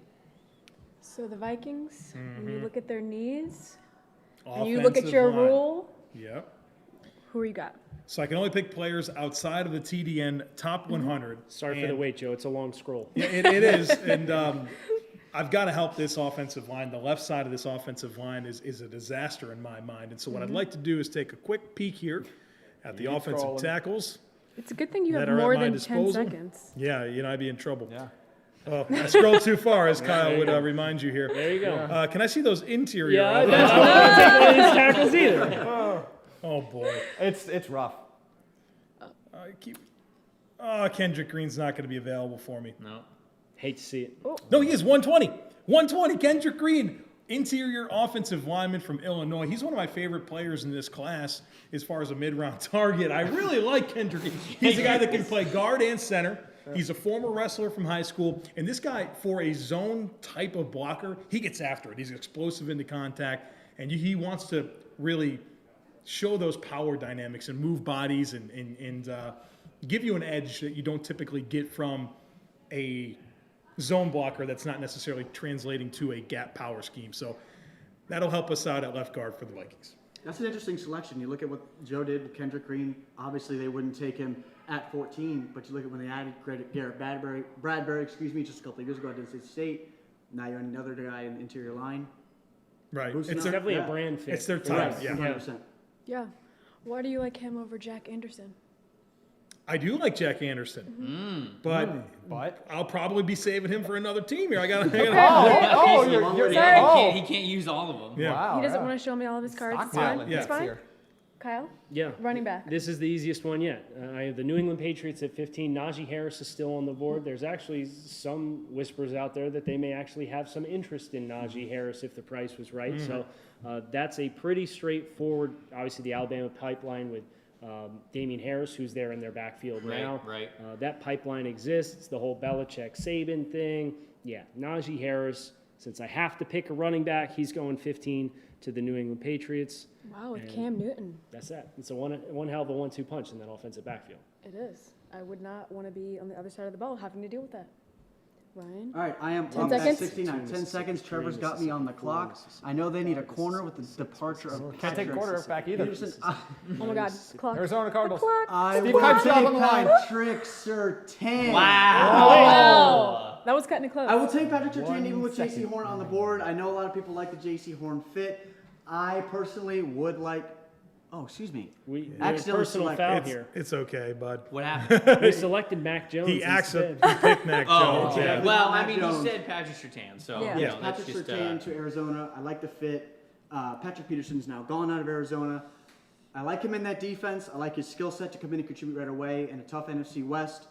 Patrick Surtain at 16 could fit even if Patrick Surtain were to slip on draft day for something unforeseeable. for sure. Yeah, they would love him at 16. I'm really impressed with how you've been doing these picks very close to the 1 second He's mark. coming into the buzzer.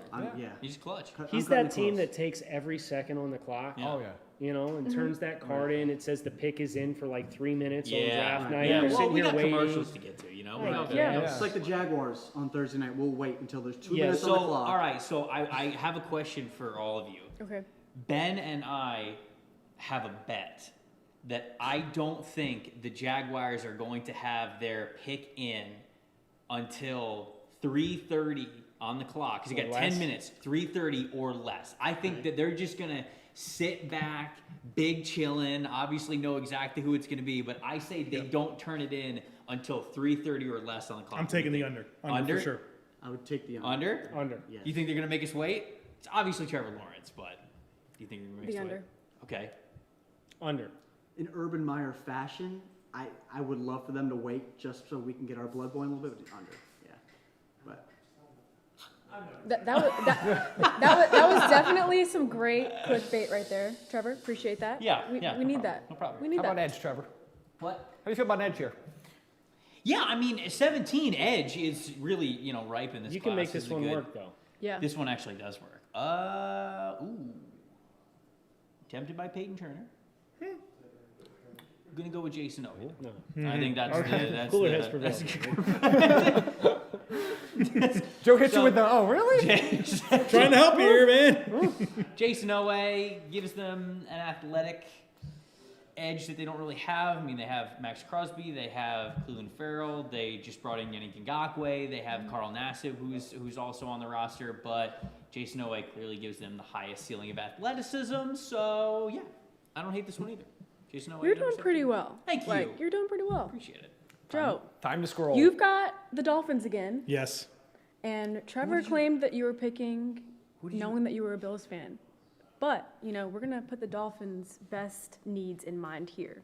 Who did you pick at 6 for the Dolphins? Quinn Miners. Quinn Yeah. Miners. Kyle remembers. So, now, when you look at their needs, Yeah. where are you going? I wish I could do more for them. Quinn Miners is a Miami guy.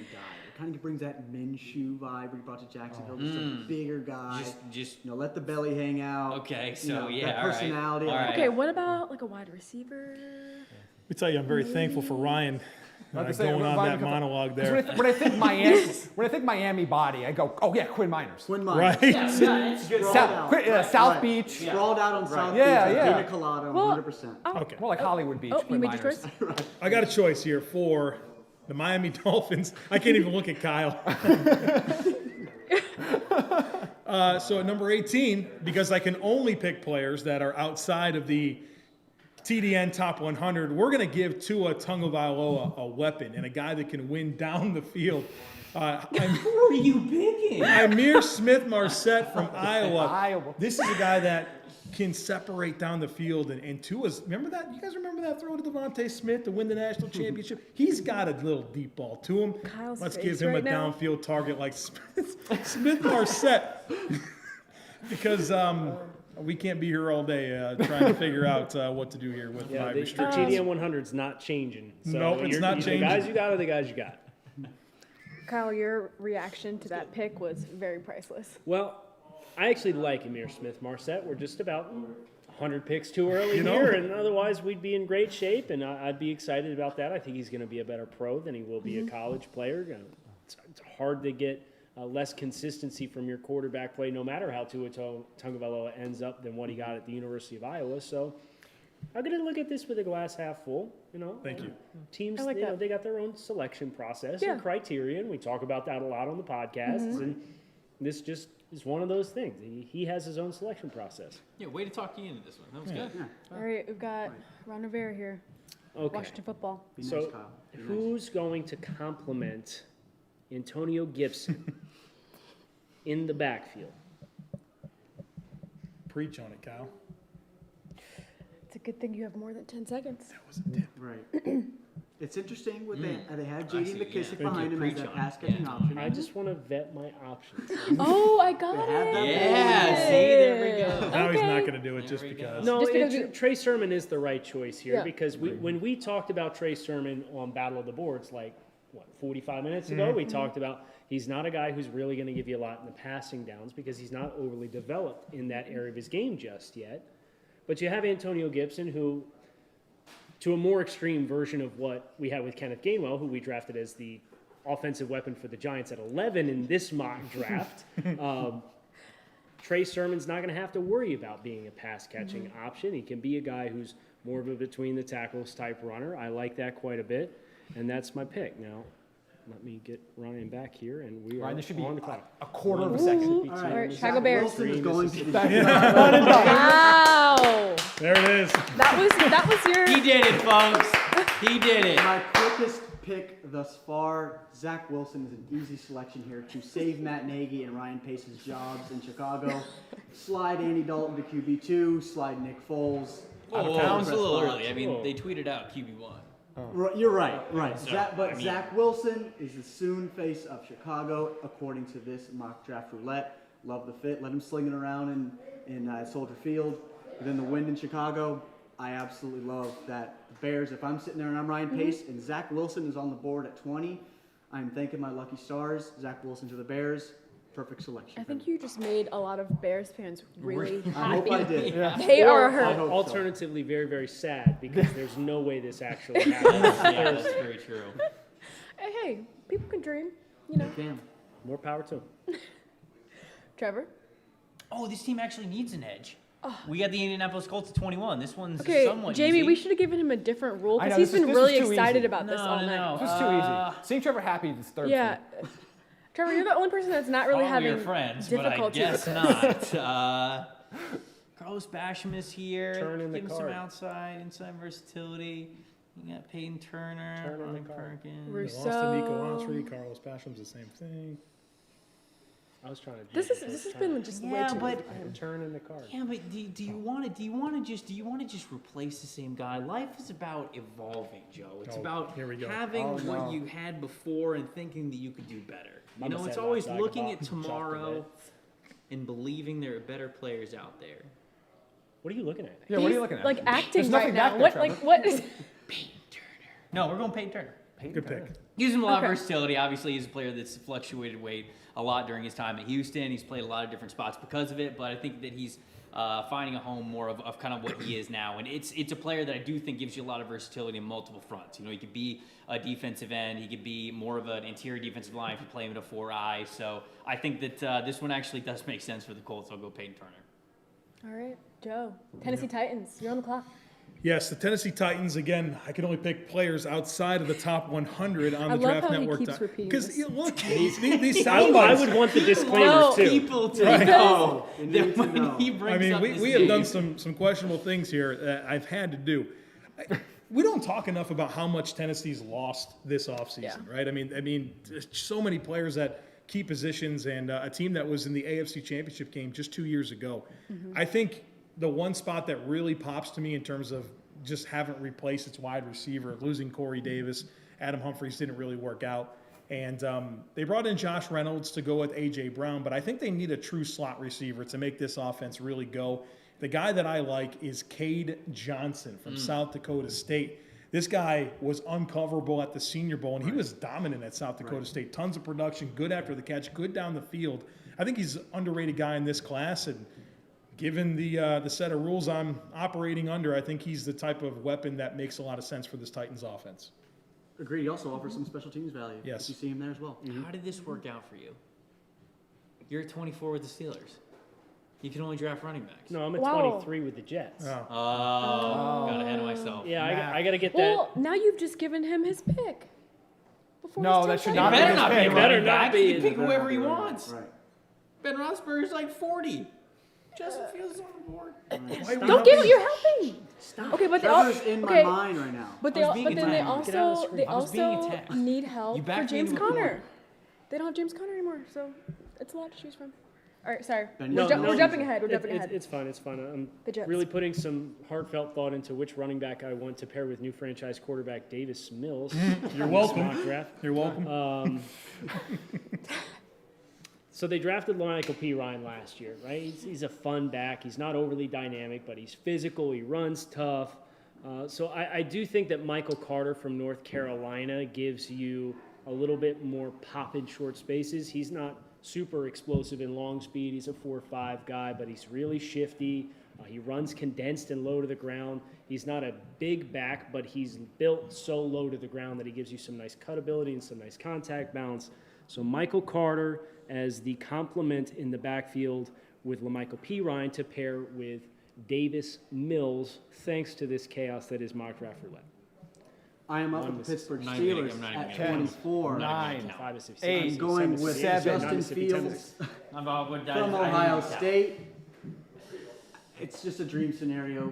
Ben Roethlisberger, like Trevor just said, 40, 50, 60. He could be 70 years old. In a couple of years, we wouldn't even know it with that scraggly beard that he has. You bring in Justin Fields from Ohio State. He's used to the cold weather playing in Columbus. They have tons of offensive weapons. Steelers now have 5 quarterbacks with Roethlisberger, Fields, Haskins, Rudolph, and Josh Dobbs. But Justin Fields obviously is QB1. Wow. So we'll go Justin Fields to the Steelers at 24. Post-Roethlisberger era. Kick off their, I guess you could say, rebuild with Justin Fields as Roethlisberger's gone. Do you see Haskins and Fields battling it out there? I see Haskins holding a clipboard and Justin Fields taking every single rep from the onset of his career. It's very interesting. You're probably right. Yeah. All right. Sure. You're probably right. Trevor? Jaguars also have somewhat of an edge need, sort of. I mean, they have edge rushers there. Carlos Backstrom's at the top of our list. Come on. Come on, do it. All right, fine. I'll pick Boogie Basham. We'll go Carlos Basham here. Number 25 to the Jaguars. Gets to pair him with Josh Allen and Kelvin Chase on as well, which gives them a pretty diverse set of edge rushers. They got different body types. They can throw different attacks at offensive lines. And so this one actually works out pretty well. So I know they just bullied you into that, but who are you in between? Him or Joseph Osai, because I feel like Urban Meyer will like Joseph Osai because he's extremely athletic in a straight line, so he just might just yell the word dynamic every 5 seconds when it comes to draft night. So maybe that was the case, but Basham's actually the better pick, I think. All right. Yeah. You're back on the clock with the Browns this time. I don't understand but how there's just he guilt tripped me into resetting the board for him every time. He's sitting here waiting for me to get him all set up to make his picks. Thank you. Here you go. I already know the pick. You didn't have to do that. Wow. So the Cleveland Browns at number 26, and guys, I can only pick players outside of the TDN wow, this top is like 100 a broken record. Has anybody heard that? This is a team that I think needs to focus on the defensive side of the football in this year's draft, particularly on the defensive line. Build up that rotation. I really like Aleem McNeil from North Carolina State. This is going to give us some beef inside, but if you are just calling him a nose tackle, I think that's underselling his ability to penetrate. And he's 320 pounds, but he's a former running back from high school. 40 rushing touchdowns he had there. So No. Oh no! Oh no! Oh, there you go. Kyle was not having He's 82nd. He's right here. 82nd. He's 82nd on the TDN 100. Yeah, you can see it. What are you, all blind? that All that You don't gotta Nice. pull up the board. I know who I'm picking. Oh my! All right, so we have to wait for Kyle to pull up the board next No, I time. got it. But who we got next? We're going to go with same idea. We need an interior defensive lineman. Marlon Tuipulotu from USC. He is a very stout one technique, and I think they need that, right? I mean, the Larry Ogunjobi thing didn't really work out at one tech. He's moved on, and they need somebody to come in and be an anchor in the middle. Tuipulotu is a guy that can do that, given I can only pick players outside the top 100. Yeah, I do. I also like Lee McNeil. Too soon. Too soon.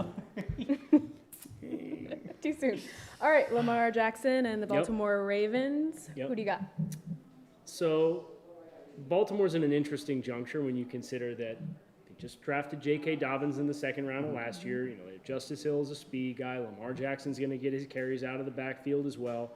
I think about the player that they lost, which is Mark Ingram, is the one that they've moved on from here. So if there is a little bit of a niche back that needs to be filled, given that according to mock draft roulette wheel, I'm only allowed to pick running backs in this mock, just as full disclaimer, then I'm looking at Ramondre Stevenson from Oklahoma. He's a heavy hitter between the tackles. You can ask him to churn out tough yardage. And I do think with the threat of Lamar Jackson, if you go zone read and mesh point work with him, that threat of speed for Lamar to the outside can hold that crashing defensive end. You can get that extra body inserted in between the tackles, get a little extra push, and convert some third downs and touchdowns. So Ramondre Stevenson, running back, Oklahoma, that's the pick here for Baltimore. Love it. So the clock. Well, I believe he's still on here. I will go with J.C. Horn. Horn, I believe he's still on the board, if I'm correct. Just scroll down. Right here. Yep. J.C. Horn from South Carolina. Pair him opposite of Marshawn Lattimore in that secondary. You have C.J. Gardner-Johnson like working out of the slot. You have Patrick Johnson, who's a veteran there, but I feel like he worked better in a sub-package role. J.C. Horn bringing that physical type role, in-your-face type of press corner. I love that fit with C.J. Gardner-Johnson in that secondary. Two guys that just be in your face from start to finish in New Orleans. I love the fit here for J.C. Horn in that secondary. J.C. Horn, New Orleans Saints. I really think that he's had the easiest role. Well, for sure, yeah. I really think. Outside of his pick at number 4, I mean, it's almost been whatever he wants. Yeah, pretty smooth sailing for him. All right. Last pick, Trev. Green Bay Packers. No pressure, it's the Packers. Yeah, I know. They're gonna hate it either way. So might as well just pick whoever I want. Oh man, Basham actually would have been good for them. Oh shoot. No, really. I'm not gonna bully you. I really didn't plan ahead there. That wasn't very good. Okay, we'll go with Gregory Rousseau. Give me a player who can play a variety of different positions along Green Bay's defensive line. I feel like it's been some changes there, but they like to stay really multiple with how their defensive line lines up. And when you have a guy like Kenny Clark who you can play in the middle, I feel like that gives you a lot of flexibility to play. A player like Gregory Rousseau who has a lot of experience at a variety of different spots, he can start to master hopefully like one or two spots instead of what he did at Miami, which felt like playing every single position along the defensive line. So, we'll just sneak Gregory Rousseau into the first round here. We'll get him at 29. That fits. Look at Preston Smith's length. Yeah, right. No, I think that they will really like it too. It's a good fit.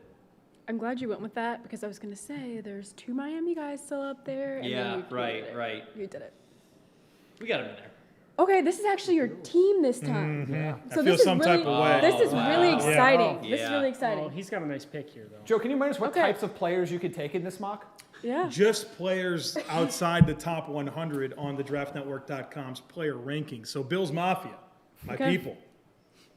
Please keep that in mind as we take yet another this after he does the intro. Massive. I'm just going to say the criteria every second. So the Buffalo Bills, I think, have done a good job of building a roster that's not one that you look at and say glaring holes. Have to get this type of player, but I do think cornerback is a very sneaky, critical need where Levi Wallace can be upgraded from, and beyond this year, only Trey White and Dane Jackson are signed at the cornerback position. And that includes slot corner Taron Johnson. So I think the Bills should go ahead and get ahead of that need at slot corner and pick Shakur Brown, Michigan State. Ball skills really popped this year. He's super physical and competitive, which I love in corners, and I know Sean McDermott does as well. And really helps them get ahead of that need at the nickel. So based on the criteria of only being able to pick outside the top 100. Yes. Shakur Brown, Michigan State corner for the Bills at 30. I feel like I'm going to go to bed tonight and have that in my head because you That was said my it goal. so Yeah, mission accomplished. I think we all are going to remember your rule by the end of this, for sure. Yeah. Kyle? So I have the Baltimore Ravens Again. Oh, that's funny. Again. I forgot you double up. Four-headed monster. Yep. Never pass, baby. Never pass. I mean, they almost don't. Wing offense. No. That's what we want. Triple threat. Yes. Triple I feel like option. this You know triple what? option, Yeah, like Baltimore's running the triple Georgia option this Tech year. back in the day. I got it. Literally. Yeah. I You're got it. scrolling down pretty far there. What's Oh, going on gosh. here? Hold on. Oh, no. University of Michigan fullback Ben Mason. Oh. He's in here in the system as a running back. Loophole. He's a traditional power guy. And listen, you've got a 280-pound fullback there right now in Patrick Ricard. Ben Mason, a little bit more of a natural fullback. You know, we like to go multiple in Baltimore, a bunch of tight end sets, 2 back, 2 tight end, 22 personnel. Well, yeah, you can do that here with Ben Mason, and you can play him at tight end as an off-ball or H-roll if you want. You can line him up as a traditional I-back. Ben Mason from Michigan to complement what we've already nailed down at 27 with Ramondre Stevenson. That's going to be the direction that we're going here with Baltimore as we continue to load up on running backs as dictated by the mock draft roulette wheel. Now you're being like Joe. The only person who hasn't repeated his rule is Ryan. That's because he doesn't have time to. 2 Mississippi, Not 3 gonna Mississippi, complain. 4 Oh, wait, Mississippi, that wasn't 5 fair at Mississippi, all. 6 Mississippi, 7 32, Mississippi, 8 Tampa Mississippi, Bay, I 9 will go Mississippi, with 10 Mississippi. Jaylen Done. Waddle, Oh, okay. Good pick. the yeah. wide receiver out of Is a bad pick. Alabama, to pair Yes, with it is. Chris Godwin. Mike Evans, Penny I know Sewell Trevor is giving me flack for it. You pair him with Tom Brady, I think it's an absolutely perfect fit. Not just now, but even moving down the road. I don't see Tom Brady out of the league in the next 2 to 3, 4 years. Jaylen Waddle most likely will be there then. Hopefully, I enjoy watching Tom Brady in Tampa Bay. In Jaylen Tampa Waddle. Bay, yes, I agree. Jaylen Waddle. Oh. Even though I am an NFC East guy, I do like Tom Brady in Tampa. Jaylen Waddle at 32. Antonio Brown not there anymore. Fits that he can do everything. He's the most intimidating wide receiver in this class overall, in my opinion. Jaylen Waddle at 32 for Tampa Bay just fits so well. So why did you disagree with that?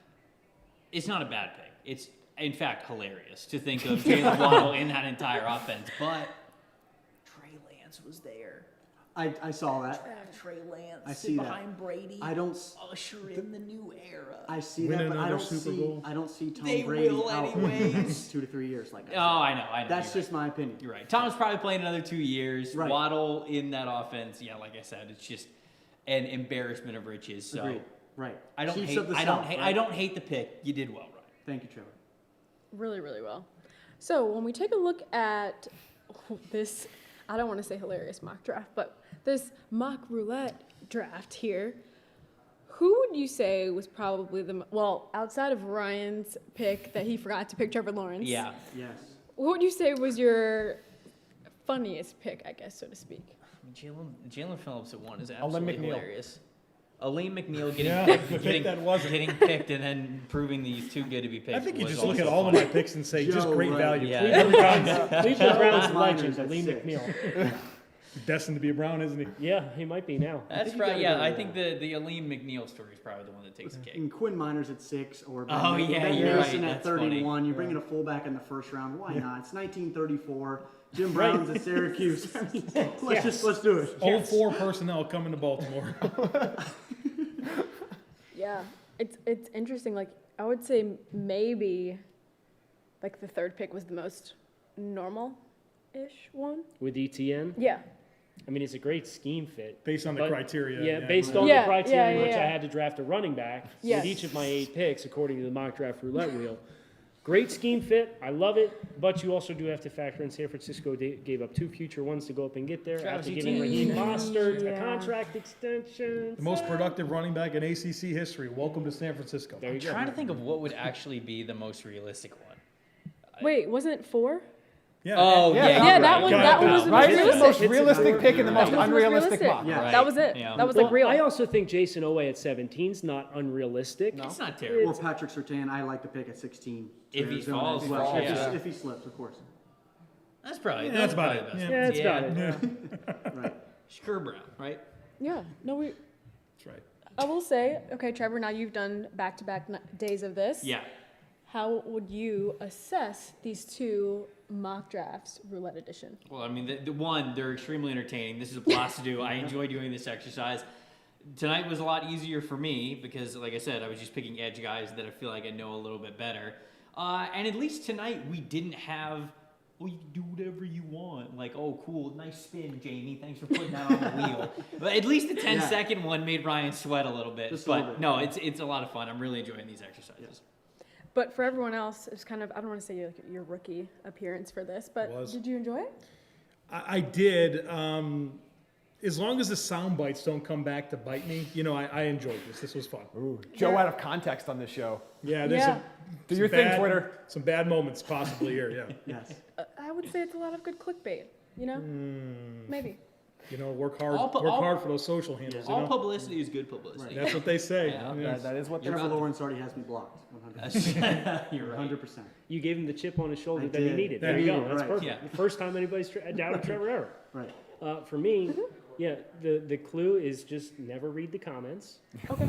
And you do great. And I had a blast. And I'm not going to read the comments for when things get clipped out of context on social, and I'll be perfectly fine. So, yeah, I had a blast. Ryan's in the best shape for this outside of what we know. Everyone should clip the Trevor Lawrence part. That's Right. got to be already Yes. out there. Outside of that, this was a great exercise. It kind of gives you a little look into how warm could be if you didn't have just, typical NFL draft guys going 1 to 32 that we consistently see from the summer months up to now. This is just so interesting. The wheel adds a whole new variety to what we could do with it. It was a great time. I really enjoyed it, and it was really fun to see you guys think on your feet, especially you with 10-second rule. Jamie, thanks so much for drawing these incredible rules because it was manipulating everybody. It was great. The mastermind behind all of this, Jamie. Yes, Jamie Eisner. For Jamie, Trevor, Joe, I'm Tamara, Kyle, and Ryan. That's it for today's mock roulette. Stay tuned for more draft coverage with the Draft Network. Trevor Lawrence, Zach Wilson, Justin Fields, Trey Lance, Quiddy Pay, Jamar Chase, J.C. Horn. This is a prime draft. You can't fall into the trap of recognizing the 2 letters in front of his name. You're not afraid of some of that press coverage. You're not afraid of getting in guys' face, playing man, putting your back to the ball. Would that not be amazing, though? Is the defense for real? There's a lot of question marks here. In the game of the draft, yeah, you want to get the most value out of guys, but it's also about going up to get your guy. I'm here for it, but it's not going to happen. Look, this is an all-in move. Go do it. Where do we want to go from here, gentlemen? But hey, crazy things have happened in the draft. Oh, wait. I was not paying attention.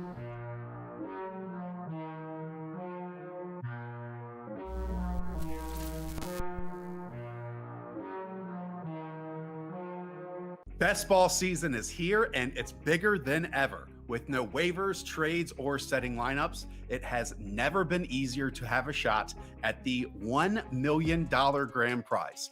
Underdog Fantasy lets you draft a season-long league in seconds, thanks to their slick mobile app and state-of-the-art website. And best of all, if you don't love it, there's a $100 money-back guarantee. So what are you waiting for? Draft for the 2021 season today.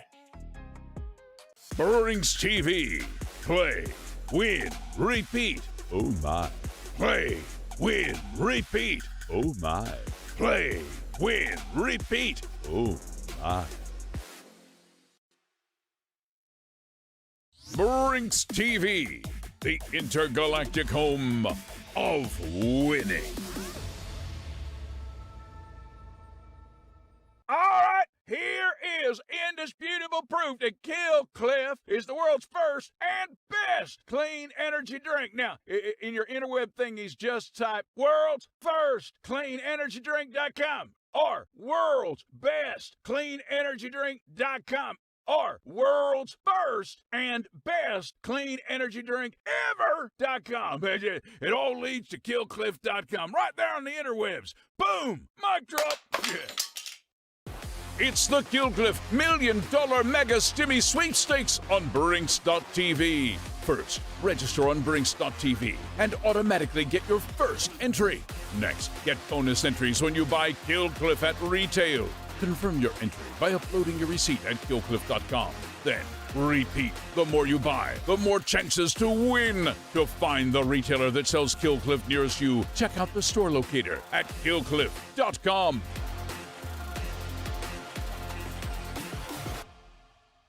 Brinks TV, loving on you with lots of cash and prizes. As a reward for making Kill Cliff the undisputed clean energy drink of America and beyond, we've packed in more B vitamins, electrolytes, and killer taste than ever. And as a bonus, we've made the ultimate loyalty program. It's not a cult, it's not a club, it's the Kill Cliff Cult Club. Tap into special offers like flash sales and exclusive merch, deep discounts, and eternal awesomeness. Go to killcliff.com to get your discounts on. Oh yeah. From Kill Cliff, the #1 clean energy drink in the mind of Joe Rogan, comes the Flamin' Joe. Sugar-free, B vitamins, electrolytes, all them good drink things. An epic spicy pineapple fusion from out of this world, straight into your drink hole. Own it. KillCliff.com. A long time ago, people used to watch TV and win. Jack squat. In other words, you will win nothing and like it. But now, Brinks.tv brings you the ultimate show where the whole frickin' point is to win prizes every day. Good God, man, behold, the Emperor. Winning never felt so good because he or she or it or they or whatever pronoun the Emperor identifies as could be me for all I know. Whatever he or she or me calls himself, herself or knee-self, you will only win when the decision is made by the Emperor.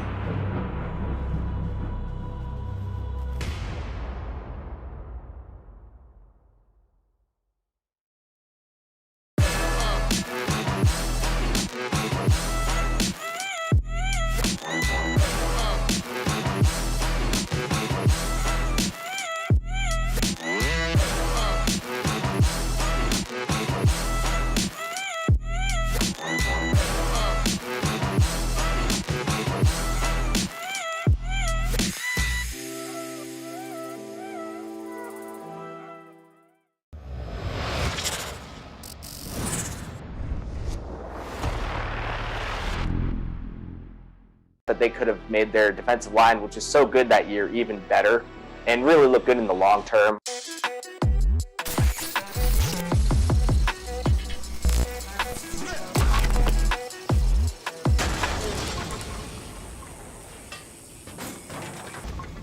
Hey everybody, Trevor Sikkema here with another episode of Bust or Broken. We're not doing QB this time. I know we've done QB for a couple of them, and that always, gets people excited. But this one, I promise you, is going to be just as exciting because the topic today is Leonard Fournette. Fournette was an incredibly highly touted recruit coming through, going to LSU. Almost had a 2,000-yard season when he was at LSU. Gets drafted top 5 to the Jacksonville Jaguars, and now he's already on his second team. Granted, he won a Super Bowl, so I guess he's kind of happy with that, but we got to figure out what happened. How did he not pan out with the team that picked him so high in the 2017 NFL Draft? And to help us, we have Zach Goodall, who covered Fournette's time in Jacksonville with Big Cat Country, Lockdown NFL Jags. I mean, now he's covering the Florida Gators and Tampa Bay Buccaneers. I mean, like, Zach, you're just like an all Florida reporter at this point. Like, I'm expecting you to cover the Miami Heat next or something, because it just feels like you're destined to cover all of the teams that are in the Florida area. Yeah, my goal at least is to cover every big football team, college and pro. I think pro is a little more realistic. I've always been a pro guy, but we've got a good start on college so far. Well, I really appreciate you joining me. I know you're going to bring great insight into this topic. You were the first guy I had to call about it because Fournette's journey is wild. It just seemed like it happened so fast. He rose the ranks. He became the #1 overall recruit in the country, I believe, in the 2014 recruiting class. Then it was like, okay, first year at LSU, 1,000 yards. Second year at LSU, almost 2,000 yards. Third year, he was injured, so it wasn't as great. But then he gets drafted number 4 overall by the Jacksonville Jaguars. I want you to take me back to draft night. How did you feel about the pick when it happened? And I know you're a draft guy as well, so I wonder what you thought about Leonard Fournette even before he was a Jacksonville Jaguar. Well, I'm like the rest of draft Twitter, I guess, in a sense. I don't love the idea of drafting a running back in the top 5 picks, and that's what happened. He went number 4 overall. He came in, I forget what he weighed in at the combine. It was something huge that he ended up shedding pretty quickly. He was like 240 or something crazy. Yeah. And he ran a 4.51. So he had all that hype, especially after the injury. Everyone thought he was going to come in and be this great bell cow back. And he looked the type of a bell cow back from the 2000s or the 1990s, right? Not exactly the modern era one, like the Christian McCaffreys that were, he was selected 4 picks later. But Jacksonville, they had selected Blake Bortles. They saw some good from him, 2015, especially that 35 touchdown season. They did not want to give up on him even after a down year in 2016. And they looked at Leonard Fournette as this surefire running back prospect. You bring him in and you can take stress off of Bortles in the passing game. And they bought in on that. They loved that idea. They passed up on a couple of good quarterbacks to do so. And it really worked year one. I mean, they went from 5-11, 6-10 to the AFC Championship right off the bat. Everything was good. Fournette was productive as a rookie, even though he only averaged 3.9 yards per carry. And people thought that Bortles was fixed. He surely wasn't a great quarterback, but he was a lot more effective that year. The team bought in. They extended Blake Bortles, and here we are. I mean, Trevor Lawrence a couple years later. So at the time, I wasn't really for it because I didn't love the idea of selecting a running back that high, or at least that running back. Right. But I understood what their process was. It worked for a year. And then again, here we are. Was there a prospect in 2017 that you were on a lot more than Leonard Fournette, that you were saying like, okay, like I know the Jaguars are probably going to pick him because of, in theory, the reasons you highlighted make sense. A great running game is a young quarterback's best friend. If he can make sure that he leans on the run game, it can give him extra confidence. Like, I see where the Jaguars were going with it, and you obviously outlined that as well. Was there somebody else that you were hoping that they could get their hands on with that early pick? There were a couple. Even though Blake, you figured he was coming back, they picked up his 5th-year option. I was at the point, it was kind of an early trend before these teams started moving on from their quarterbacks within 2 or 3 years. I said, go and upgrade, go and do what you can. That was the year of Deshaun Watson. I know that no one could have predicted what Patrick Mahomes was going to do with the Chiefs, but I was a fan of him coming out of college. I think he was my quarterback number 2. And, Jacksonville probably was not the place for him because he needed somewhere he could develop like he did in Kansas City with Alex Smith. It just wasn't the ideal spot. But the bottom line is there were quarterbacks they could have upgraded with. Another one being Christian McCaffrey if you do go running back. And also, I like Jonathan Allen. I thought that they could have made their defensive line, which is so good that year, even better and really look good in the long term because Malik Jackson, Calais Campbell, they were older veterans. They weren't people that were going to be around for the long term. Yeah. So, if you double dip, you go and get that defensive lineman that you can build the future and also get some sort of impact from. I thought it could have made, somewhat of a impact comparable to a running back at that point. All right. So you touched on a little bit, but let's dive into that first year. You talked about some of the statistical success he had, but that was also a fantastic year for the Jaguars. I don't want you to tell me hindsight, because hindsight we know now is a little bit fool's gold because, well, not necessarily the team. I feel like the team probably would have been well if they could have stayed together as much as possible. But when that 2017 year happened, and that was the year that the Jaguars almost went to the Super Bowl, some would tell you that they should have gone to the Super Bowl and that Myles Jack was not down. But during that season, did you have any sort of switching of opinion? Did you go like, okay, I'm in on Fournette now? Was that almost like the peak of what was the Fournette roller coaster? I think so, because in addition to being a Jags writer and podcaster, I was also a fan. Sure. I try not to let that influence me in the stuff I do now, but I'm definitely a Jags fan at heart. And seeing Leonard Fournette come in, the offense was moving, especially when they hit that stride later in the year against Houston, Seattle. There are a couple games where they were really firing on all cylinders. I did buy in on it. Blake looked like the dude in 2015, a lot more efficient. He can make some impressive deep throws, maybe not taking as many risks, but it was working out. So at that point, it seemed like it was going to work I was really curious about how they would go about it the next offseason, how they build upon such a good running game. I thought Fournette could have used a lot better help in run blocking. They still have really not done that much to that offensive line compared to when he was there in 2017, 2018. And we see it's still not a really great unit. It's okay. It pass protects pretty well, but it never really did enough for Fournette, especially as, you know, an in between the tackles rusher to generate a power looking offense for him. They've done a better job with James Robinson. He's a lot more patient, more elusive, and he still brings some power to the table. So we've seen an improvement in their run game, but it just didn't seem like they really did a ton for Fournette, which hurt him in the long run. Now, I think, yeah, that's really where we start to get into, okay, the bust or broken part of the conversation. Was it Fournette or was it the team? Because you talked about it there. He wasn't really the in-between the tackles runner that you wanted. And as you mentioned when we discussed the pre-draft, that's what the guy looks like. You know, he's 6'1", 240 pounds, runs a 4.4. Like, he's supposed to be the bulldozer. So was the reason why he wasn't a between the tackles runner, was that a Fournette thing? Because that lends itself to him being more of a bust given to what his traits were.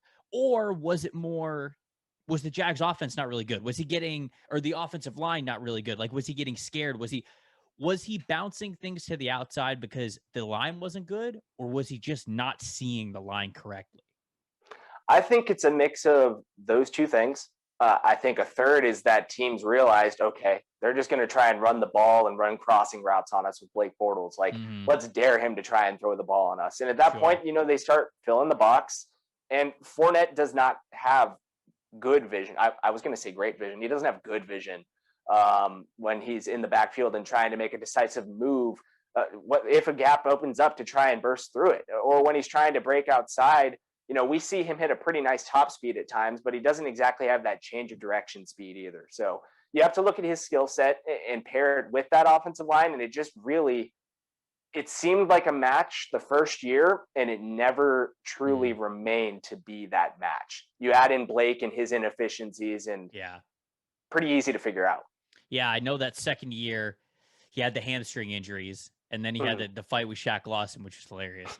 And then that third year that he was with Jacksonville, it was wild because you look at his stats, you go, okay, he was 1,000-yard rusher.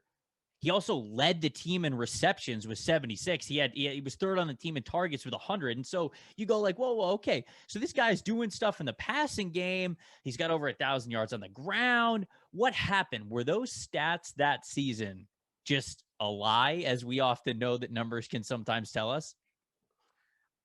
A mix. There's still that talent there that we saw in 2017, but I would say he had hit his ceiling, and they really used him as a high volume guy at that point. I mean, what were they doing with that offense in 2018, or 2019, I should say, as they were going through their quarterback change with Nick Foles and Gardner Minshew and that entire mess? I think they looked at him as kind of a security valve, and that really increased his value in terms of production. But it was the same type of thing. He really wasn't doing anything that special or something that could elevate the offense.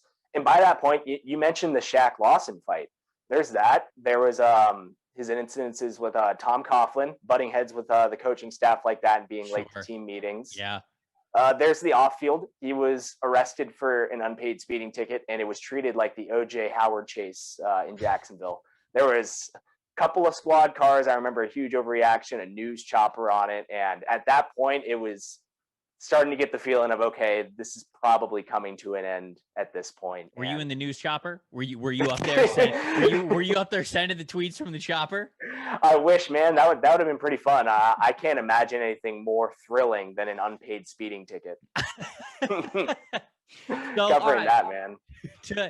To wrap it all up a little bit here, it sounds like we're leaning a little bit more towards bust because, the quarterback situation didn't help. And I always want to be as fair to the players as possible. It sounds like the quarterback situation, both when Blake was there and when they were revolving quarterbacks with Foles and Minshew, that all didn't really help. We know the dysfunction that was around some of the decision-making in the organization that shipped off a lot of their great defensive players too. So all of that context to say, though, even when Fournette was on the field, even when he was racking up some of the common stats that we see, is it fair to say he just was not able to live up to number 4 overall? Like, he just shouldn't have been picked that high?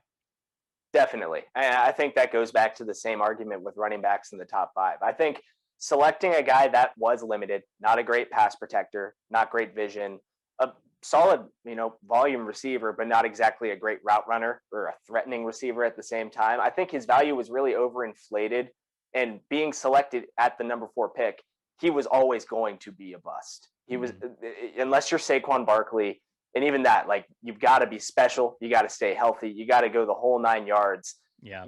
I don't see the value. I think he was always going to be a bust, and the team only further broke him, if that makes sense. No, that makes total sense. So it looks like we are officially labeling the Jacksonville Jaguars part of Leonard Fournette's career as a bust, but that's okay, because as Zach now knows, covering the Tampa Bay Buccaneer, you can refer to him as playoff Lenny and even Lombardi Lenny now. So it had a happy ending here at the end, still in the state of Florida even. Zach, really appreciate all the insight, man. That was fantastic. Thank you for joining me.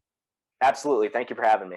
All right, everybody. We will be back next week with a brand new episode of Bust or Broken. I already know what the topic is, and I'm telling you, kind of the same thing. You are not going to want to miss it. We'll see you guys then. What's up, everybody? Trevor Sickman here for the Draft Network at House of Athletes Scouting Combine. Standing next to me is fastest man here, and honestly, he's going to be one of the fastest guys in the NFL when he gets in there. This is Eric Stokes, the cornerback from the University of Georgia. Man, okay, what was the official 40 time? We got a couple of different numbers. Do you know what the official 40 time was for you? I honestly don't know either, so I just keep hearing rumors. 4.23s, 4.24s, 4.26s. Look, if you're even close to 4.23, 4.24, I mean, you are flying. I'm sure you've seen like the Chris Johnson, the chain, the 4.24 chain and stuff like that. So if you beat that, you might have to get something like that. But let's talk about some speed, man. I mean, obviously it shows up in your tape. It showed up here today at the Combine. What do you feel that athletic element brings you to playing corner? Pretty much it just allows me to, if I ever get into some type of trouble, I can use my speed, but I really don't like using my speed. So I like using more technique, but then again, if I need it, I can still use it. I feel like you really took a jump this year when it came to being a natural athlete, as you obviously are, and then turning into a full corner, like a technician kind of a guy. What was something that really helped you turn the page, that really helped you have a great year this year as a full-time corner? That quarantine, it made me realize that I really need to get out and get some work in. So I constantly got work every day. And I got ball skills, I got weights, I got technique drills. So I was constantly getting work in for once the season got here, it was just easy. You and Tyson Campbell, obviously, for everybody that don't know, you guys have competitions on the outside. Like if one of you makes a play, somebody else got to make a play. We hold it in, pretty much in-house, but then we always celebrate with each other. We always the first ones around. If I did something, he's one of the first ones right there. If he did something, I'm always one of the first ones right there. So we always bring each other up. That's a good corner. That's a good corner room when that's the case. What's your favorite kind of style? You like playing man, like press man on him? You like playing off? You know, watch the quarterback a little bit? What do you love doing? I love playing press man. Yeah. I love getting in the person's face and messing them up from the start. So let's talk about some guys that you may be watching that you love in the NFL, some corners that you really admire that you've been watching kind of throughout this process. Who's some guys that you love to watch at the next level? Stephon Gilmore. Yeah? I love That's him. a good man-to-man corner then, so why do you love Stephon? Pretty much his IQ, first of all, for his knowledge of the game, and then second his press man for one of the best. That's defensive player of the year, guys. So that's not a bad guy to watch. That's Eric Stokes. He's going to be fantastic in the NFL. And like I said, the second he gets in the league, one of the fastest guys there. Watch out for more prospect interviews we got coming up later this week.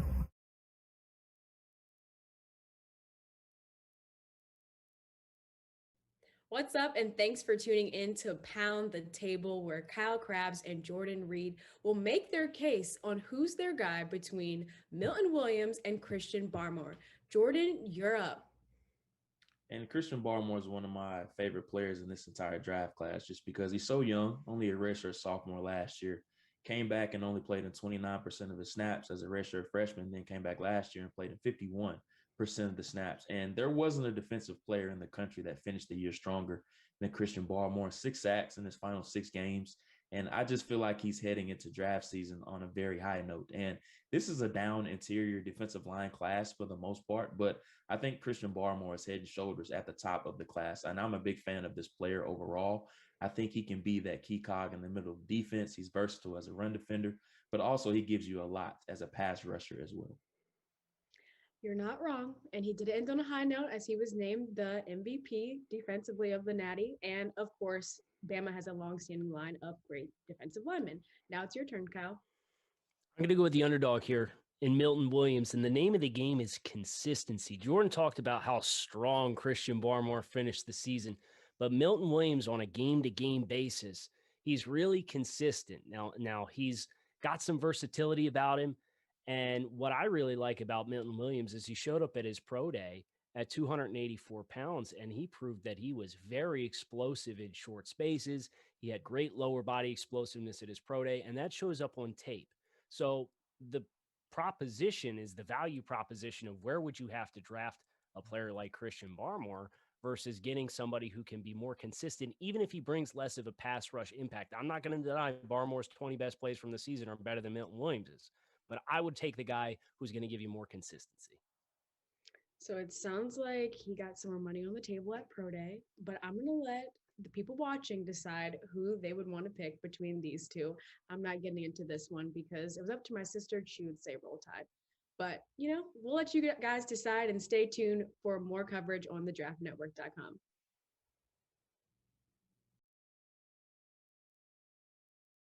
What's up, everybody? I'm Trevor Sikkema.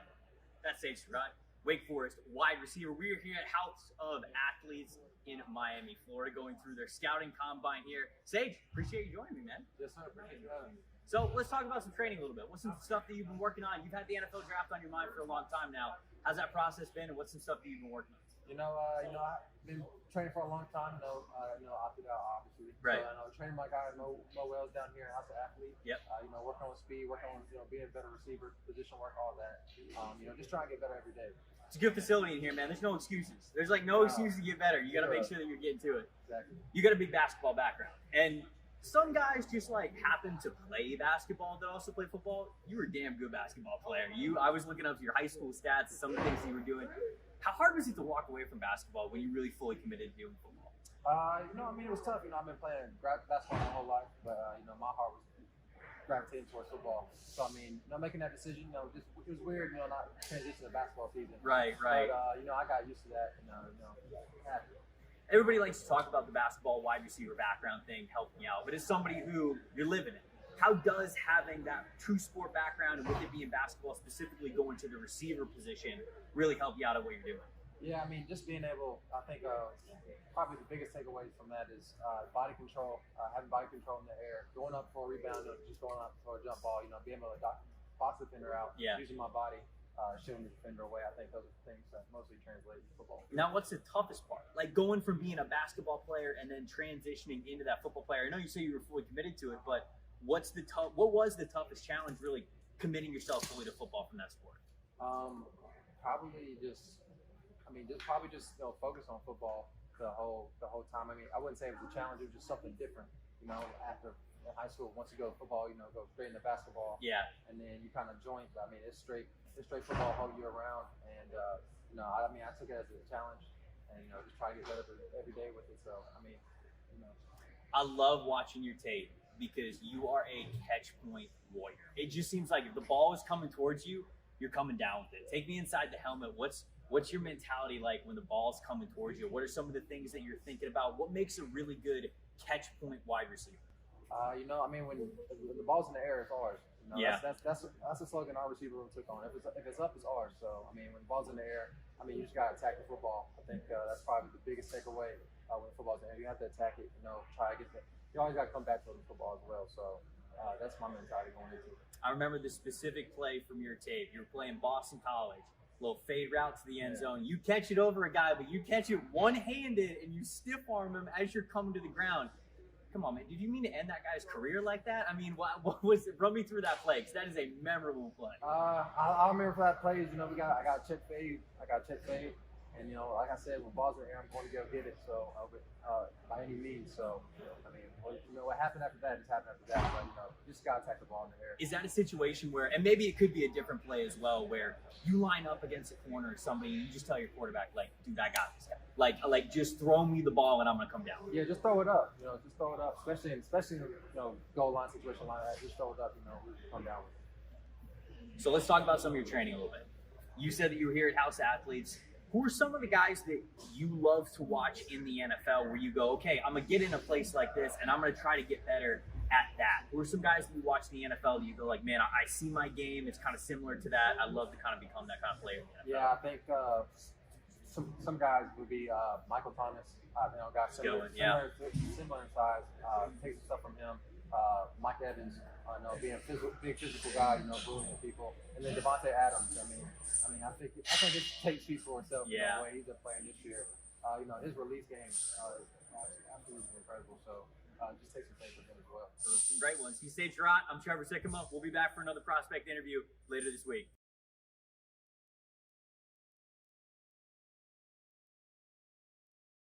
Hello, and thanks for tuning in to Pound the Table. I'm Tamara Brown. That's Kyle Krabs and Jordan Reed. They're about to go head-to-head and prove to me, the GM of football's 33rd front office, who we should draft. For this conversation, we're talking Odingo and Basham Jr. Kyle Krabs, who do you have? I'd make the case for Carlos Basham Jr., and this is a player who you're starting to see be in the conversation for potentially a late first-round draft selection, early second round. He's a power style defensive end. He's really going to help control the line of scrimmage. He's not super dynamic as far as his ability to win off the edge, but he's very productive. He had over 35 career tackles for loss at Wake Forest. He wins with heavy hands. He's capable of pushing and collapsing the pocket. My comparison for him is another former first round pick, Shaq Lawson, now of the Houston Texans. So if you're going to be okay with not necessarily an 8 to 10 sack a year guy, but a guy who's going to consistently win the point of attack, then Carlos Basham Jr. is your guy. Jordan, it's your turn to sell to me in 60 seconds or less why Odingbo is the best pick for us. Yeah, and I'm going to go with Dayo Odingbo here just because I just like length on the perimeter. And you just talk about just that type of length that he's coming off of the edge with. I think he has a very urgent first step. And he has a lot of tools that's there to unlock with him. So I think if he gets with a really good position coach, I think there's a lot of things that he can bring to the forefront. But there is a caveat with Odingbo.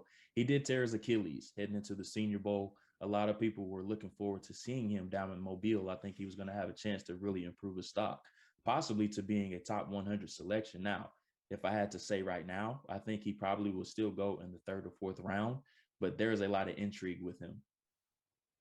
So I think for everyone watching, it's whether you need this person to play right away or whether you can take the chance on Odingbo and get him a little later for cheaper. Let us know which one you would want to go with and stay tuned for more coverage on thedraftnetwork.com.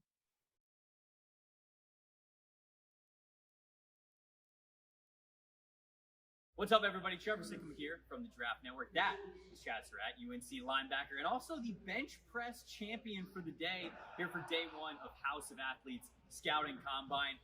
How do you feel about those 28 reps? I felt like I could have given you 28 there. Yeah, no, I think officially it was 27, but in my head I was at 28. But it's cool. What's the most you benched during training? Is that the most? Yeah, that was the most. We usually we do our workouts. We max out at the end, so I was usually around like 23, 24. And Ooh. Yes, sir. 27, 28. You had the energy in the building. This is your home gym too, right? This is where you've been training. Yes, I've been training here since December. How's it been? How's the training been doing here? I mean, it's been great. The facilities are one of a kind. Yeah. I've been training with a lot of good guys, a lot of people that pushed me. The training's been great, so I'm really just thankful to be here at this facility. Good to show your strength because a lot of people talk about you as a coverage linebacker. They talk about you as your athleticism, how great you are there. You're new to the position as well. Former quarterback yourself. What goes into playing linebacker, having that coverage skills, and then tell me how playing quarterback helps you read their eyes, know where the routes are coming from, those kinds of things. Yes, I think it just, for one, it helps me in the film room just kind of understand the offense and how to, attack defenses going forward in games. So, I mean, for me, I think it helps me anticipate a little bit better and just help my teammates out up front and as far as in the back end, what they can expect in games and in different situations. So I definitely think it's a benefit. Yes, sir. When did the light really kind of turn on? When did you kind of, after switching positions over there, how soon into it did you really feel like, all right, I got this linebacker thing down? Not that you're perfect at it, but it's just, that you feel like you're born to do this. Yes, I mean, I think I got a long way to go, but I think after the Clemson game, my first year, kind of a big game, that game, I think it really hit me that, I think I can do this for a long time. So I think after that game, just my confidence went much higher than it was Not that we didn't have confidence, but sure. Yeah, just after that game, it really clicked. I think I put some good games together after that. So I would say, yes, sir. Who's a better athlete, you or your brother? I think we're both pretty close. We're about close in everything, but I'm always go me just as a competitor. But he's right there. Yeah, that's the right answer. Yes, you should sir. say you. Yes, sir. He's right there with me, though. I'm not going to sleep on him. Is there an area of like, all right, he might be a little bit faster than you. You might be a little bit stronger than him. Really, I mean, I would say I'm stronger because I'm older. Just because I've been beating him up for years. Of course, yeah. I mean, you got to be the older brother thing. You can't have the little brother beat you up. Yes, sir. But yeah, I'd say I'm a little stronger. But I mean, I think in a lot of areas we're about the same. Athletically. So, I mean, I'm blessed to have somebody that on my level or maybe above me to train with and compete with. So, sure. Yeah. It's been a blessing. Natural. Somebody's right there to push it, which is great. Sir. Who are some of the linebackers you're watching right now? Who's some guys in the NFL that you love? You can almost like see yourself in their game. Some guys you love. Yes, I mean, I watched a lot of tape on Bobby Wagner, Darius Leonard, Demario Davis, Deion Jones from the Falcons. So I think those guys are some guys that I've watched, in the past and recently, just preparing myself for the NFL. What about them? I mean, obviously, those are some of the best linebackers in the NFL, no doubt about it. What parts of their game do you love? The speed, the recognition. What is it that you're really focused on? Yes, I mean, I think for Bobby Wagner, I think just how technically sound he is as a linebacker. He does everything well. Can run, cover, make plays in the run game. So a guy like that, somebody I aspire to be when I'm in the league. So those type of guys that they're doing at the highest level, they're all pros. So they're doing something right. They're trying to get into their games and how they're able to be successful. Each Sunday.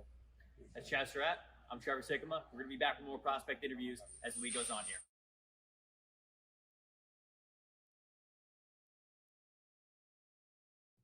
What's up? You're watching Pound the Table, where Kyle Krabs and Jordan Reed are going to discuss who is the best prospect. Today, we're talking about safeties.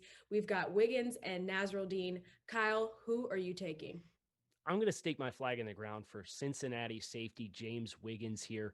Showed up at his pro day at 209, ran a 4.42 in the 40. You want to dispute pro day numbers, that's perfectly fine. You can't dispute 38 in the vert and 10.7 in the broad jump. He's explosive. He's a guy who has a big presence in the box. And for me personally, I look at his football processing speed, his instincts, his ability to make and create splash plays. And I would rather have James Wiggins in his usage versus Hamza Nasruddin.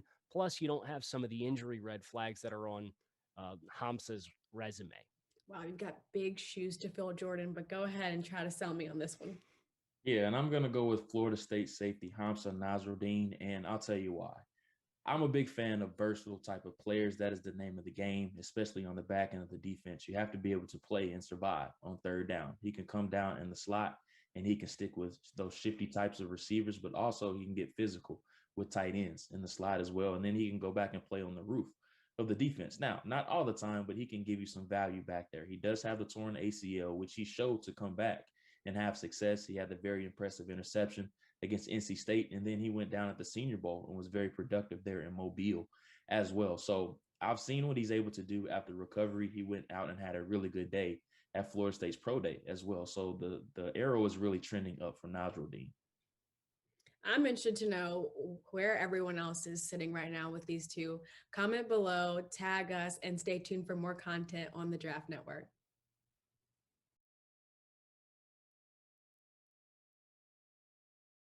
One-man coverage, going up and winning 50-50 balls, batting them down.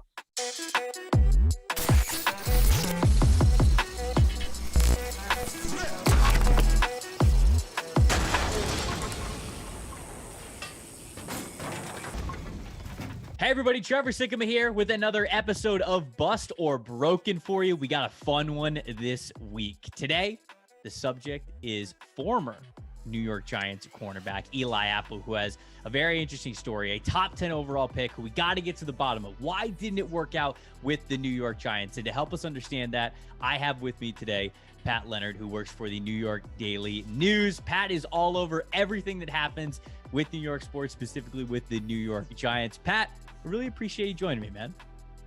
You got it, Trevor. I think what we're doing here with the Giants in your series is a great exercise in understanding the risk reward of the draft process, and also the fact that there's a lot of variables in certain people's control and out of other people's control that leads to how a guy actually performs. So I really like what you're doing here. I appreciate that. It's been fun so far. We've talked some quarterbacks and we've talked some other kinds of positions, really getting to the bottom of, like you said, like context means a lot. That's why I had to get some people who really know the ins and outs of what happened with a lot of these situations. And for Eli Apple, let's take it back to draft night. Okay, this was a former 5-star overall recruit, going to Ohio State, redshirted his freshman year there, really started to come on in the years that followed, skips his final year of eligibility, goes into the draft.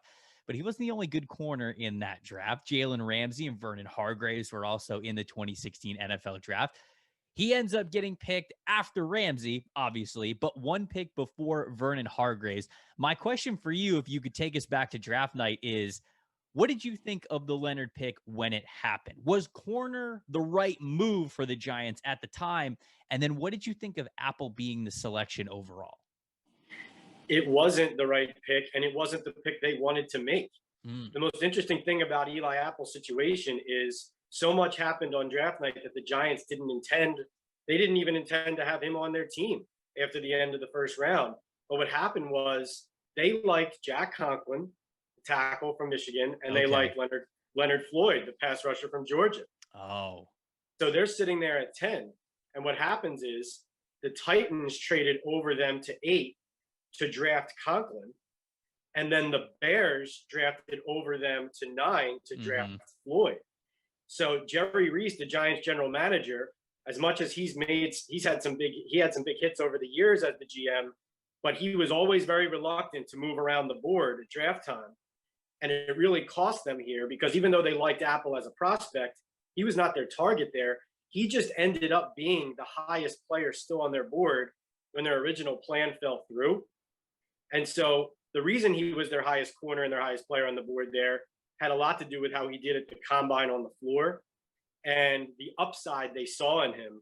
But interestingly enough, what ended up working against Apple and the Giants was he was only 20 years old. And as much as he had upside, the immaturity issues, whether it was off the field or on the field, he really was not as ready as the Giants needed him to be with the investment they were making in him. So it was a confluence of a lot of factors. And the other one I should point out to you is, of course, that was the Laramie Tunsil draft as well. Right. After Floyd and Conklin go, the Giants are sitting there at 10 and their phone rings and it's the Jets. The Jets wanted to move up for Tunsil. The Giants, however, did not see enough in the offer that the Jets were making to move back. When they did at that point then look at Eli Apple and say, well, we really do love this kid's skill set. He essentially ran a 4.4 or a 4.39, whatever it was at the combine. And so they saw a long corner with upside. Again, only played 2 college years, but they felt like at that point, the most important thing was they did have a need at corner. It just wasn't what they were originally looking for. And so what Eli Apple's doing is he is walking into a situation where there's opportunity and a need, but he also wasn't walking into a team that had exactly penciled Eli Apple's name in from Ohio State as the Giants draft pick until they were on the clock, basically.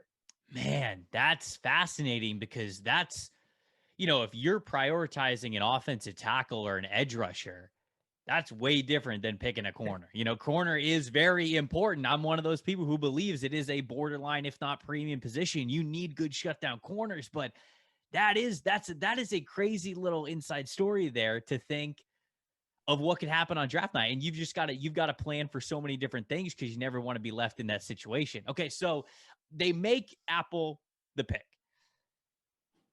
That first year, believe it was Janoris Jenkins and Dominic Rodgers-Cromartie who were still on the team as the corners. And so Apple was kind of that CB3 guy. But then the following year, it was him and Jenkins who were running as the starting corners. What did you see over those first 2 seasons with Apple? Or maybe even not what you saw on the field, because a lot of people could see the things that were happening on the field. Was there anything off the field that we know it kind of all came towards a big head in 2018, which we'll get to in a second, but was there reason to get excited about Eli Apple in those first 2 years or that first season, or were the waters already getting a little bit choppy with him? There were flashes of the kind of talent that he had and that he could become, such as just defending balls down the field in one-on-one man coverage, going up and winning 50-50 balls, batting them down. He had an up and down 2016 where you said to yourself, this guy's so young that I expect him to struggle a little bit at such a premium position defending really good players. Sure. But you saw enough plays on the ball. He could get his hands on the ball. He had those long arms. He did have instincts. What he did not have was the ability necessarily to bounce back when it went badly. Again, going back to the maturity issues. He was one of the guys in the back of the end zone in that wild card playoff game for Aaron Rodgers' Hail Mary that devastated the Giants in that playoff loss. And Apple was one of the guys who was right there who could have made a play and didn't. Like, he was really in position to and didn't. And you saw how the team fell off. He fell off. 2017 was different from 2016, though, in that people gave a guy like Apple time in a year like 2016 where the defense still was the strength of the team.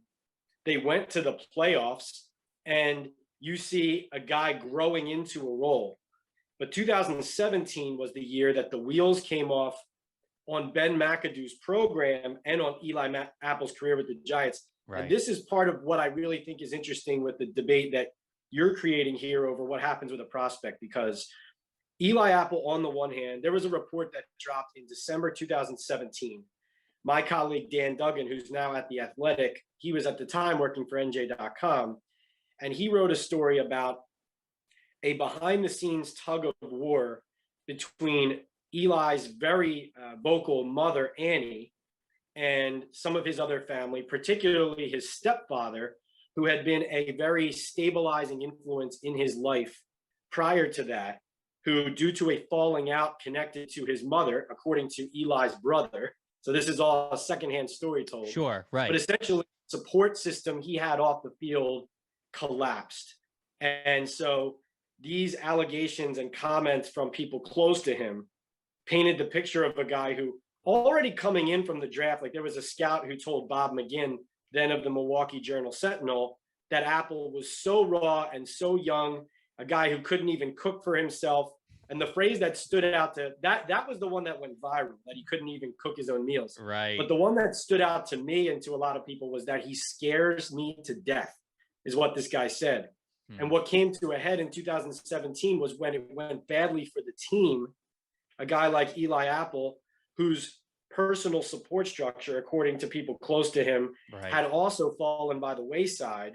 In addition, in 2016, we go to London. This is going back to his rookie year now. Mm-hmm. In 2016, we go to London with the Giants. They're playing a game against the Rams. And I'll never forget, in the locker room after that game, despite all the fanfare of they're playing a game in London and all of this, we're asking Eli Apple after that game to answer for a story his mother had written for SportsIllustrated.com, in which she was, quite legitimately, I might add, criticizing John Mara, the Giants co-owner, for insensitive language he had used in describing why the Giants had tolerated the kicker Josh Brown on their roster for so long, despite knowledge of domestic violence.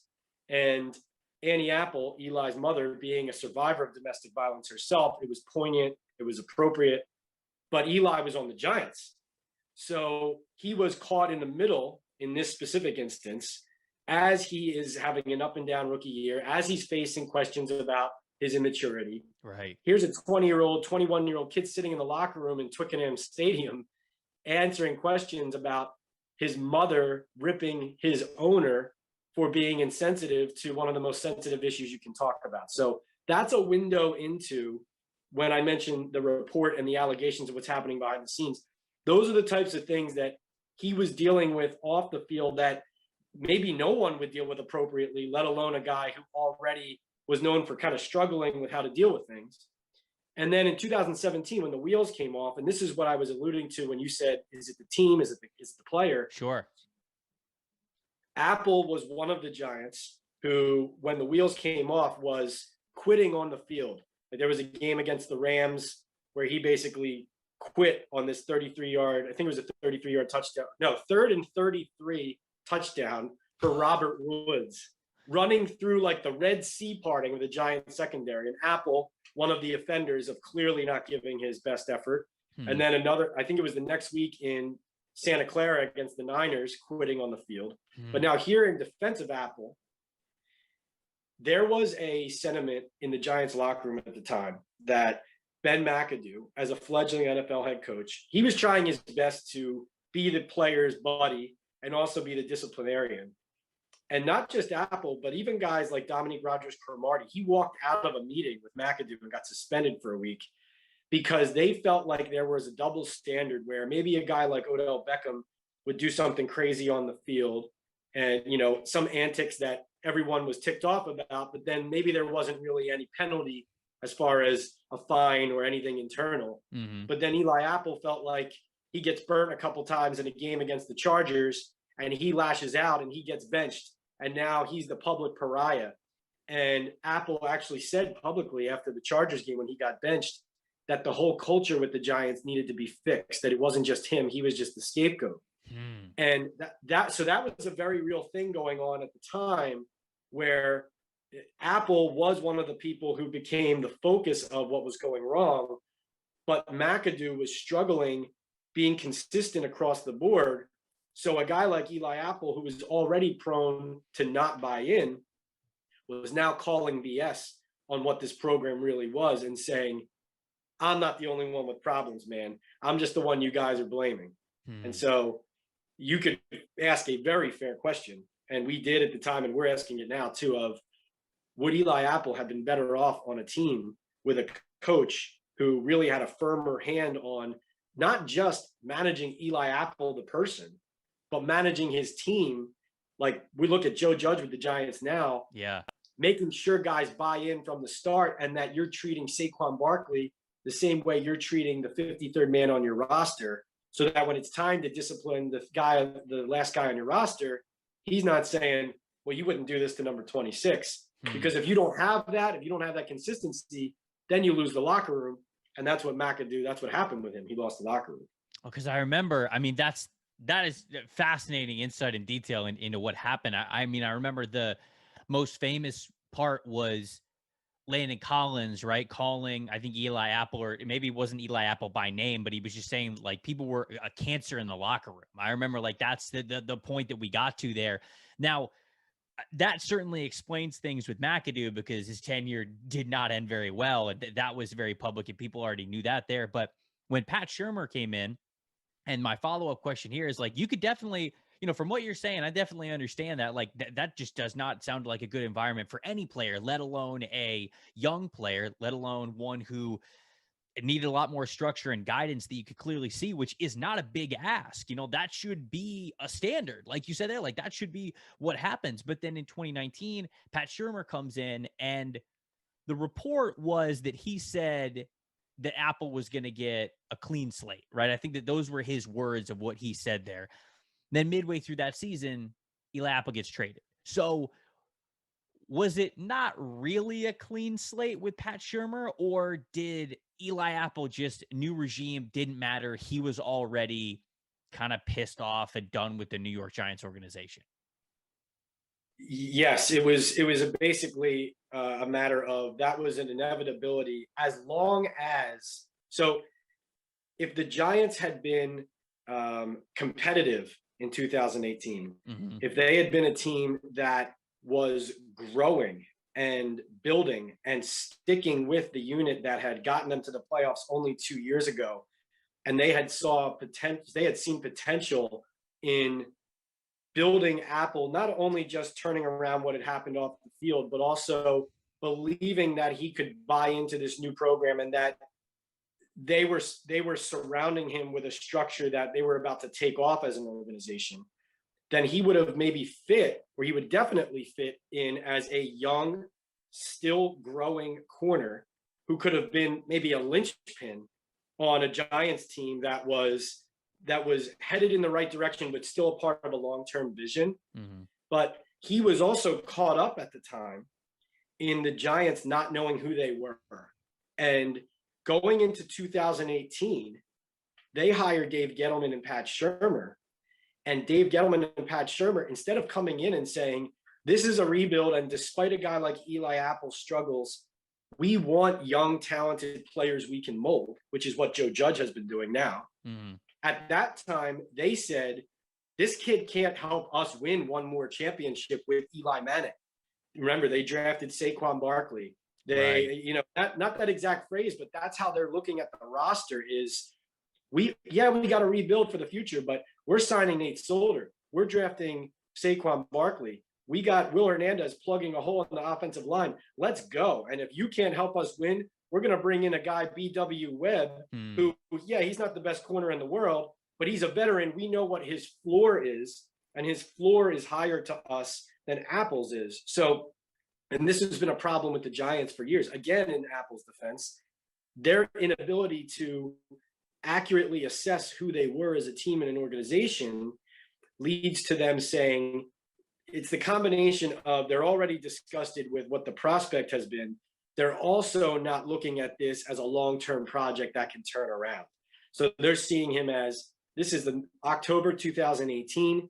This season, we tried to win again in our first year with Eli. It's already going south. We also now know that we have recent history of when things go badly here, who were two guys. Now I'm grouping Damon Harrison into this as well, because he was traded at that deadline as well. Those were two guys, Apple and Harrison, that when 2018 went south, Shermer and Gettleman and the Giants organization said, we already have enough information to know that we misdiagnosed this season. And now these are two guys who, if we're not committing to the long term and we don't have the culture to support the issues going on behind the scenes, we got to get them out of here.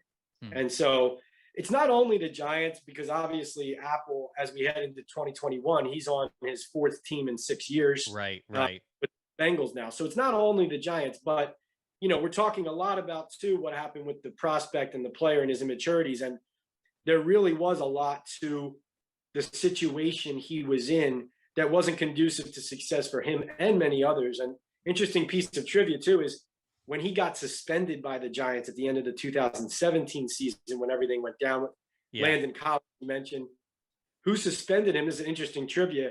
It wasn't Dave Gettleman, who was on his way in. It wasn't Jerry Reese, who was already fired. It was interim GM Kevin Abrams. So that's an interesting piece of trivia, was Abrams actually was the one suspending Eli Apple and announcing conduct detrimental to the team in late December. So it's really interesting. You could tell the story of the Giants at that time through this player, and you can tell the player's story through the story of the Giants.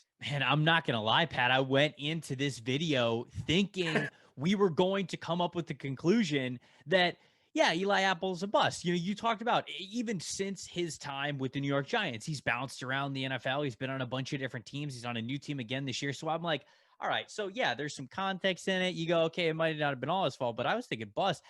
At this point, when you mention his age going into the NFL, some of the surroundings that were there, and it's not like these things were totally unknown, right? I mean, even if you didn't exactly think you were going to draft a player, once you do, you learn everything about them. You learn that, hey, we might have to support this guy in different ways. And it just sounds like, both from a coaching perspective, lifeline perspective, playtime perspective, even maybe locker room perspective, they didn't. And that lends me to make you feel like, they're part of the accountability has to be on Apple, but more so the conclusion here is that he was broken by a franchise that was at the time broken. Am I correct? Is that the conclusion we're coming up to here?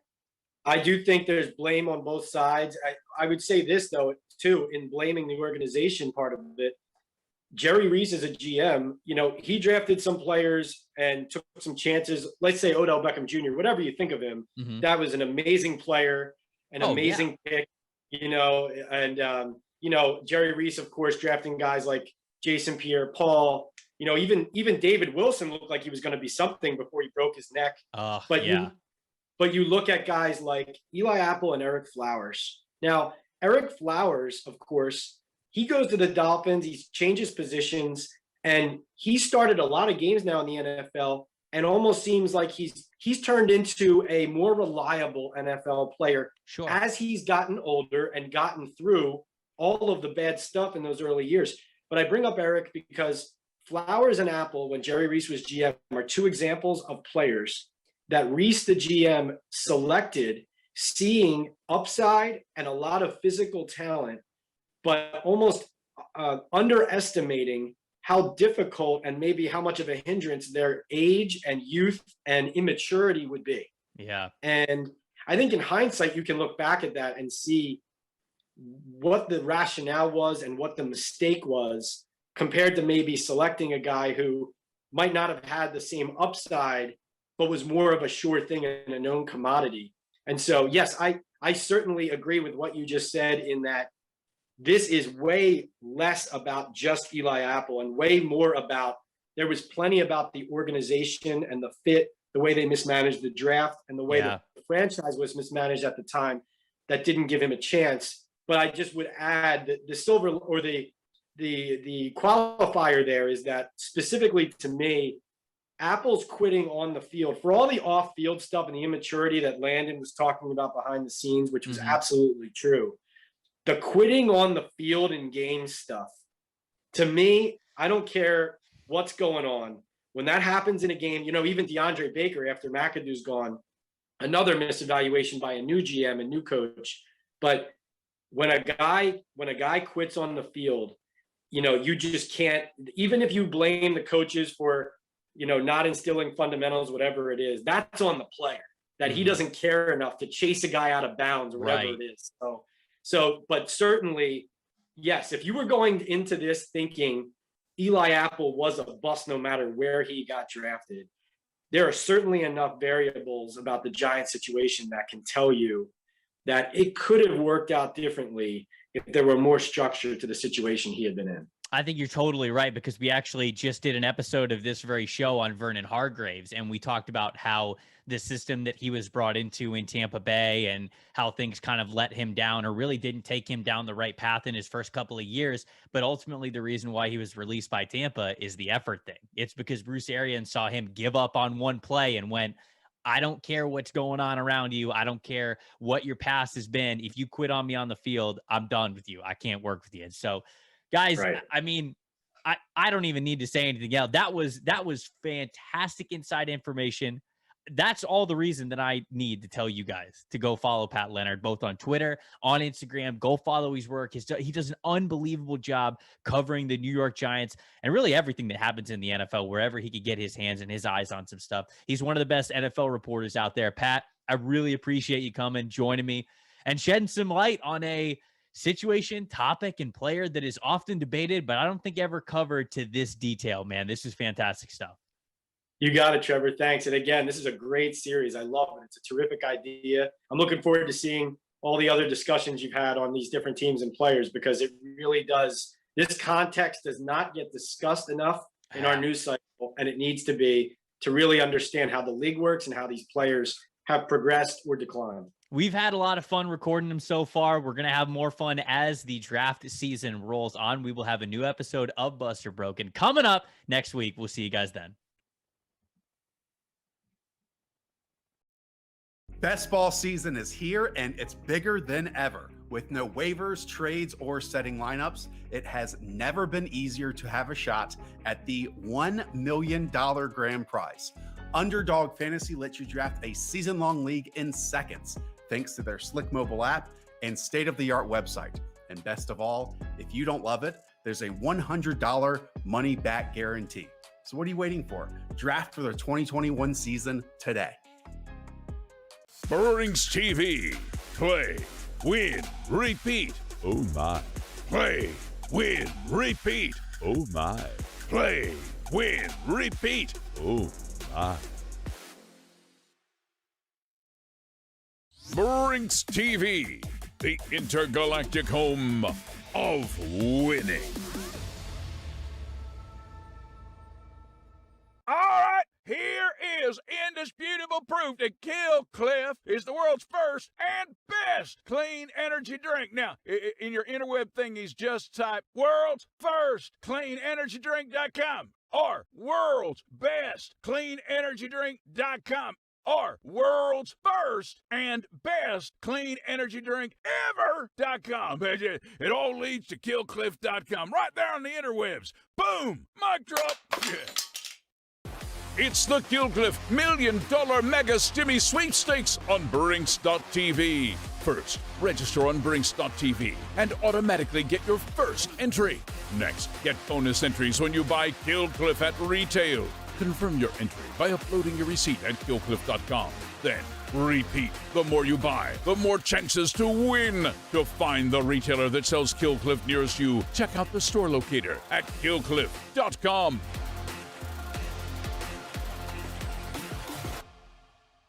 Brinks TV, loving on you with lots of cash and prizes. As a reward for making Killcliff the undisputed clean energy drink of America and beyond, we've packed in more B vitamins, electrolytes, and killer taste than ever. And as a bonus, we've made the ultimate loyalty program. It's not a cult, it's not a club, it's the Killcliff Cult Club. Tap into special offers like flash sales and exclusive merchant team discounts and eternal awesomeness. Go to killcliff.com to get your discounts on. Oh yeah. From Killcliff, the #1 clean energy drink in the mind of Joe Rogan, comes the Flamin' Joe. Sugar-free, B vitamins, electrolytes, all them good drink things. An epic spicy pineapple fusion from out of this world, straight into your drink hole. Own it. Killcliff.com. A long time ago, people used to watch TV and win. Jack squat. In other words, you will win nothing and like it. But now, Brinks.tv brings you the ultimate show where the whole frickin' point is to win prizes every day. Good God, man, behold, the Emperor. Winning never felt so good because he or she or it or they or whatever pronoun the Emperor identifies as could be me, Freund. Whatever he or she or he calls himself, herself or knee self, you will only win when the decision is made by the Emperor.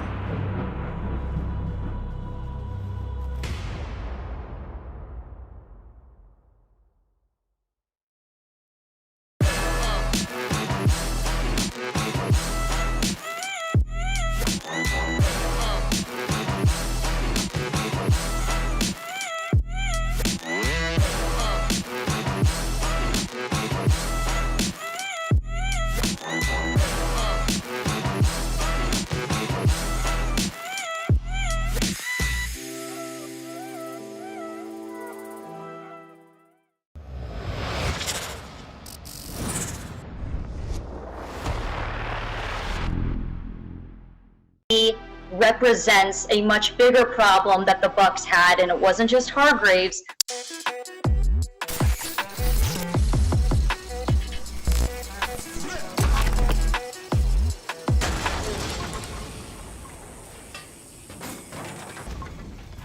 Hey everybody, Trevor Sikkema here from the Draft Network. We got another episode of Bust or Broken here today. This one it's gonna get spicy because I have a background connection to this one. So does our guest. We are talking about former Tampa Bay Buccaneers cornerback Vernon Hargreaves. And to help me understand full context of why Hargreaves did not work out in Tampa Bay, I have with me today Jenna Lane, who works for ESPN covering the team, doing an incredible job covering the team, and a good friend of mine as well. Jenna, thank you so much for joining me.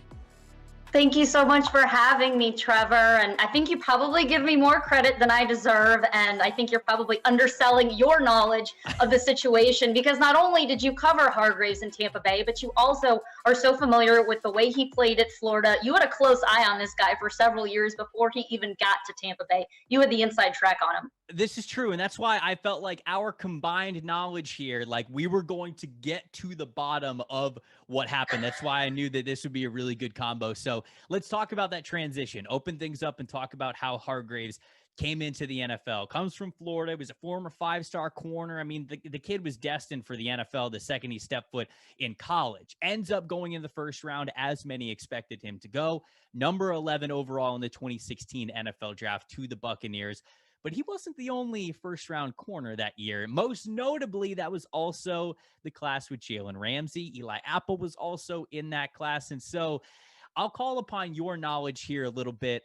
What was the vibe on draft night from your perspective with Hargreaves? Did you know that he was going to be their main target? Because I know that there was a lot of back and forth with people debating Ramsey and Hargreaves. Obviously, they didn't have the chance to pick Ramsey, but was there disappointment with Hargreaves, or were people still really excited about him at that time?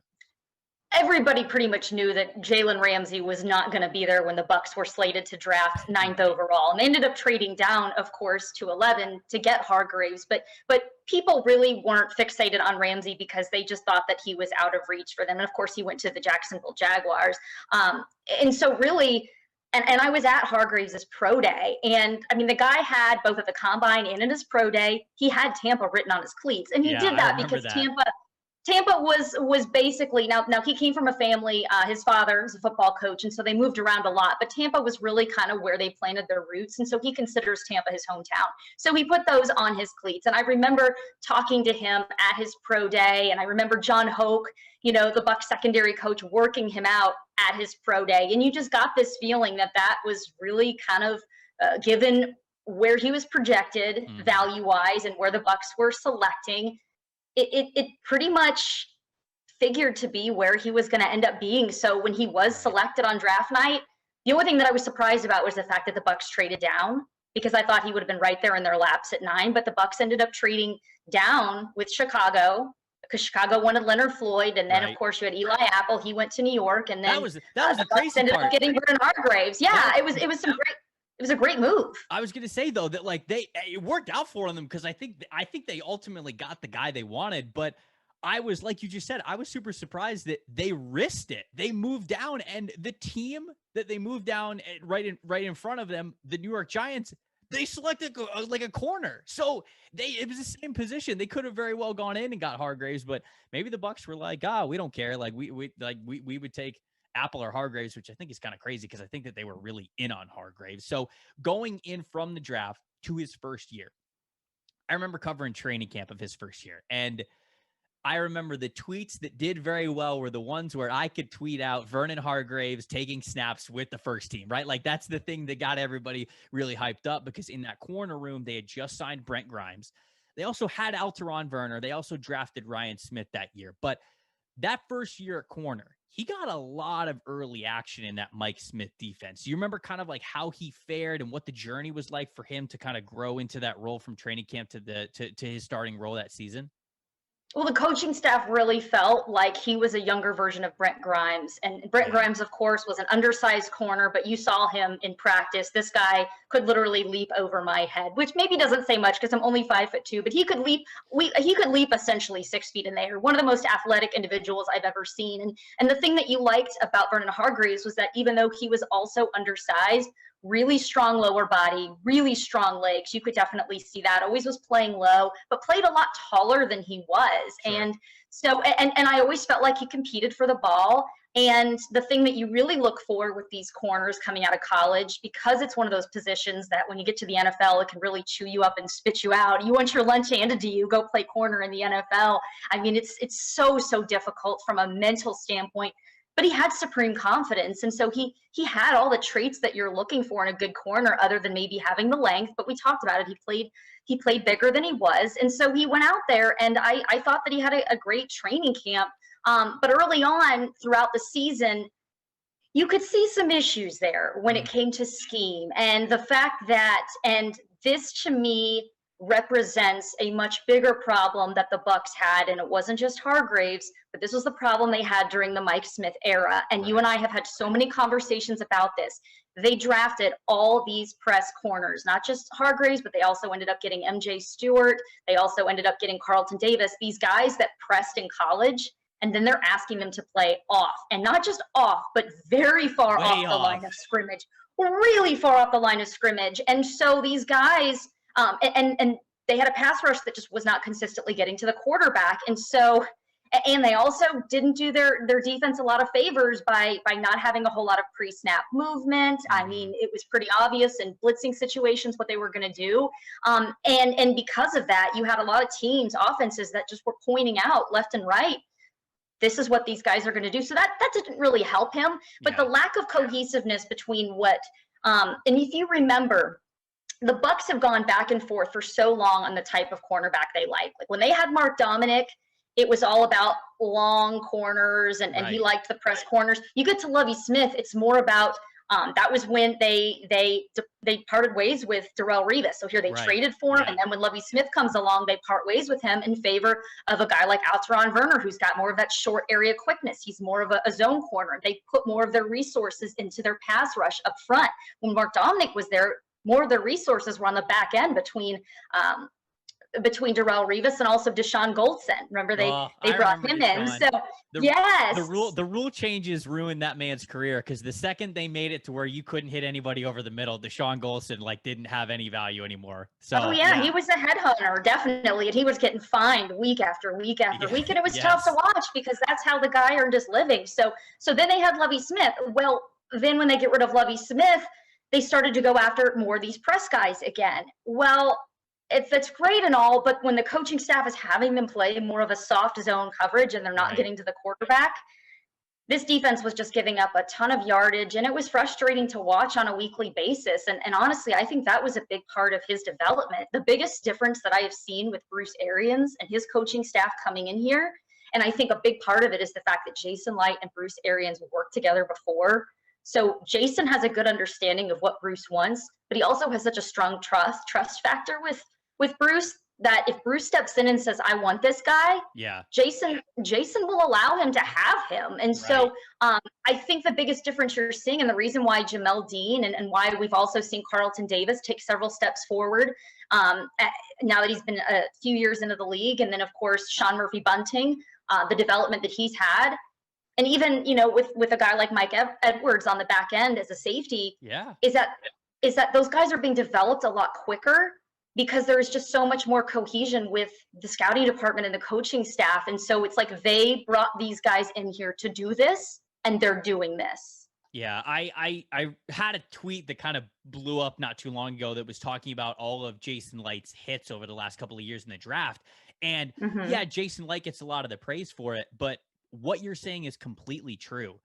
You get draft success when the chemistry between the front office and the coaching staff is one. And that's what has been the case since Bruce Arians has really come on board. Going back a little bit more towards Hargreaves' second and third years into the league, because he was used more of a slot cornerback in his first year just because they had other non-rookie corners basically that they were throwing out there, because Hargreaves was getting targeted a lot when he was a rookie corner. That second and third year comes in, and Mike Smith's still the defensive coordinator, obviously. And this bust or broken case with Hargreaves is almost like a tale of two halves with him, because I would tell you that through the first, let's say 2.5, maybe 3 years of his career in Tampa Bay, it was a broken system. It was Mike Smith asking him to play a deployment of coverage that he was never going to succeed in. It was not going to go well for him, especially because the Bucs could not get after the passer. If you are playing that kind of off coverage and you don't have a pass rush to get home to the quarterback,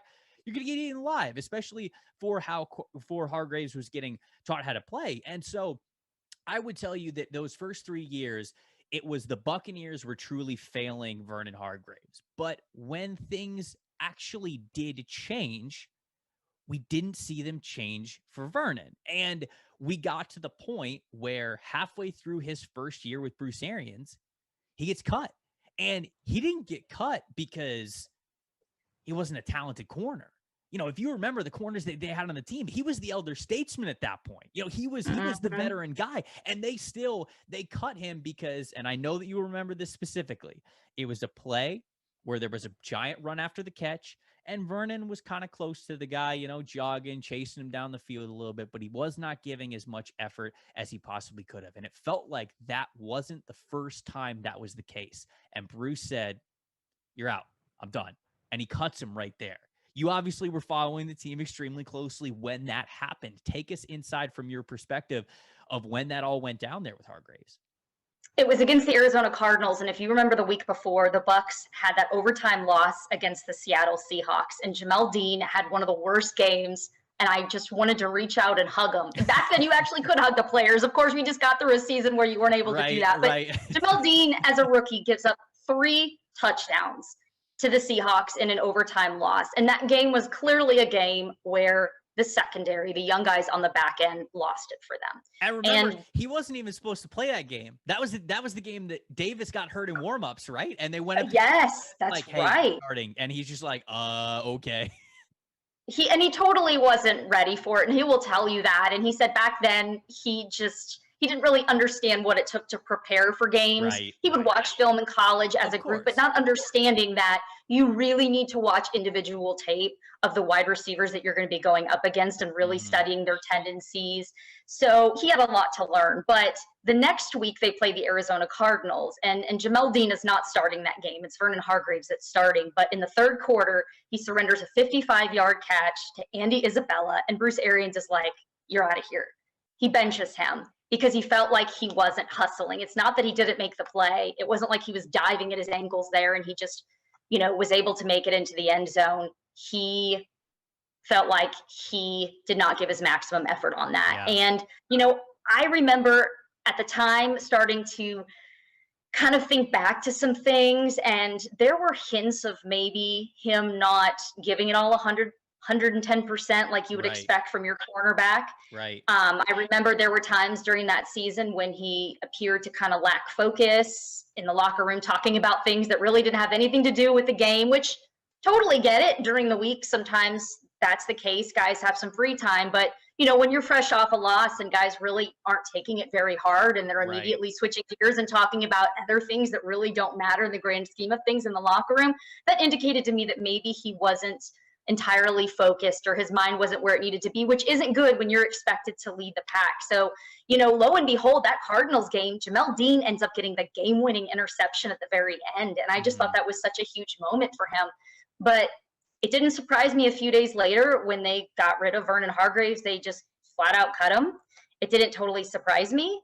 But at the same time, I also kind of had some concern for the young guys because I thought to myself, wow. And I remember telling Sean Murphy-Bunting this. I said, hey, somebody's got to step up in your group and lead you guys. Because Ryan Smith at that time, even though he had been there for a while, he really was being used as a special teams guy. One of the best gunners in the league. That's what he was being used for. You weren't seeing him out there on the field doing anything with the defense. And he also had a 4-game suspension, if I'm remembering correctly. He did. So you really needed a young guy. And that was also, of course, after that Seahawks game, I think another reason why Bruce Arians made that decision is that, here Vernon is taking this play off. Well, that was the week that all these young guys started going into Todd Bowles' office, and he would joke that he never had any office furniture because all these guys would come in and they would come in at like 6 o'clock in the morning and start watching film because they realized that they were the weak link of this defense. And I give them so much credit for doing this because I think we saw a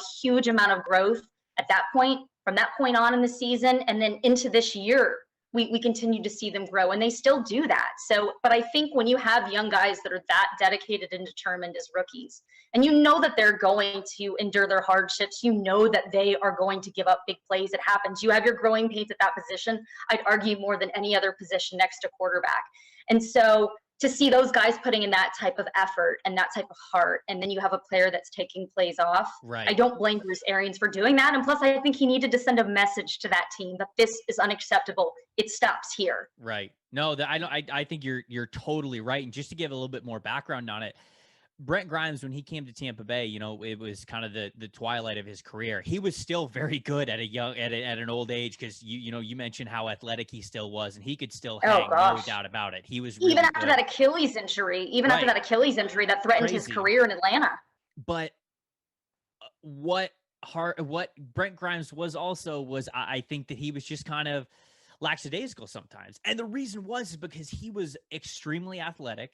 And he had a lot of experience under his belt. So he really, I mean, I don't want to say that he didn't care all the way, but he didn't have to give this 110% kind of a thing. And when Hargreaves came into the league, Brent Grimes was the corner. You mentioned there, they drafted Hargreaves to be opposite Brent Grimes because they felt like he could be another type of Brent Grimes player. And I think that he learned a little bit of like how Brent Grimes was really very lackadaisical about everything that happened because he could get away with it.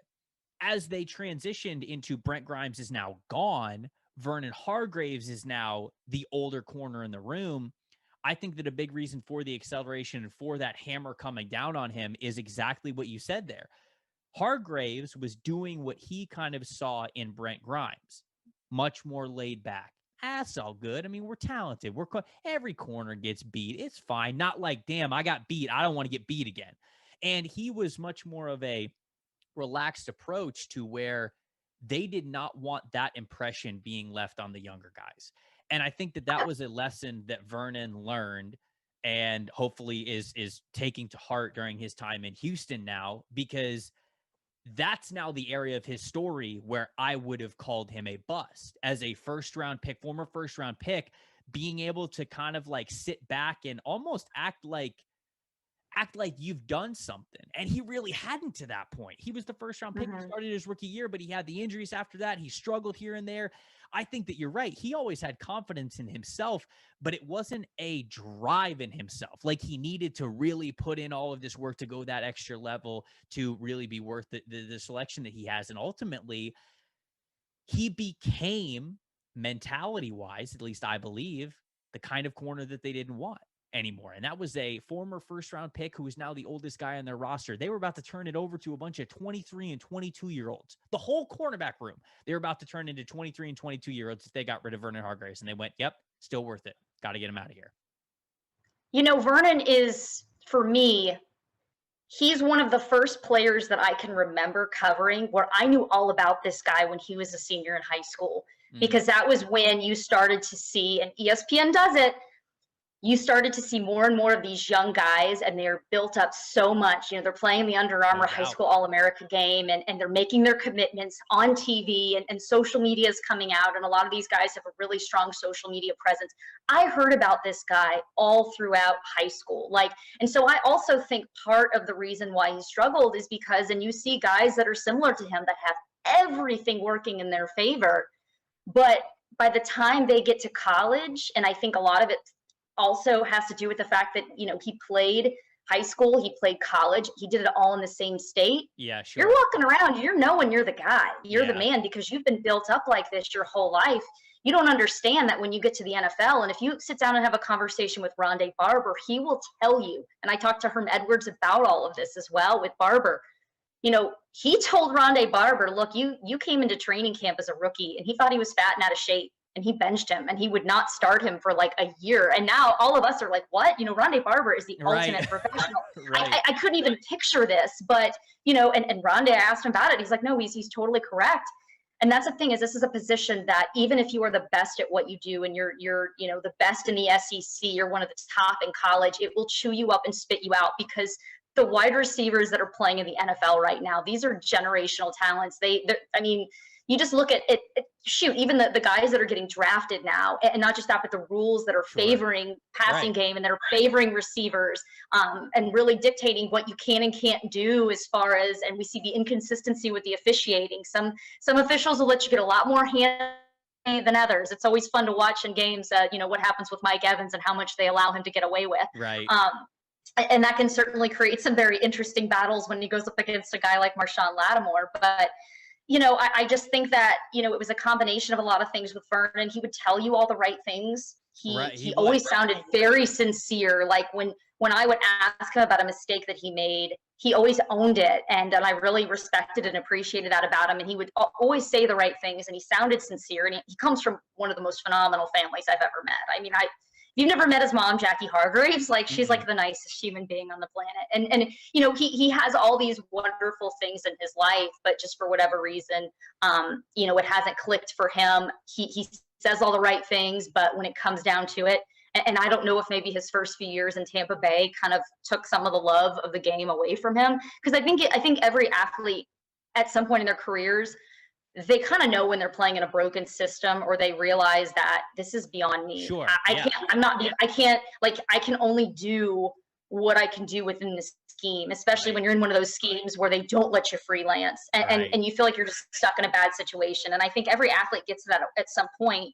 But I think, and that's why I have so much respect for a guy like Lavonte David, because I think about all the different schemes he's played in and yes, coaches that he's played for, where I'm thinking to myself, he's got to be shaking his head right now because, he's doing this when he should have been doing this. And like that Chicago game, when it was Wheel Route City and Dirk Cutter said that everybody deserved to be fired, like you have those games and those teams that you're on where you're just like, this is beyond hope. Right. And I do wonder, maybe Vernon recognized that. But the thing that gets me is that when Todd Bowles comes along, when Bruce Arians comes along, this is the shot. Todd Bowles is the most flexible defensive coordinator too. Like he has the guys that he likes and everything, but he has made a career and a living out of also finding guys like Deion Buchanan and coining the term money backer and saying, all right, this guy has these kinds of skills. Let's have him do this. Like he's a very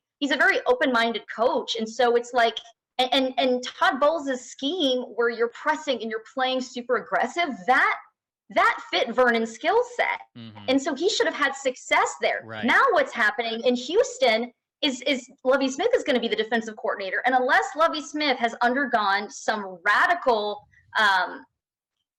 change in the way he runs his defense. And the thing is while Bowles is very flexible and molds his scheme around the guys he has to work with, Lovie is one of those coaches where he believes in his system. And if he doesn't have the players to work in his system, he's going to find somebody to replace you. And it is not going to matter to him at all if you're a former first round draft pick. We saw that with Alteron Werner. He didn't think Alteron Werner was hustling enough. He didn't think he was playing low enough. And so, instead he brings in some other guys to replace him. And so I really think that Vernon had a chance in Tampa when Todd Bowles came along, and I think he kind of blew it. And now I really think that he's going to find himself in kind of a losing situation. I know last year in Houston, he had one interception. He didn't start until there was an injury. Mm-hmm. But I think that this year, he's not going to have a coach or a team that I think is really going to be committed to putting him in situations to win. It's almost like throwing him out into the ocean and saying, well, if you can't swim, all right, we'll find somebody who can.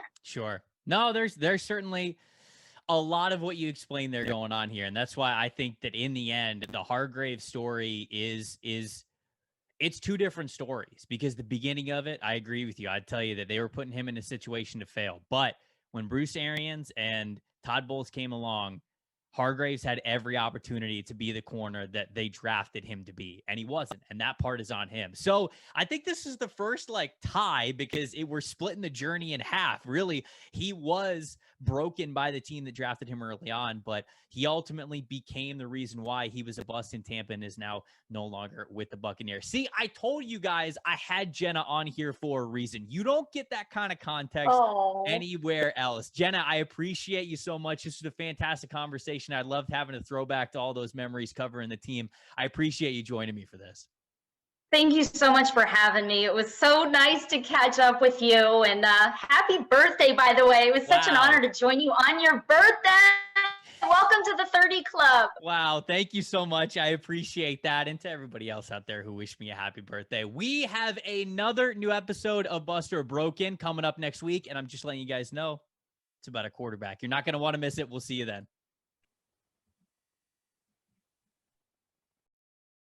Picture this. Patrick Mahomes breaking records for Matt Nagy in Chicago. John Gruden whipping up play calls for Kyler Murray. Josh Allen breaking the Browns' playoff drought instead of Baker. A far-fetched story, right? Not at all. Just hear me out. The NFL draft is filled with what-ifs. Some require intricate chain reactions, but the reality I just painted was almost as close to true as the flip of a coin. For that story, we have to take you back to 2014, when a walk-on quarterback in Lubbock, Texas, stood at a fork in the road that, one way or the other, would drastically change pro football history forever. In 2013, a quarterback from Lake Travis, Texas, by the name of Baker Mayfield, walked onto the Texas Tech football program. After growing up an Oklahoma fan, Mayfield didn't have the opportunity to go to his dream school after receiving only 3 scholarship offers out of high school. FAU, New Mexico, and Rice. So instead, he decided to pay his way to school as a walk-on for an exciting offensive head coach at Texas Tech named Cliff Kingsbury. Mayfield started from the bottom of the depth chart, but after improving in summer workouts and an injury to the expected starter Michael Brewer, Mayfield was named the starter for the season opener, making him the first walk-on freshman to start a season-opening game at quarterback in FBS history. In Kingsbury's air raid offense, Mayfield was a flamethrower of stats. He was 5-0 with nearly 1,500 passing yards and an efficiency rating of over 150. In that fifth win, Mayfield got hurt and was replaced by Davis Webb.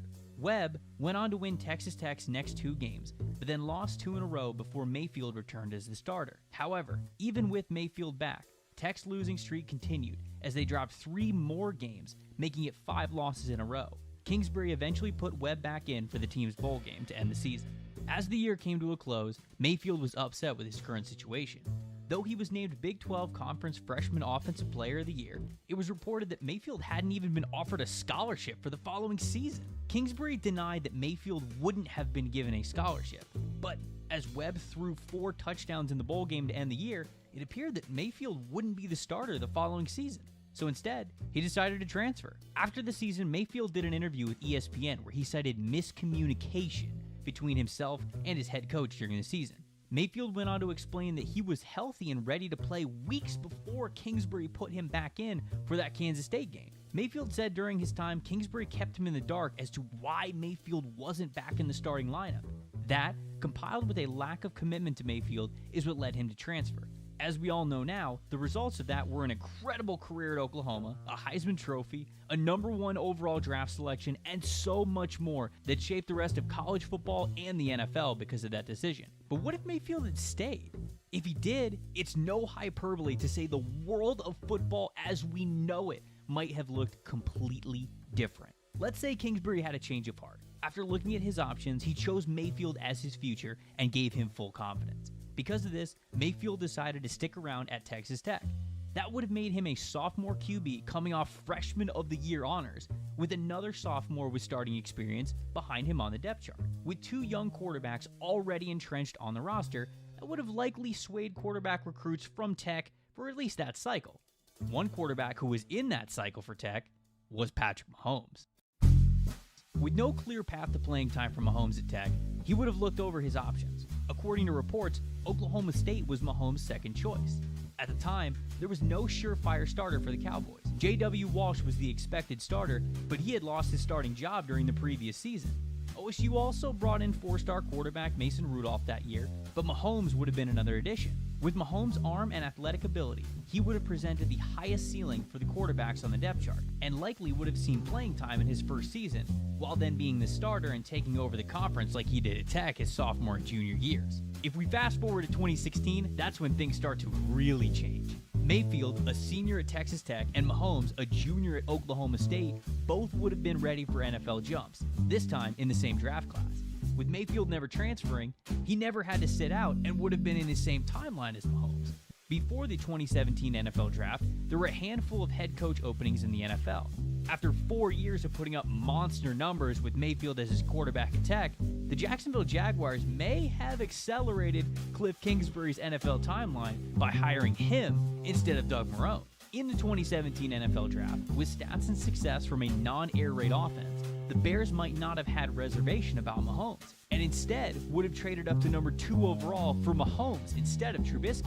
Meanwhile, with Mayfield and his pedigree also in that class, Kingsbury could have guaranteed himself a strong QB head coach connection by drafting Mayfield number 4 overall that year instead of running back Leonard Fournette.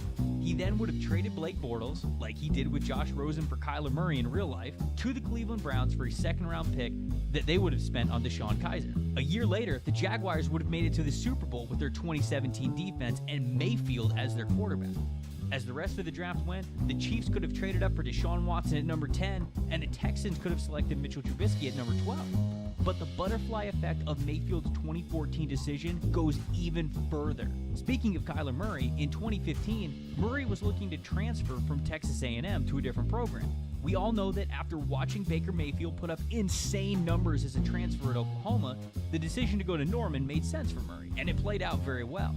But if Mayfield never became a Sooner, that allurement wouldn't have been as strong. Murray's next logical spot?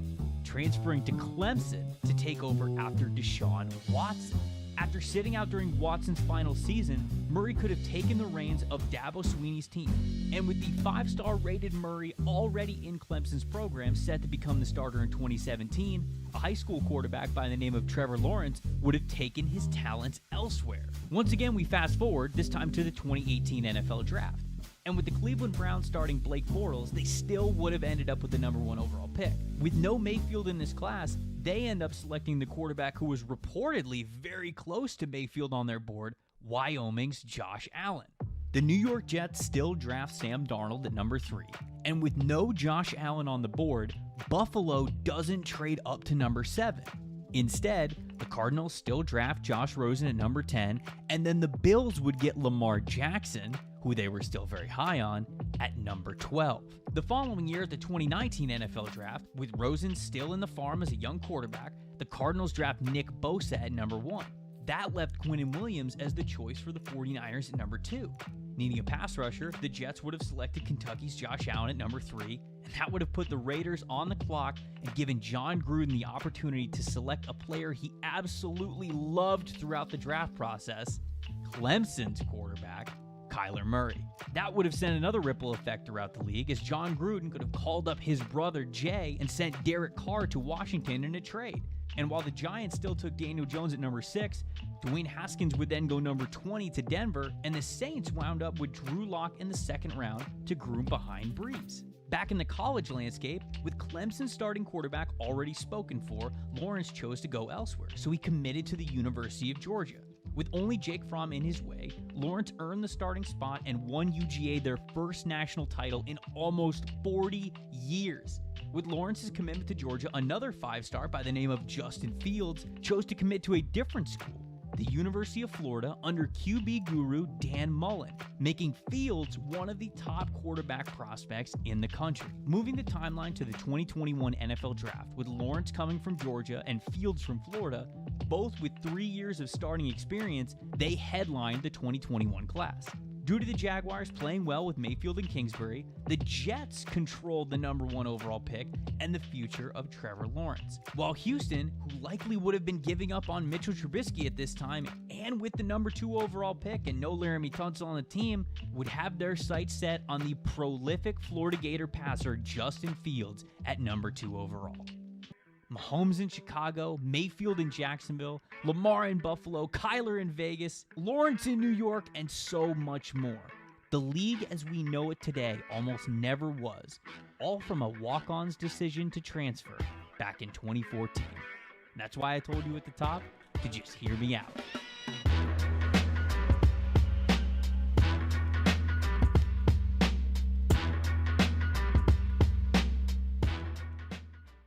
Like, because it happened so fast, at first I was like, whoa, wait, I just got no.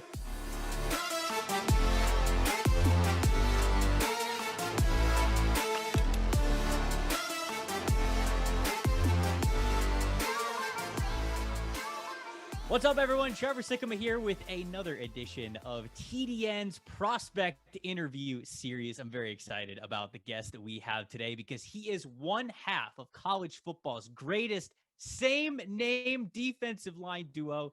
It is Mr. Darius Stills from West Virginia University. Darius, my man, how are you doing? I'm doing very well. How are you guys? I'm doing great, man. I appreciate you jumping on with me. I know that it's a very exciting time training for the NFL Draft. How's training been, just first and foremost? Sure. Everything's been well. I'm in week 8 right now. I got a few more weeks before I go back up to West Virginia to prepare for Pro Day, and I'm doing very well. I'm excited about the future to come.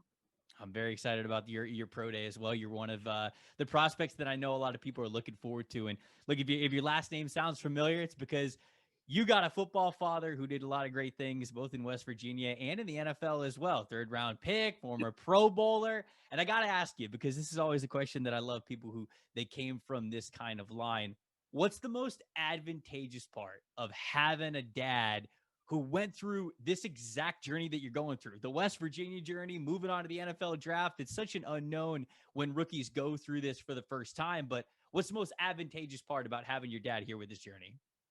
I would say just having a mental preparation. You know, our dad's telling us the stuff that he went through. So it's like giving me an idea of what he has been through. So really just be prepared and very fortunate, honestly, just being one of the few people to be able to go through this process. I'm very fortunate and grateful.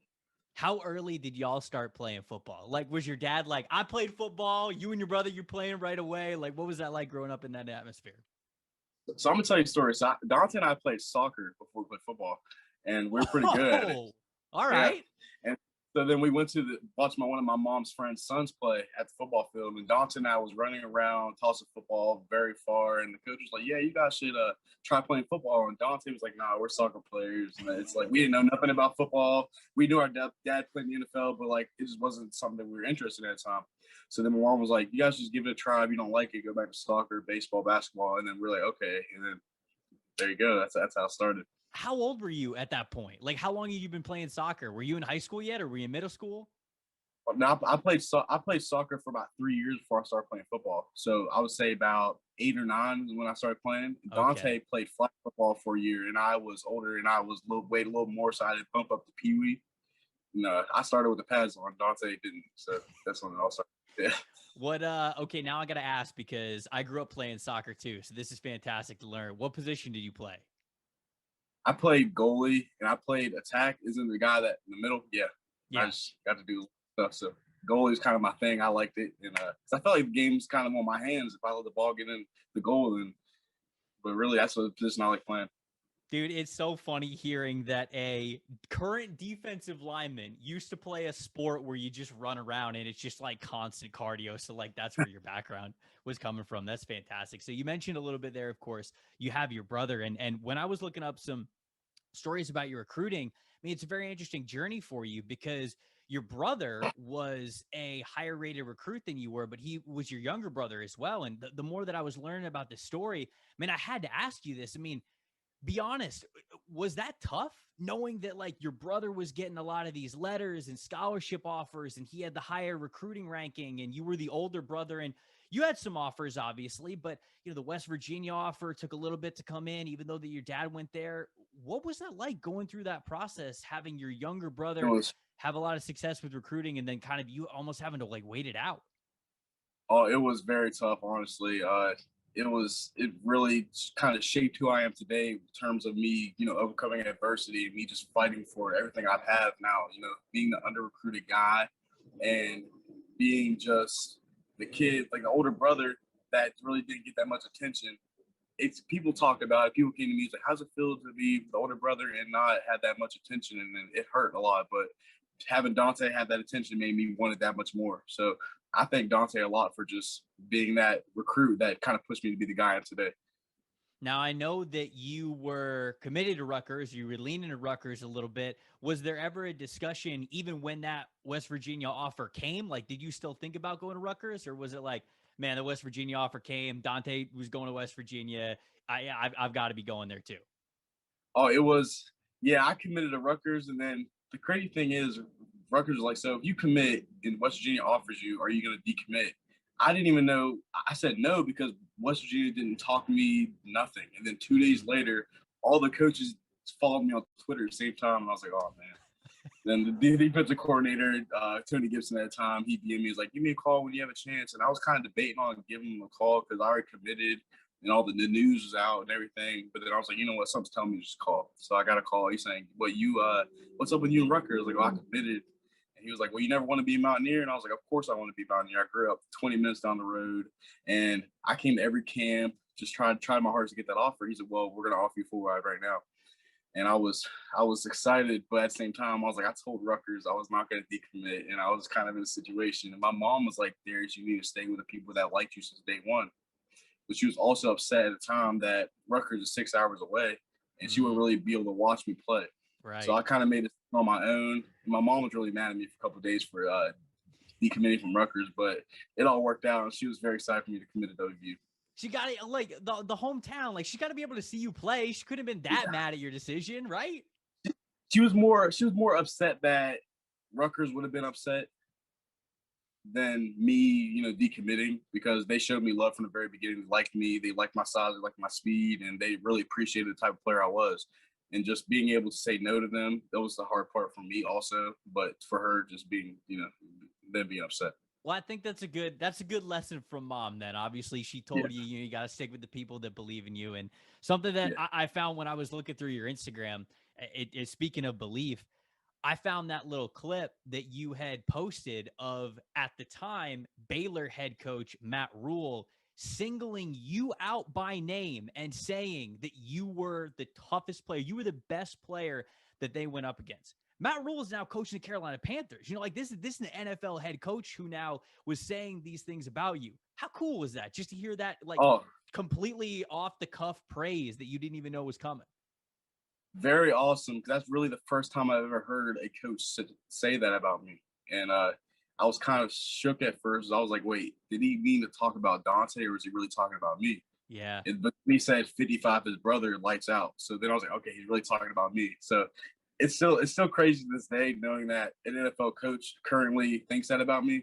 And, hopefully things happen to where maybe I can become a Panther. So I was going to say, Matt Rule, he's now you are fully now on Matt Rule's radar. So if the Carolina connection happens, everybody's going to be able to point back to that interview, which I figured was an awesome moment for you. So I had to ask you about it. Let's talk about your growth as a player. How you have grown throughout your college career at West Virginia. What's the biggest area of growth you say that you've seen within yourself as a football player? It could be something like how you watch film or a technique or seeing the field a different way or something like that. What's the biggest area of growth for you? I would say just being able to recognize myself as a player. Going in, I kind of played off raw talent in high school. And so I was kind of like, okay, am I a pass rusher? Am I a finesse player? Am I a power guy? So I really didn't know what type of player I was till really my junior season, to where I got the opportunity to just display that play after play after play. And once I got comfortable on, all right, I'm very fast. I'm very quick. I can use that along with my strengths. So really just learning the type of football player I am, and just maturity also, just the experience and just being able to lead my guys. And I didn't know what type of leader I was, because the coaches were always like, Derek's your leader. Regardless if you like it or not, you lead. And I was like, well, I'm not a vocal guy on the field, but I lead by example. Because at the end of the day, people don't really listen to people that their talk isn't backing up their play. So I really I play, and then I kind of critique as I go, but really just learn the type of player I am. Was there a moment or a time period where you really felt that light come on, or that switch flip where you went, hey, I was playing off of raw talent before, and now I'm recognizing how the offensive line's setting up. I'm seeing exactly what I'm going to do before the snap. Was there a moment in time where you really were like, wow, I felt that, it was just natural to me? Yeah. First game my junior season versus JMU is when I kind of figured out, all right, I can do this for a little while, more than the next 2 years. Because I blocked a field goal, and then I had that sack, which really boosted my confidence more than I can even explain. So really from then on out, I started focusing on, okay, my pro career, I got to keep on getting better and better and better, being more consistent to where I can have the opportunity to play in the NFL. So really just at the JMU game is when it all kicked off. You just mentioned sacks, and this popped into my head. When you got your first sack of your collegiate career, did you have a sack dance? I always wonder this with guys who get sacks in the backfield, or were you just like, oh my God, that was my first one. I don't really know what to do. I'm running to the sideline. Did it catch you off guard, or were you ready for it? It did, because it happened so fast. At first I was like, whoa, wait, I just got. Then I was like, I'm gonna celebrate. I'm gonna hit the ground and do something. But really, just that it happened so fast. I was like, wait. And then it really kicked in on the sideline, because I was like, well, I just got a sack. Yeah. I was picturing me getting sacks and making plays, and it came true. And I was just really just shook and excited at the same time.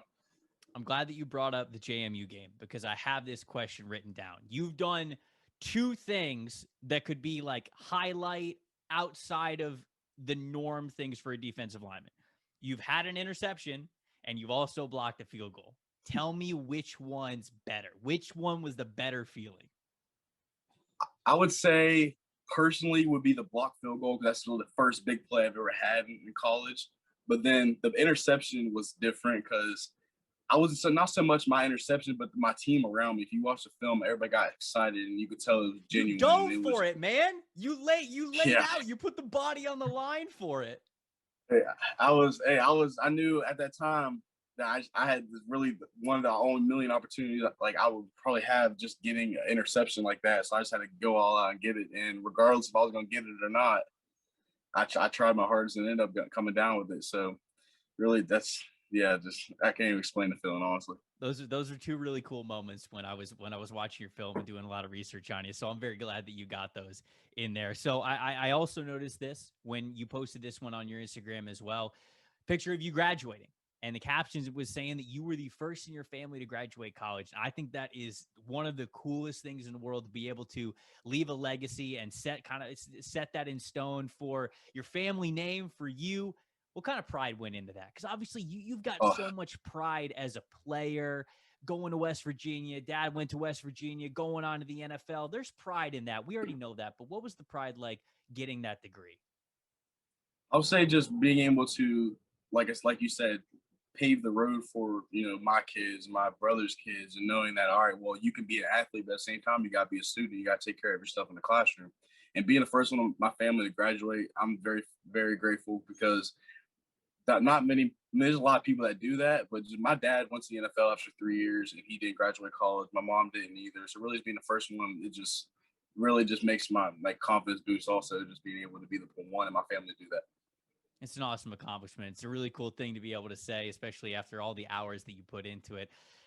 Oh, yeah. When I was reading up on your final game that you were about to play for West Virginia, I cannot remember who was asking the question, but they said, hey, what's this going to be like, this final game for West Virginia? And you actually said in your answer, I don't necessarily think about it as, my final game for West Virginia. I think that you said, you're going to be a Mountaineer forever. But you said, what I'm really thinking of the most right now is that this is the last guaranteed game I have with Dante, with your brother. And so I just, for that to be the first thing that's on your mind when you have such an important moment, an impactful moment in your own life, clearly means a lot. What's it been like just going through this journey with him, growing up, like you said, playing soccer, playing high school football, now going to the same college, and now on this NFL draft journey together? What has that been like, having him there with you? Very, very, very unique, because, you don't really get to, some people don't really get to experience that with their brother, and because one usually into football and the other one's used something different. Right. So like just being able to just play with my brother, like especially at the high level we've been playing at, it's undescribable feeling. You can tell on the field we have fun. Whenever each one of them make plays, we get excited. And just my mom always said, cherish these moments while you have it, because it can be gone just like that. And I remember being younger, playing with Dante, and not really understanding that it can be gone that fast, and it's gone now. So really just being having that last game, we balled out, try to play our hardest, and at the end of the game we shedded tears, because really not so much as being sad, but just really just being grateful that we got to share that experience together. And hopefully one day, same NFL team. That's what we're praying for. But chances of that are low. But just really just like you said, just taking pride in that experience and just being grateful for it. Hey, maybe if it's not the same NFL team, maybe y'all meet at the Pro Bowl one year and you're both there and you get to share the field together. So that could be another. So cool. I gotta ask, what's the most competitive thing y'all do between the two of you that's not football? Like, what are y'all eating, video games? Like, what is it here? Everything. If you want to be honest, Okay, like we'll go home for like a family dinner. Dante can't have less than me drinks, or like really just anything. And I'll be sitting there like, why are we really competing right now over a drink? It just really anything. So football, well, not really football, coming home. All right, well, Darius, if you like just racing home, I mean, really just a lot of stuff, honestly. I mean, everything we do is competitive. If Dante gets a sack, like football wise, if Dante gets a sack, I'm like, okay, well, I got to get a sack. Or like TFL, I got to get one too. And like, yeah, so really just everything, honestly. Good motivator. It's a good motivator. Like you said, just like keeping him next to you. So looking forward to the NFL draft, you could play a lot of different positions. I think you talked about having a lot of talent. West Virginia's front is very unique. You could do a lot of different things in the football field. Who are some guys that you're watching? What are some things that you're working on as you prepare kind of towards the NFL draft and getting into your rookie season? So for the last few years, I've been watching Aaron Donald, and Grady Jarrett, same height, same weight, everything. So why not watch the guys that are being successful and learn how they work and learn how they are successful? And just what I'm working on is Aaron Donald's cross chop. We're working that very well. And the people I'm working with saying it looks very natural. I just keep on working it. And Grady Jarrett's just hustle. You can watch film. He hustles to the ball, runs to the ball, has relentless effort, and really just combining my strengths and into like theirs also. So just modeling my game after them too. Not bad, just to watch probably the greatest defensive tackle to ever play the game. That's not a bad one to watch and try to emulate as much as you can. All right, this is the final question for me. We got $1,000 on the line. Hypothetically, we're not actually giving you $1,000. We got 1,000 hypothetical dollars on the line. You've got to beat me at something that's not football related. Like, can be a different sport, or it can be like, again, video games, cooking, karaoke, like something outside the box. What is like a hobby or something that you could beat me at if we got $1,000 on the line? All right, so since I'm from West Virginia, I tend to be able to run up mountains a lot. So and I live on a big hill. So I'm like, all right, if I bet you $1,000, I can beat you up the top of my big hill. And because, and I'm used to it. So I feel like, yeah, that's really the thing. And I would say climbing trees. I climb trees a lot. Okay. I just went rock climbing like last week. So all I'm saying is that I got a little bit of warm up here for you. No, but you might have me at the hill thing, especially if we got to go like multiple times. I might be able to do one hill, and after that, I'm gonna be absolutely gassed. So you're gonna have me. I'm just gonna be sitting there waiting at the bottom. I'm just gonna hand you the $1,000 for me to not even have to do it. At West Virginia, so we have this right by the stadium. It's called Law School Hill. So every summer we have to run it, and I would say about 70 yards incline. And we have to run it for like 1 week it's 4, next week it's 7, and the next week's 9. And people pass out, people throw up, people you can't even go down. Honestly, believe it or not, going down the hill is worse than going up the hill. Dude, I'd be dead. Yeah, I'd be dead. Yeah, it's bad. You ever throw up during those workouts? You have to, right? I've thrown up Law School Hill. I think it was my last rep on the 3rd week we did it. It was 9, and I think I blacked out halfway up the hill. I don't remember much. I just remember coming to, and I'm on top of the hill, leaned down like this, and Coach Mike Joseph, that's his name. He loves it. He's like, yeah, Stills, and it took me like 10 minutes to get down. It was rough, but I think I got you on the hill thing. All right, I bet you do. I remember reading this a while back. Somebody asked LaDainian Tomlinson, the running back, obviously the Hall of Fame running back. He said, how'd you get so fast? He's like, I ran hills as a kid. And I remember reading that and thinking to myself, oh, I'm going to start running hills. I want to be fast like LaDainian Tomlinson. And I think I ran 2 hills. And I'm like, this ain't for me. This is we're done here. The thing is, I said, back in my hometown, Fairmont, I live on a big hill. And in the wintertime, right now, my family, we can't even get up it. We have to walk every single time we leave, and it's rough. But I'm used to the hills, so definitely. Y'all are built different, but that's why you're headed to the NFL. Darius, I really appreciate you sitting down and doing this little interview with me. It was awesome to get to know you a little bit better. Best of luck on everything you got going forward. Maybe a future Carolina Panther, but wherever you end up, man, best of luck. For sure. Thank you guys for having me. I enjoyed it a lot. Really appreciate Darius joining us. And, if he becomes a Carolina Panther, currently in Charlotte, North Carolina, might have to show him what's up with the 3 sides minimum rule. Y'all know that. If you enjoyed this prospect interview, make sure you are subscribed to the Draft Network's YouTube channel. We're bringing out prospect interviews all draft season long.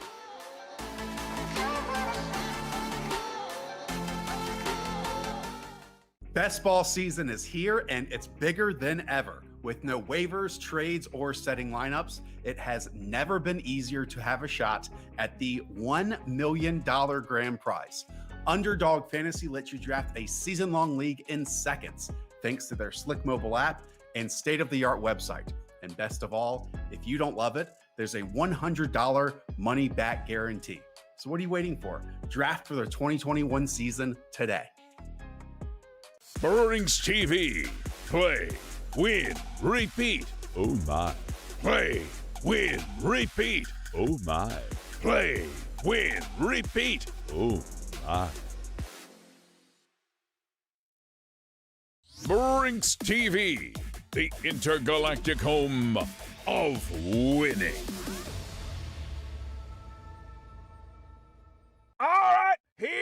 is indisputable proof that Kill Cliff is the world's first and best clean energy drink. Now, in your interweb thingies, just type world's first cleanenergydrink.com or world's best cleanenergydrink.com or world's first and best clean energy drink ever.com. It all leads to killcliff.com right there on the interwebs. Boom! Mic drop. Yeah. It's the Killcliff $1 Million Mega Stimmy Sweepstakes on Brinks.tv. First, register on Brinks.tv and automatically get your first entry. Next, get bonus entries when you buy Killcliff at retail. Confirm your entry by uploading your receipt at killcliff.com. Then, repeat. The more you buy, the more chances to win. To find the retailer that sells Killcliff nearest you, check out the store locator at killcliff.com.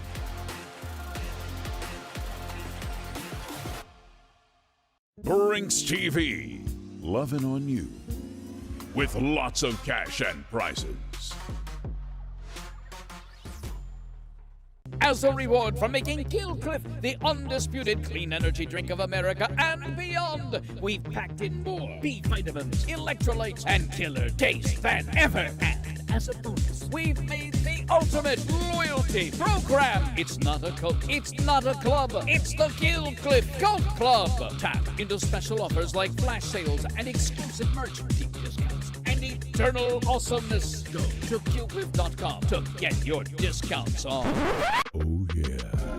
From Killcliff, the #1 clean energy drink in the mind of Joe Rogan, comes the Flamin' Joe. Sugar-free, B vitamins, electrolytes, all them good drink things. An epic spicy pineapple fusion from out of this world, straight into your drink hole. Own it. Killcliff.com. A long time ago, people used to watch TV and win. Jack squat. In other words, you will win nothing and like it. But now, Brinks.tv brings you the ultimate show where the whole frickin' point is to win prizes every day. Good God, man, behold, the Emperor. Winning never felt so good because he or she or it or they or whatever pronoun the Emperor identifies as could be me, Freud. Whatever he or she or me calls himself, herself or knee self, you will only win when the decision is made by the Emperor.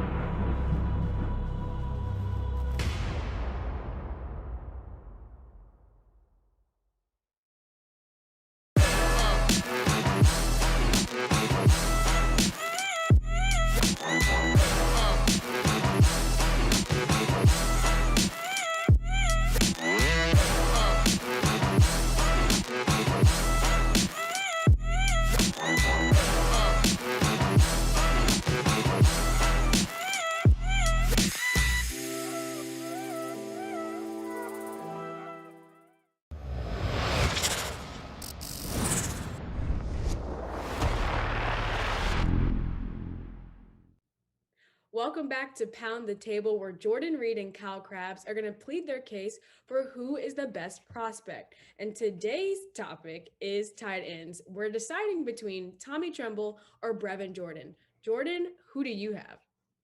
I'm going to go with Miami tight end Brevin Jordan, just because, of course, I think he went to a great school down there in Florida. Oh, my Lord. But also, he's a fantastic player as well. I think he's very reminiscent of now New England Patriots tight end Jonnu Smith, just to paint a picture of what he can be on the next level.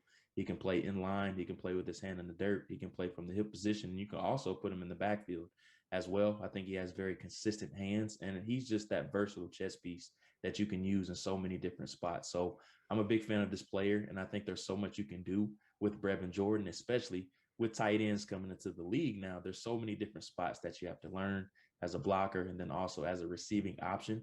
Now, he's not going to give you a whole bunch as a blocker, but I think it can be serviceable. But all his value is going to be in the passing game. Miami does have a long-standing history of great tight ends coming out. So now it's up to you, Kyle Krabs, to sell me on why Tommy Tremble is who we should go with. So Tommy Tremble is one of these diamonds in the rough, as far as I'm concerned, at the tight end position. He is a redshirt sophomore, but he spent his time at Notre Dame stuck behind Cole Kmet, who was a second-round pick from the Chicago Bears. And this year, Michael Mayer, who's a stud 5-star freshman tight end there at Notre Dame, he's been the de facto second tight end, but you watch him play, and he's got the athleticism to be a really effective run-after-catch threat who can be a mismatch against safeties with his size and tight and linebackers with his speed. But you watch him block, and he's got that dog in him as an inline blocker that tight ends really struggle with the transition to the pro game. I'm ready to take Tommy Tremble because of his blocking skills off the jump. I'm taking both because I like both of them. But I'm going to let the fans decide on this one. Comment below and stay tuned for more on the Draft Network.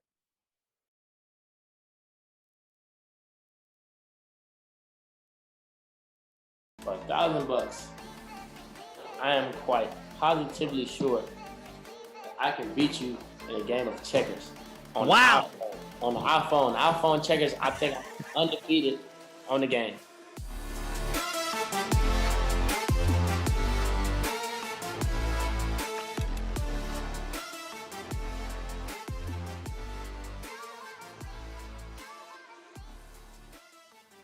What's up, everybody? Trevor Sikkema here for another prospect interview here at the Draft Network. This week and today, we are honored to be joined by one of the fastest dudes in college football. It's going to be one of the fastest guys in the NFL. The second he steps foot in it is Mr. Gary Vincent Jr. from LSU. Gary, my man, thank you so much for joining me. And thank you guys for having me.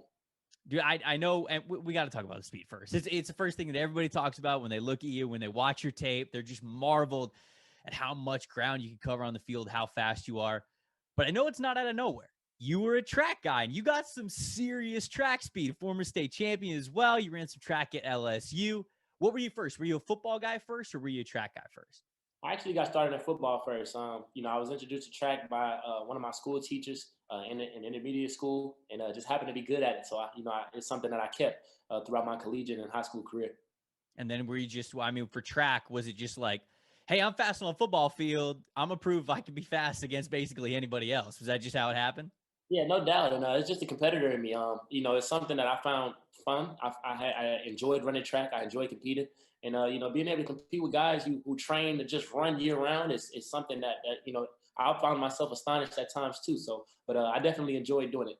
How much training were you really able to get? Because I wonder about that with guys who, not just in high school, but college, certainly, when you play at a D1 school, I mean, it's football. Like, you got so much football commitment trying to be the best football player that you can, but was it really just, all right, football season's over, now I'm going to hop over to the track? Like, how much training for track did you really get in high school and college? So in high school, once football season is over, it's over. So you don't have to really train. Sure. Year round. It's not a business as it is in college. So once football season was over, I'd actually use all of the winter, January all the way through to train for track, and that'll be a full season for me. So I got to go through a full track season. With college, it's not the same. I went to LSU to play football, and I was grateful to have coaches like Coach Ogeron and Coach Shaver who allowed me to run track. So with that being said, after football season, we had spring. I still had to manage spring and track. So I wouldn't do all the football practice. I go there for meetings, first part, and then I leave, and then I'd run track. Track practice lasts every bit about 45 minutes, but it's going to be the hardest 45 minutes of your life. Yeah, I bet it's basically just, especially for the kind of track that you're running, like you're not running cross country. You're basically like, I sprint. Like that's the practice. You probably can't go much more than 45 minutes to an hour. That's about all your body could probably take. Now, everybody can talk about these track and football connections. I mean, we like to talk about the guys who do the two-sport thing. Sometimes it's basketball or baseball for quarterbacks. But when it comes to track athletes and football athletes, is speed, or is there really an art to taking what you'll see on a near record-breaking 4x100 or a 100-meter and turning that into what you can do with the helmet and pads on? Is there an art to that? I definitely believe that there's a difference between track speed and football speed, and that just comes with knowing the game and knowing what's going on. You can get somebody that can run fast on the track, but if you're not just going to get nobody that's just going to go to the track and go on the football field and just run fast and not know what's going on. It just comes with, knowing the game. So, me having that background, that football background and that track background, I feel like that's what's so beneficial to me. That's what allows me to be fast and amongst the fastest in both.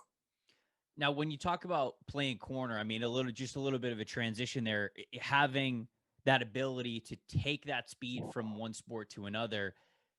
Was that the biggest area of growth for you during your time at LSU, was kind of honing in? It's like, hey, I'm fast. And man, I watch your tape. Sometimes you'll look straight at the quarterback and you'll be like, come on, you see that I'm far away from him. Just throw the ball. Just throw it, man. And I can't get there. And then you do. You like bait him into throwing a ball because you've got that rare speed. Has that been your biggest area of growth, is building around that speed, but also kind of honing it in on how exactly it helps you play corner? No doubt. So that's something that I'm still working with. I mean, everybody knows as well as myself that I have the speed, and that allows me to stick to guys, be able to play a catch technique and be able to break on guys. But I'm trying to add to that. I'm trying to use my speed not just to bait, but to help me in the middle of the field. I mean, I want to be a versatile DB at the next level. I want to be able to play in the middle of the field, be able to go down the slot, be able to play outside corner. So I'm just using it, trying to maximize, my God-given abilities. I know you play some slot work at corner. You really played all over the place, but you played safety as well. They've had you back at free safety playing some single high stuff. Right. What did you start at when you were at LSU? I know you were obviously a very talented, highly touted recruit when you came there. What was the first position they kind of threw you out at? And then whether or not it was safety or corner, how did you get involved in the other positions? So day one fall camp, my freshman year, starting at LSU, I was the number one nickel, starting nickel. I came in. We had great guys. We had Dante Jackson on this side and Greedy Williams on the other side, and they threw me in the middle. So that's really that's how that came about. You go to LSU, you're gonna play with great DBs. Right. So it's really getting where you fit in, and that was an opportunity for me to play. And it was just a position that I ended up loving, and it grew on me, and I was able to somewhat master it. How'd you get to play some of those deep assignments there, being able to play a little bit of safety work? How did that come about? As we grew on, we got comfortable with the defensive scheme we were running. We were all about setting up matchups, week to week. We had a great defensive coordinator, Dave Aranda.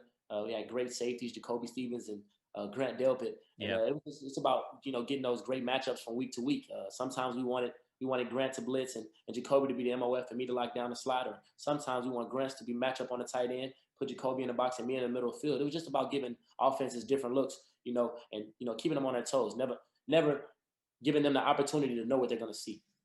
Now, I know you mentioned LSU and getting to play with some great DBs. They call it DBU. I'm a Florida Gator myself, so I don't know if I can officially admit that here, but obviously y'all at LSU, I mean, you've just been a pipeline for some incredible DBs that have come through there. What is that like, getting to play with that group, getting to, like you said, go to practice every day and know that you're with one of the best DB groups in the country no matter what? What attitude does being an LSU DB bring to an NFL player? Well, firstly, it's an honor. But second, it comes with, you got to have an attitude. Like I said, you can't be. It was never like no starstruckism or anything like that. It's just you go there, you got to become one of those guys. I went there, with the objective to become a top DB, to earn the right to be a part of DBU, and I ultimately feel like I did that. And I can say that playing at LSU, playing in that secondary, playing a part of DBU has molded me, and I feel like I'm ready for the next level. I was watching an interview, and during the interview, I think it was during the season in 2019, you were saying that you get haircuts every single week during the season. You were talking about you were just saying attitude, I gotta look good to play good or something. Is that just like the lifestyle? Like you just gotta look good, play good? Because haircut every week. I'm a hair guy. I got long hair myself. I know you can't see it really under the hat, but is that just the lifestyle? Like you have that confidence when you look good, you play good?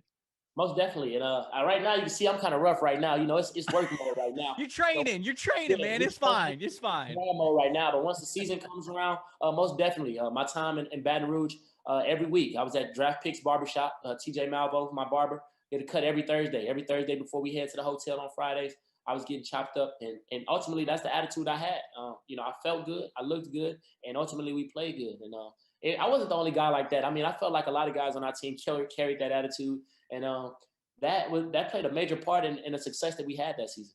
Yeah. No, I mean, like, look, the professionalism, the feel good. Everybody knows that after you get a fresh cut, I mean, like, you just feel like you're on top of the world. So I know the feeling there. I also was doing some research on why you chose the number 5, and it's because I heard that you weren't always a corner. You actually started playing football at a different position. So take me into why you chose number 5 and kind of what they went into that. So I started playing ball in 2007, and all I remember. YouTube, that's when YouTube was starting to get big for me. Mm-hmm. I remember watching guys, Cody Paul and Reggie Bush. I remember Cody Paul. Oh my gosh. So in Little League, I was a running back. I was doing everything that I saw on YouTube. I was juking, spinning. I even cut a few flips in the end zone. I got some film of that as well. But that's the guys I looked up to and I wanted to be like. And it just carried on from there. In high school, I was number 5, and in college, I got the opportunity to wear the grade number 5. Now, I know in the league, I won't be able to do that, but I for sure try to keep it in there. Try to keep it 5 as in my numbers, whether it be 25 or something like that. Man, I am fully on the train of I wish the NFL would just let guys wear like whatever number they want. I get that offensive linemen got to have certain numbers because you gotta with them being eligible and everything, but like let the playmakers just wear whatever they want. You know what I'm saying? I want you to wear number 5. I really do. I feel like that would be cool, but at this point, the league as far as it's going, I feel like at this point it'd be weird now. To see DBs in the league running around with those single-digit numbers, it'll just throw everything off at this point. So I mean, I'm cool with it. My favorite's always when the giant nose tackle dudes who like 350 pounds are wearing like 1 or like 2 or like a single digit number. You know what I'm saying? Like that, like the number's like too small for their jersey or something. Crazy. But guys at the collegiate level love that. I know that's always fantastic. I know you're a video game guy. You're doubt. like you're a Call of Duty guy, if I remember correctly. You're a Madden guy, and I want to ask you about Madden because I heard you answer this question on an interview. They asked you, "Does playing Madden make you a better actual football player?" And your answer, as you smiled, was absolutely not. I play against guys. I spent about 2-3 hours last night playing a game. Me and a few of the guys I'm here training with, but just playing online, man, you come across so many people. You meet people from all over, and guys, they never fail to amaze me. You see something new on Madden every day. Guys show me things that I didn't even know the game lets you do. But yeah, man, at the end of the day, it's a video game. Having prior knowledge, being a football player, you do have an advantage, I feel, when you play the game. But, man, it's like I say, just keep the video games in the video game. What's the most annoying thing you've seen somebody do? Like exploit a player or move somebody or just like some dude you're using is OP. Like what's the most annoying thing somebody's tried to do with you with Madden? So my pet peeve is playing against anybody with the Chiefs. And what they do is they go into the Wildcat package and run a read option with Tyreek Hill and Clyde Edwards. It's basically unstoppable. Like Tyreek Hill's speed on Madden is unmatched. It doesn't matter what defense you get in. You can't beat him to the edge. He's going to beat you outside. And once he beats you outside, he's going to outrun the whole defense. So, I mean, that's very frustrating. But like I say, the things that guys figure out to do on Madden just never fails to amaze me. I remember a couple of Maddens ago. This must have been like 2016 or something. No, it might have been earlier than that. One of my friends got obsessed with using Vernon Davis, the tight end, because he's just so athletic, and he'd use this little option route and throw it to him every time, and I could control the linebacker and just put myself right in front of him, and he still completed on him. I remember we have some broken controllers. That's all I'm going to say. There were some broken controllers. I know the feeling for sure. Let's talk about some of the guys that you've been watching. You mentioned that you're down at House of Athletes, training with a lot of great guys there, getting your body right, getting your mind right for the NFL.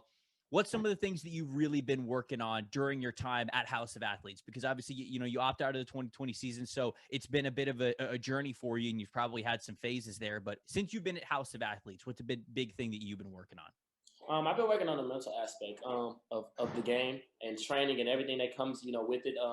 Because, I mean, as you say, everybody knows all the guys training for this. We know you have the physical abilities, but what about the mental part of the game? It's going to be a lot. Guys are going to be put in positions that they've never been put in before. A lot of things are going to happen. It's a new journey. Everything is a stepping stone. I was in a Zoom call with an NFL team yesterday, and they asked me what's the transition. I told them, I'm prepared for that because I know that it's not going to be the same. When you transition from middle school to high school, it's always different. You got to adjust. Things are going to be faster. It's more competition from high school to college and from college to ultimately the NFL. So I've been getting my mind ready for that. do a lot of yoga, a lot of out of body stuff. Man, I'm ready. I'm really excited. I'm ready. I love it. I love that you're, I asked that question to a lot of guys and they talk about a lot of physical stuff or technique stuff, and all that's great. But I love that you're focusing on the mental aspect of it too, because it's definitely a big deal. Who are some of the guys maybe on tape that, like, we go back to more physical abilities that, let's say, over the last year, you've really watched and said, like, man, I love this dude's game. Like, I could see myself taking stuff from him, putting it in my game, having that same kind of mold. Who are some dudes that you love watching in the NFL? So being a versatile guy and being what I feel one of the best slot corners in this draft, I watch guys like Kenny Moore. Nice. I watch, and most definitely, I mean, people say I'm biased. I say it a lot, but, Tyrann Mathieu, of course, one of the most versatile players in the league, was all over the field. I watch those guys. And it's just about the knack for the ball, getting to the ball, being around the ball at all times, high motor. And that motivates me. And I think that watching those guys and just even sitting out, you learn a lot from watching as well. Mental reps are just as big as the real ones. And I've got a lot of those, sitting out this year. And I feel like it's going to be very beneficial to my game. Man, a lot of people give the shout out to Tyrann Mathieu, of course, because he's one of the best in the game. But I'm glad that you gave Kenny Moore his props right there, because he's a game changer. He's a game changing slot player. So that's a great one as well. All right, Gary, final question from me. We got $1,000 on the line. Not really. I don't have $1,000 to bet. But let's say, hypothetical, we got $1,000 on the line. You've got to pick something that you know that you're going to beat me at that's not football related. And I'm going to say not run related either, because we're not going out on a track field. So like a video game, like you said there, like karaoke, cooking, chess, like whatever it is, anything. What are you most confident that you could beat me at for $1,000? For $1,000, I am quite positively sure that I can beat you in a game of checkers. On the iPhone checkers, I think I'm undefeated on the game. Either that or anagrams. All of my friends know that I'm undefeated on anagrams. Wow. I try to master the iPhone games. Listen. This is good. Yeah, this is what I do in my free time. The iPhone checkers and anagrams. Nothing but words. I figure it out. My mind just goes 1,000 miles a minute. I figure it out. Kerry Vincent Jr., everybody. He'll whoop you on the football field. He'll whoop you on the track, but he'll also get on the virtual checkers board and serve you. I love that. I love figuring out what guys are doing off the field. That was fantastic. I love getting to sit down and figure out who guys are when they take the helmet off, and we got a good look at what Kerry Vincent Jr. is like. He's going to be a stud in the NFL. If you liked this prospect interview, we got plenty more coming throughout draft season over at the Draft Network's YouTube channel. Make sure you like and subscribe so you don't miss any of it. He played press man coverage on the outside and turned and ran and carried some dude who was like 30 pounds lighter than him, like 30 yards down the field.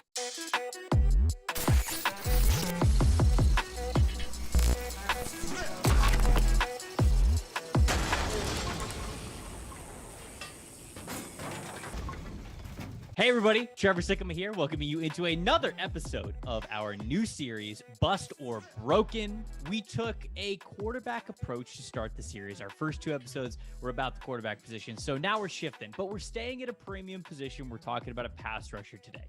And I wanted to talk about this guy because his narrative in how he came in the league and even now who he is today are things that I don't think everybody knows the whole story. We're talking about former Miami Dolphins pass rusher Dion Jordan, who was selected with the number 3 overall pick in the 2013 NFL draft. And to help us understand everything that went on with that decision, what happened with Dion Jordan during his time with the Miami Dolphins, and some of the things afterwards, we have our resident Dolphins expert at the Draft Network, Mr. Kyle Krabs, the one and only. Kyle, appreciate you joining me for this, man.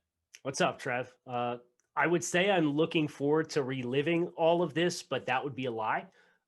So instead, I'm glad you chose me to come on and talk, and I'm looking forward to a little bit of quality time with Trevor Sikkema. Well, we need to, I appreciate that first and foremost. We first need to talk about how Dion Jordan even came to the Miami Dolphins, because, you know, he got his first start his third year at Oregon, kind of really had a breakout year, had the senior year, but didn't play the entire season. So he was a little bit of an unknown. He was a little bit green, but I feel like his combine was nuts. His measurables were crazy.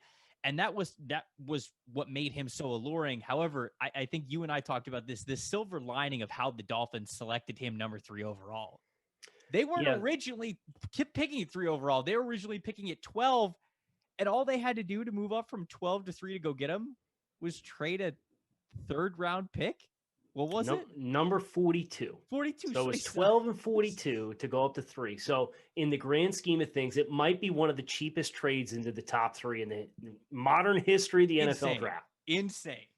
So that's all it took. But when you go back and you look at that 2013 NFL draft class, you kind of see why it was so easy to go up, because the top of that draft was really like pulling teeth to find quality hits there. And obviously, part of what stings is Miami has long been plagued by bad offensive line play, and the very next pick was Lane Johnson out of Oklahoma, who went to the Philadelphia Eagles at 4.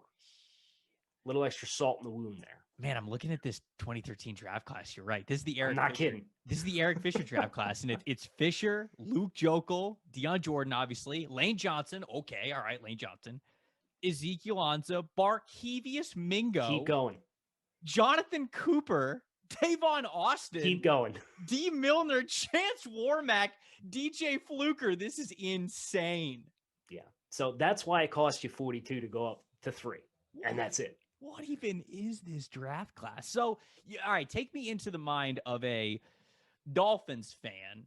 Yeah. On draft night when the Dolphins move up, because anytime somebody's team moves up in the draft, it's very exciting. The heart gets racing, the blood gets flowing. Who they move up to go get? They select Deion Jordan. What'd you think of Deion? Were you doing, actually, I got to ask you this first. Were you doing NDT scouting back at this point? This was the last draft before NDT scouting was a thing.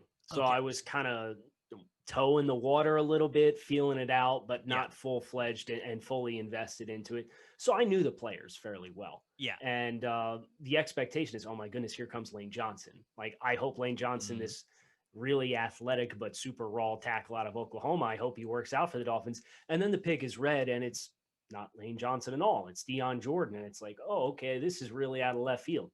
But like you said, the combine testing, the high point flashes, the physical tools, all those things, really exciting for a guy who kind of played all over the place at the University of Oregon. That was part of the appeal. But this is those players that you talk about and you say, well, I hope this team has a plan for him. Deion Jordan was one of those players. And the Dolphins, all they did in their first 2 seasons was put his hand in the dirt and tell him, you're a defensive end, you're a pass rusher. No idea what to do. Had no idea how to win off the edge. No refinement whatsoever. He went from 243 pounds at Oregon to 265 pounds at the start of the 2014 season. Dang. That was like May. So after his rookie season, he was up to 265 because they said, we drafted you at 3, positional value. You've got the traits of a pass rusher. You're going to be a pass rusher. So 277 of 29 snaps his rookie season was hand in the dirt defensive lineman as somebody who was playing in the trenches at the NFL. Man, that's way different. I mean, like, those are 2 different players. You're talking about throwing weight on a guy, 20 pounds. Yeah, that's bad. So do you think then in this conversation of Buster Broken, and of course there's a lot of things that happen with Deion off the field that I want to get into, and I want to make sure that we mention for context, but that's not necessarily weighed into the Buster Broken game in what we're talking about here. So you really think that the Dolphins, even beyond all that they might have been there as a support, like a lifeline for Deion Jordan while what he was going through off the field, because I know that was the case, but on the field, they just weren't helping this dude? I mean, like, at any point did they try to get creative with him? So I remember his second season, I believe he took 2 snaps aligned as the boundary corner. And he took like another handful of snaps, like in the slot playing press man. Yeah. And dude, he played press man coverage on the outside and turned and ran and carried some dude who was like 30 pounds lighter than him, like 30 yards down the field. And it's like, this is what, like, athletically speaking, this guy's capable of. This is why you drafted this guy to player. And he did that at like 260. Man. But it was so cookie cutter. Remember, this was the Joe Philbin era of the Dolphins. And I don't know if you remember the Joe Philbin Hard Knocks But if I told you everything was very vanilla and straightforward and unimaginative, go back and watch 2 minutes of Hard Knocks from that season, and you'd absolutely be ready to buy in and say, yeah, I can totally see how there was no creativity whatsoever here. So they were just running like 4-3 looks where they said you're gonna be a big defensive end for us, and like they didn't want to get creative at all with any kind of odd fronts or standing them up, nothing like that. And this defense had Cameron Wake on it. It had Olivier Vernon on it. Oh, and dang. they also had Derek Shelby, who had bounced around the league as kind of like a complimentary designated pass rusher for several seasons and had a modest amount of success. So like he was running as like the fourth defensive end as compared to playing him in space and moving him around. And those opportunities really weren't afforded to him. So you take that and then you compound the fact that he had a shoulder injury that required surgery before the start of his rookie season that really derailed him right from the jump for his rookie season, really rattled his confidence. He missed 6 games in 2014 due to consecutive failed drug tests for ecstasy and marijuana. Right. And then at the end of the 2014 season, he had a diluted sample that triggered a season-long suspension. And when you take into account, Deion had been through some stuff. His mother really battled with drug addiction. When he was in high school, he had experienced an accident that left him with like 2nd and 3rd degree burns on like half of his body.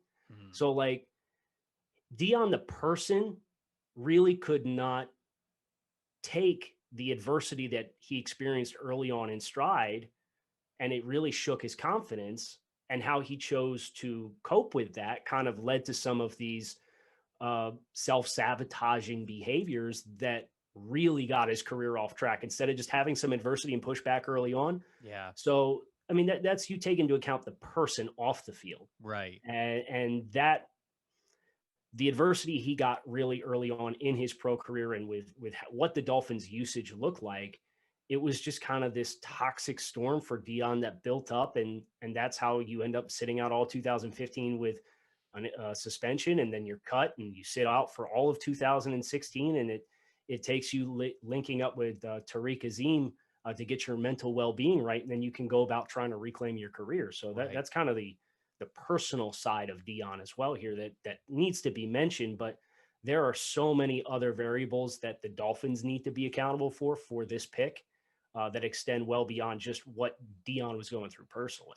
Yeah, I remember doing a lot of research and reading up, for this episode that we're doing here, but it was articles that I had read in the past that I wanted to reread again that just talked about the journey that he was on really when he came to the NFL. And he was very transparent for this interview. One interview in particular that I remember reading of him where he talked about a lot of his struggles. And I think that taking the on-field struggles or like practice struggles, if you will, and bringing them into context with what he might have been going through outside of the field, that paints a clearer picture for you, because we often think, and this Buster Broken show, it's a lot about, hey, did the team ruin him on the field, or was he just like not a good talent? Well, with Deion Jones, it was clear that he was a talent. I mean, you telling me you played a couple of snaps at boundary corner. I mean, I don't know many edge rushers, I don't care how much you weigh, that would be able to even do that and not give up a touchdown immediately. So the guy was clearly talented, but there are so many guys who are talented players who get drafted every single year that their journey and where they are as human beings goes into a lot of how they play early on and how they mature in their own game. And yeah, I can totally see and understand and at least recognize that if you're having these big time struggles on the field, and you got to think about this too. I always try to take into account distance traveled from where a guy played college to where he might be living now on a team. Doesn't get any further than Eugene, Oregon to South Florida, man. I remember this with Ronald Jones when he went to the Buccaneers, because there was nobody in the Bucs running back room that should have held Ronald Jones back. I don't mean that to be a slight on Peyton Barber. Peyton Barber was good for them, but they drafted Ronald Jones at the top of the 2nd round to be the guy. And he wasn't early on. And he just looked, I remember covering those training camps, he just looked timid. He just did not look confident. You think about it, kid from Texas, plays college ball at USC, goes to Tampa. How many people do you think he knows in Tampa? None. His whole life is just uprooted. And so for Deion to have struggles on the field, then maybe not really have a support system that was the right support system in Miami, you can understand how that would really, unfortunately, spiral both on and off the field. This is the perfect segue, because the Dolphins front office and infrastructure and coaching staff, they weren't even getting along with each other at this point in time. So before we had Game of Thrones, there was the Dolphins front office conflict between Jeff Ireland and Dawn Aponte / Joe Philbin. So if you're not well versed on this saga kind of lasted from when Philbin was hired in 2012, and it even goes back to when Aponte was hired by Bill Parcells in 2010, and Ireland was the acting GM at the time. And when Jeff Ireland was fired at the end of, I believe, the 2014 season. So after Deion Jordan had already been in the league for 2 seasons and had the diluted sample. Ireland hired as the GM when the Dolphins did their rebuild after a 1-15 season in 2007. Bill Parcells comes in as the football czar, was the big buzz title for Parcells, and Ireland was handpicked to come act as the GM. Dawn Aponte is hired by Bill Parcells in 2010 to come in as a cap specialist. Now, Bill Parcells shortly afterwards left the organization, and Dawn Aponte, sensing that her number one champion within the organization was no longer in the picture, started to make sure that she was spending quality time with Dolphins owner Stephen Ross, whether that was flying with him to games or attending practices and so on and so forth. Very hands-on. Jeff Ireland sees this taking place. So he goes to Stephen Ross, the owner of the team, and he says, listen, this Dawn Aponte thing, I don't really think it's working out all that well. I think we should probably part ways.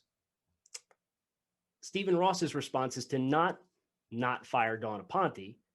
It's to give her a promotion, double her salary, and make her the vice president of football operations, executive vice president of football operations. The team fires Tony Sperano at the end of the 2011 season. Okay. They're engaged in an early 2012 coaching search. Dawn Aponte is sitting in and an acting member of the decision-making process for who's going to be the next head coach of the team, alongside Ross, Jeff Ireland, and others. And they are very clearly butting heads because there's a power struggle there, because both of them are direct reports to Stephen Ross. They hire Joe Philbin. Dawn Aponte starts working with Joe Philbin on a weekly basis about, before your press availability, let's talk about how we answer certain questions, and we want to make sure So Dawn Aponte very quickly gets an ally in Joe Philbin. And as this team is struggling to crack 500, the pressure for whose fault it is got so bad that Jeff Ireland and Joe Philbin did not speak for half a season in season at all the entire time. It's just wild.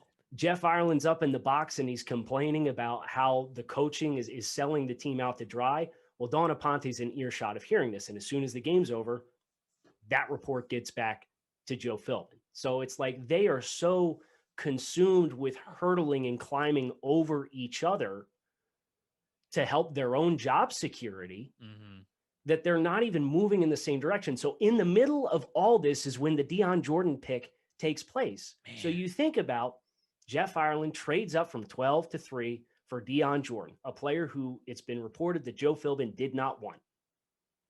Joe Philbin and his staff then proceed to use Deion Jordan at a position he played very rarely and with no imagination on the field, to the point in which he gets no momentum going whatsoever. And all the while, the coaching staff and the front office are butting heads about whose fault it is that the team is stuck in neutral and can't get into a winning rhythm. So you talk about wanting to give Deion Jordan an emotional support system or infrastructure to help him be the best version of himself that he can be.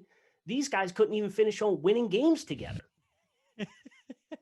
So this is the perfect example of you guys got to be on the same page. Yeah.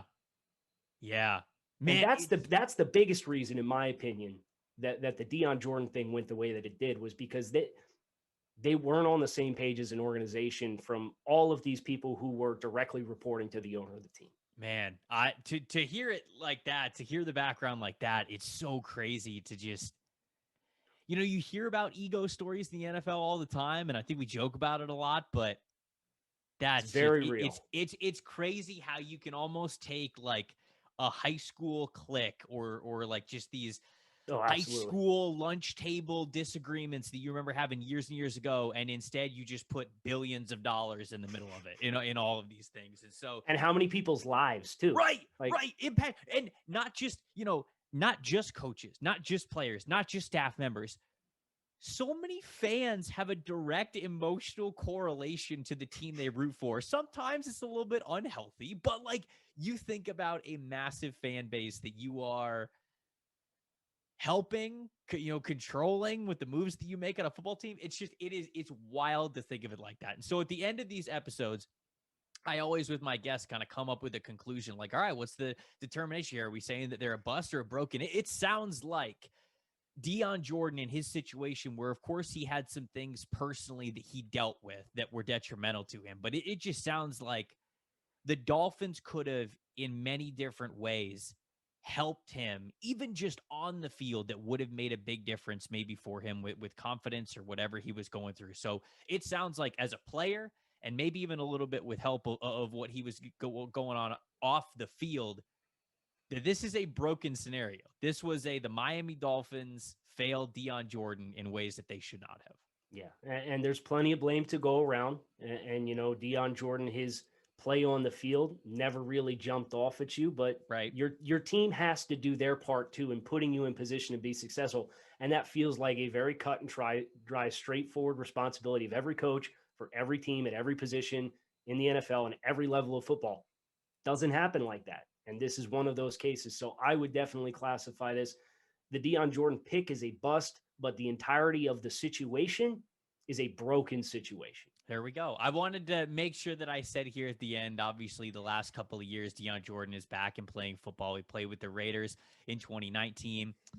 He played with the San Francisco 49ers this past season. And, I remember reading an article that was, again, about Jordan in 2019 during his 2019 season. He just talked about him being fully sober now, him having a different outlook on life, how much more healthy he is, more healthy than he said he's been in a decade. And John Gruden, for as crazy as, John Gruden is, two words that he used to talk about Deion Jordan during his time with the Raiders was role model. He talked about what kind of an inspiration he was getting back on the field and just changing who he was as a man. And so I wanted to make sure that I said that before we ended the episode. I think that was good because it was two sides of the coin, and it gave us a little bit of a sneak peek of, man, how things behind the scenes, sometimes with ownership, coaching, everything, could go a long way into what could be a promising career for a guy who was picked number 3 overall. And that could definitely be a reason why it did not manifest the way that it probably should have. Kyle, really appreciate you joining me, giving me the insight only you can, my friend. Thank you. Thanks for having me, Trev. And hopefully we don't do this anytime soon for other Dolphins. But if you want to talk about other guys, it's fine. Just let me know. Of course, man, anytime. That's it for this episode of Bust or Broken. We will be back next week with another episode. We'll see you guys then.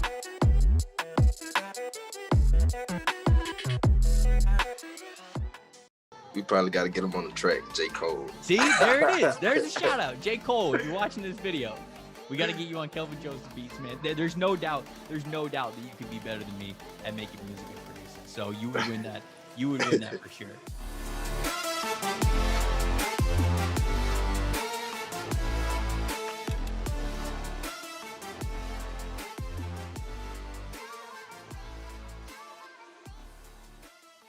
What's up, everybody? Trevor Sikkema here, welcoming you back to another episode of our prospect interview series. I'm very, very excited for this episode because here with me, I have Kelvin Joseph, defensive back for Kentucky. Kelvin, my man, how are you doing? I'm doing good. Thanks for having me. Of course, man. Dude, how's training been? Before we get right into the questions, I'll just ask you kind of how you been, how's training, going through this process, starting things early, got the sights set on the NFL. It's been a long time coming, huh? How you been too, bro? That's the question, how you been? Because I know it's a lot getting ready for the NFL draft, evaluating all these players. But for me, I just been taking it one day at a time. It's been a grind. It's been a motivation to me every day, just to motivate myself to get up every day, to get better, stronger, faster, physical, and just enjoy the process of what the chance that I have to do now that I never had before. Man, you hear that? Hey, all right, I just want to make sure that all the prospects out there listen to that, because Kelvin asked me how I was doing for draft season. It's the first time any prospects ever asked me how I'm doing for draft season. So I appreciate that, man. I really do. Draft season's a blast. It's a lot of fun. We get to sit down with some great guys like yourself. First question I got. I always love to take it back to the high school days, to recruiting. You were a big-time recruit, man. And I remember when you were sitting down deciding, I remember correctly, you had the Auburn hat, Florida State, Alabama, LSU. You had all those hats on the table, which means that you did something. What'd you say? I said there was a big four. I know, man, which means you did something right. If you got all those hats on the table, you were doing something right. But something I loved learning when I was doing the digging on you is you started out being a stud on special teams. I remember your coaches talking about how fiery you were on special teams when you started playing ball with them. Was special teams work something that laid the groundwork for you to really become that coveted 4-star prospect that you were? Yeah, like I took pride in every special team. Like my high school coach, he told me special people do special things on special teams. So I felt like I was always a special person, special player. So I just made special plays. And I wanted to be on special teams. I just took pride in what I do. And every time I touch the field, I had a chance. Man, that's the most coach saying I've ever heard, but it's fantastic. Like, that's such a motivating thing that you hear from coaches. Also read up that you had in your high school career 13 either kick returns, punt returns, or interception returns for touchdown. That's some major ball production, and not just like you getting your hands on the ball, you taking it to the house, you getting 6. Tell me. Felt like every time I touch the ball, it's like I got a scope in my head. I got a scope. And I love that mentality. I'm sure a lot of coaches obviously love that mentality too. But I was gonna let you go there. But I'm asking, what makes a great takeaway artist? Like a defensive guy who goes and gets his hands on the ball. We talk about that all the time here with scouting. Like, you love guys who can get you turnovers. What makes a great takeover artist, as you have been in high school and in college? What make a great takeover artist like Kelvin Joseph? Just me playing with my swagger, being mean, physical toughness, taking pride in what I do, being the best man-to-man cornerback every time I step on the field versus in the receiver, making them feel uncomfortable, and me just playing my game how I'm supposed to and just letting the plays come to me and have fun with the game. And then I just have fun scoring, like in the end zone, catch interceptions. Listen, when you're on defense, I mean, like you said, you played special teams a little bit. You've been in the end zone, so you know what that feels like. Like, not all defensive players know the joy of getting into the end zone, but you do. So it makes sense that you want to feel it again. How important is that confidence? Because, when we do scouting here, specifically, you want a lot of players to play with confidence, but I love my cornerbacks who play with an attitude. How important is that attitude for playing the cornerback position? Yeah, playing the cornerback position, you have to have an attitude, because like they say, one play in and the next play you got to throw it out. Like, you can't just focus on the good and you can't just focus on the bad. It's one play at a time. And you focus in on the little things, the technique, hand placement, the receiver, feet work, all that. It's just going to make you a better player as you focus on the small little things. And I feel like focusing on them small little things and techniques that took me far away, and it helped me make a lot of plays in the game. I read that your nickname is Fat. Now, how in the world does a 6 foot, 190-pound defensive back get a nickname Fat? I saw that your social media handle is Boss Man Fat. Like, where did this come from, man? Yeah, Fat was something just came away with my family when I was a baby. I came out like 10 pounds. Yeah. And I was kind of chunky on the pictures. So they just called me Fat when I was younger, and it just really stuck with me. And once I got towards like middle school and high school, I added the Boss Man to it. So everybody just called me Boss Man Fat from then, and it just went. That's funny. So you, I wish was your mom who was calling you fat when you were a kid? Because obviously you weren't calling yourself. That was like your mom. Yeah, like my mom, my whole family. Like that's what they raised me on, calling me fat. Then it only makes sense that you add the boss man to it. That goes back to the confidence that we just talked about. Adding boss man right in front of the nickname. That's good. I also noticed that more swag to it. You have to add. You got to add swag anywhere you possibly can. Speaking of that, and this does have to do with that. You've worn number 1. Feels like forever. Like in high school, I'm pretty sure I saw a picture of you wearing number 1. You wore it at LSU. You wore it at Kentucky. What is it about the number 1 that you love so much?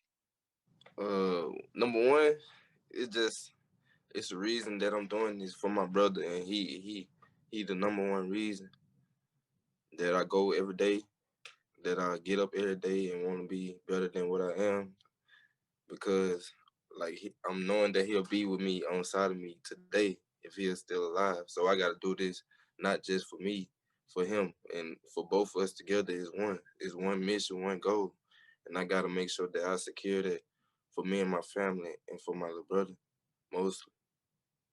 I love hearing that, man. I mean, I that was one of the questions that I would ask you anyways, because you go over to your social media and you see all sorts of tributes to your brother, and it's clearly something that drives you, that gives you that motivation to be the best that you can be. And so I love hearing that, man. That's such a great backstory, and something that you can carry with throughout your career with his passing. Let's talk some pro ball, okay? Let's talk about some of the guys that you love watching. Is there anybody in the NFL that you grew up watching? Because I know you played some safety too. So feel free to say some safeties. I know you're a defensive back and you kind of do it all there. There's some corners and some safeties that you really either loved watching when you were younger, or that you've loved watching, kind of learning from their game over the last couple of years. First off, I'm going to start with Morris Claiborne, Pat P, just some LSU legends I grew up watching. Yeah. 25 Howard from Miami, I like his game. Yeah, Zaven, yeah. And just on safeties, I'm going to speak on Tyrann Mathieu and Jamal Adams. They make a lot of plays in the game. And I'm not just saying from LSU guys. It's just somebody I study because they good at their craft. And they're the best at their craft on the next level. Tre'Davious White, Jalen Ramsey. Like, they top 2 in what they do. There's them type of guys that I focus on and try to put my game and mix their game with mine and make it a little better. You talking about some of the best in the game, no doubt. Yeah, that's what I'm saying. Going back to that confidence too, I remember interviewing Xavier Howard a couple of years ago, and I was asking about where he got drafted, and he could actually name all of the corners who were drafted ahead of him. Like, he carried that chip on his shoulder, and you can tell, I can definitely see some Xavier Howard, and even the way that you're talking about the corner position. So I think that makes a lot of sense. Yeah. When I've been watching your tape, I've been noticing that you're not afraid of some of that press coverage. You're not afraid of getting in guys' face, playing man, putting your back to the ball. What does it take to be a good press corner? Because we hear about that all the time. Hey, the NFL loves guys who can play press, who can play in man. What makes a good press corner, and what makes you good at it? What makes a good press corner and what makes me good at it? I feel like I'm physical, I'm tough, I'm not scared. Every play I'm going to compete for the ball. I'm not going to let the receiver just make a play on the ball. I want to make the play. The ball in the air is mine. I'm coming down with it. I don't believe in 50-50 chances ball. I feel like every time it's in the air, it's mine. And every time, it's just learning. It's about learning from your mistakes, like throwing out the small play, like I said, just one play at a time. And knowing your technique, knowing what's finna happen before it happens. Speaking of that technique, one other, kind of football specific question I wanted to ask you before we get to a couple of fun ones is, what's something that you've learned, let's say over the last couple of years? Could have been at LSU, could have been at Kentucky. What's like a technique or a style about your game? What's something that you've learned over the last couple of years that's been great for you? Maybe it's like hand placement or timing or how to look for the ball or something like that. What's something that you've learned that you've really been able to elevate your game with? My key things that I focus on, still focusing on being patient, turning around for the ball, and keep on making plays and not letting the receivers make a play on me. That's gonna be my main focus. That's gonna get me through my technique. Being patient, that's my technique. That's gonna get me to turn around, locating the ball. That's me. That's gonna get me paid. So it's just on me to make my play, because my technique is what I do. So it's on me to be patient. No doubt about that either. All right, so when I was going through your social media, I noticed that you got a saying that you continually say throughout the whole time. Is you know the vibe. You know the vibe. You got the hashtag in there. You say it all the time, whether it's a football picture or not. Who came up with that? Is that a saying that you kind of came up with, or what was the motivation towards saying that all the time? You know the vibe. That's something me and my bro Javante Smart came up with in high school. He was playing AAU, and I was playing 7-on-7. That's when it really started. And then that's when it just ran off for real. We have a lot of teammates, a lot of fan base, and once it got around that you know the vibe, you better know the vibe. Like if you my fan, you gotta know the vibe, because if you don't know the vibe, you must not be a real fan of Kelvin Joseph or Javante Smart. You turned into a lifestyle, man. You took a phrase and you turned into a lifestyle. Yeah, it's pretty much a lifestyle now. We living by the vibe, so it's just a vibe. We vibing right every time. All right, last question for me. This is one that I've asked all the people who have come on this show, all the prospects. We got $1,000 on the line. Not actually. This is hypothetical. We're not actually $1,000, but let's say there's $1,000 on the line. You gotta beat me at something that's not football related.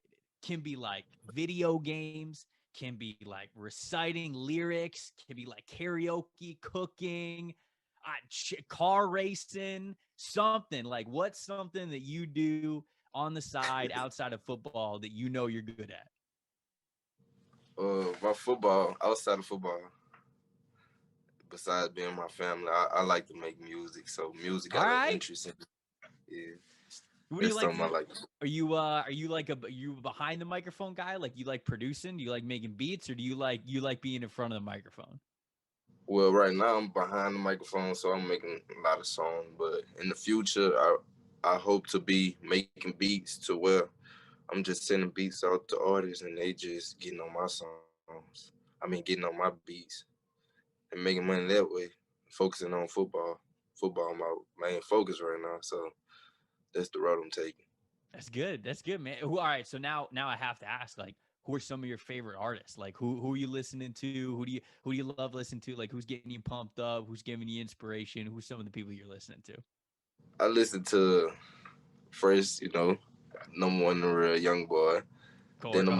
Of course, man. Then I'm gonna go with No Cap. He nice. Quando Rondo and Lil Boosie. You already know he got to give you the hype. Of course. Then I listen to J. Cole just to calm down and just chill and get in my settle down, because J. Cole, he talk a lot about what's going on in the world, just in a positive manner. Besides the up tempo, it's just something that's gonna calm you down, get you through your day.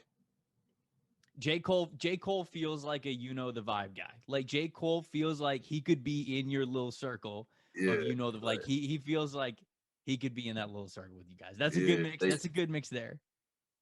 We probably got to get him on the track, J. Cole. See, there it is. There's a shout out. J. Cole, if you're watching this video, we got to get you on Kelvin Joseph beats, man. There's no doubt that you could be better than me at making music and producing. So you would win that. You would win that for sure. Kelvin, I really appreciate you popping on with me, man. Best of luck in the training before the NFL draft, where you're going, your next destination, and how you do as a pro, man. Really appreciate you coming on with us. Thank y'all for having me, bro.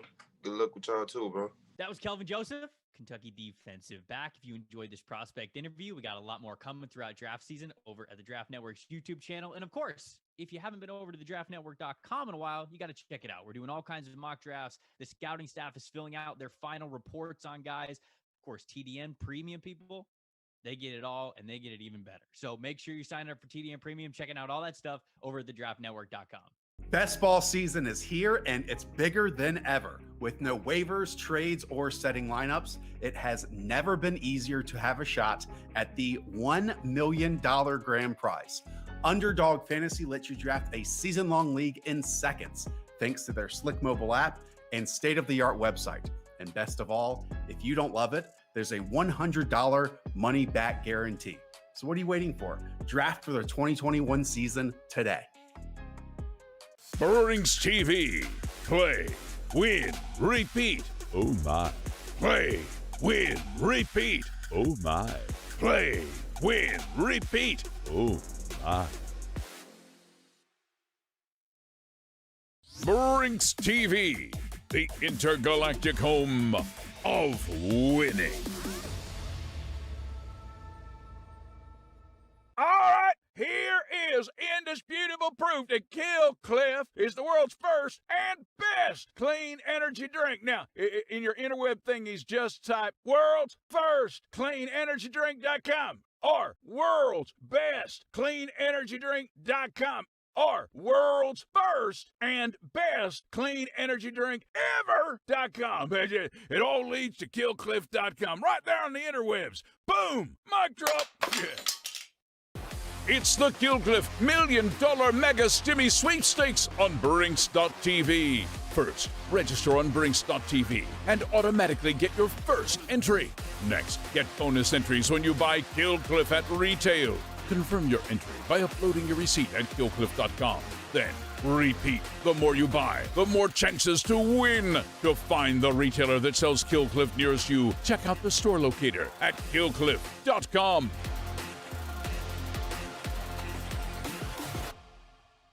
Brinks TV, loving on you with lots of cash and prizes.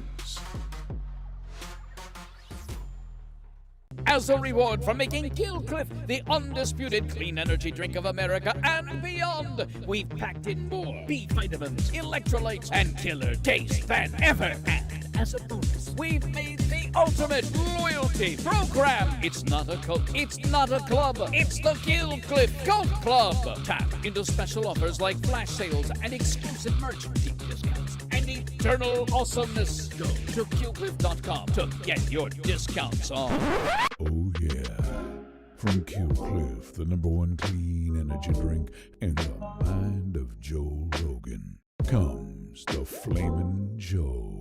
Sugar-free, B vitamins, electrolytes, all them good drink things. An epic spicy pineapple fusion from out of this world, straight into your drink hole. Own it. Killcliff.com. A long time ago, people used to watch TV and win. Jack squat. In other words, you will win nothing and like it. But now, Brinks.tv brings you the ultimate show where the whole frickin' point is to win prizes every day. Good God, man, behold, the Emperor. Winning never felt so good because he or she or it or they or whatever pronoun the Emperor identifies as could be me for all I know. Whatever he or she or he calls himself, herself or knee-self, you will only win when the decision is made by the Emperor.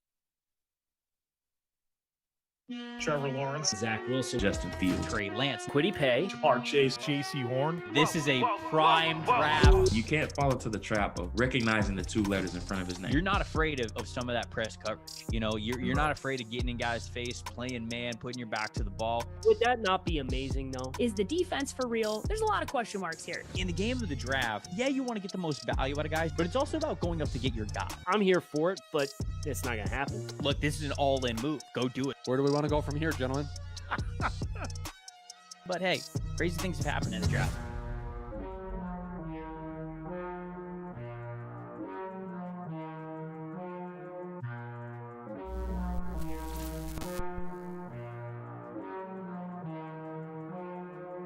Trevor. Draft week coverage here at Brinks HQ, broadcasted on Brinks.tv and everywhere on TDN social channels. I am Trevor Sikkema.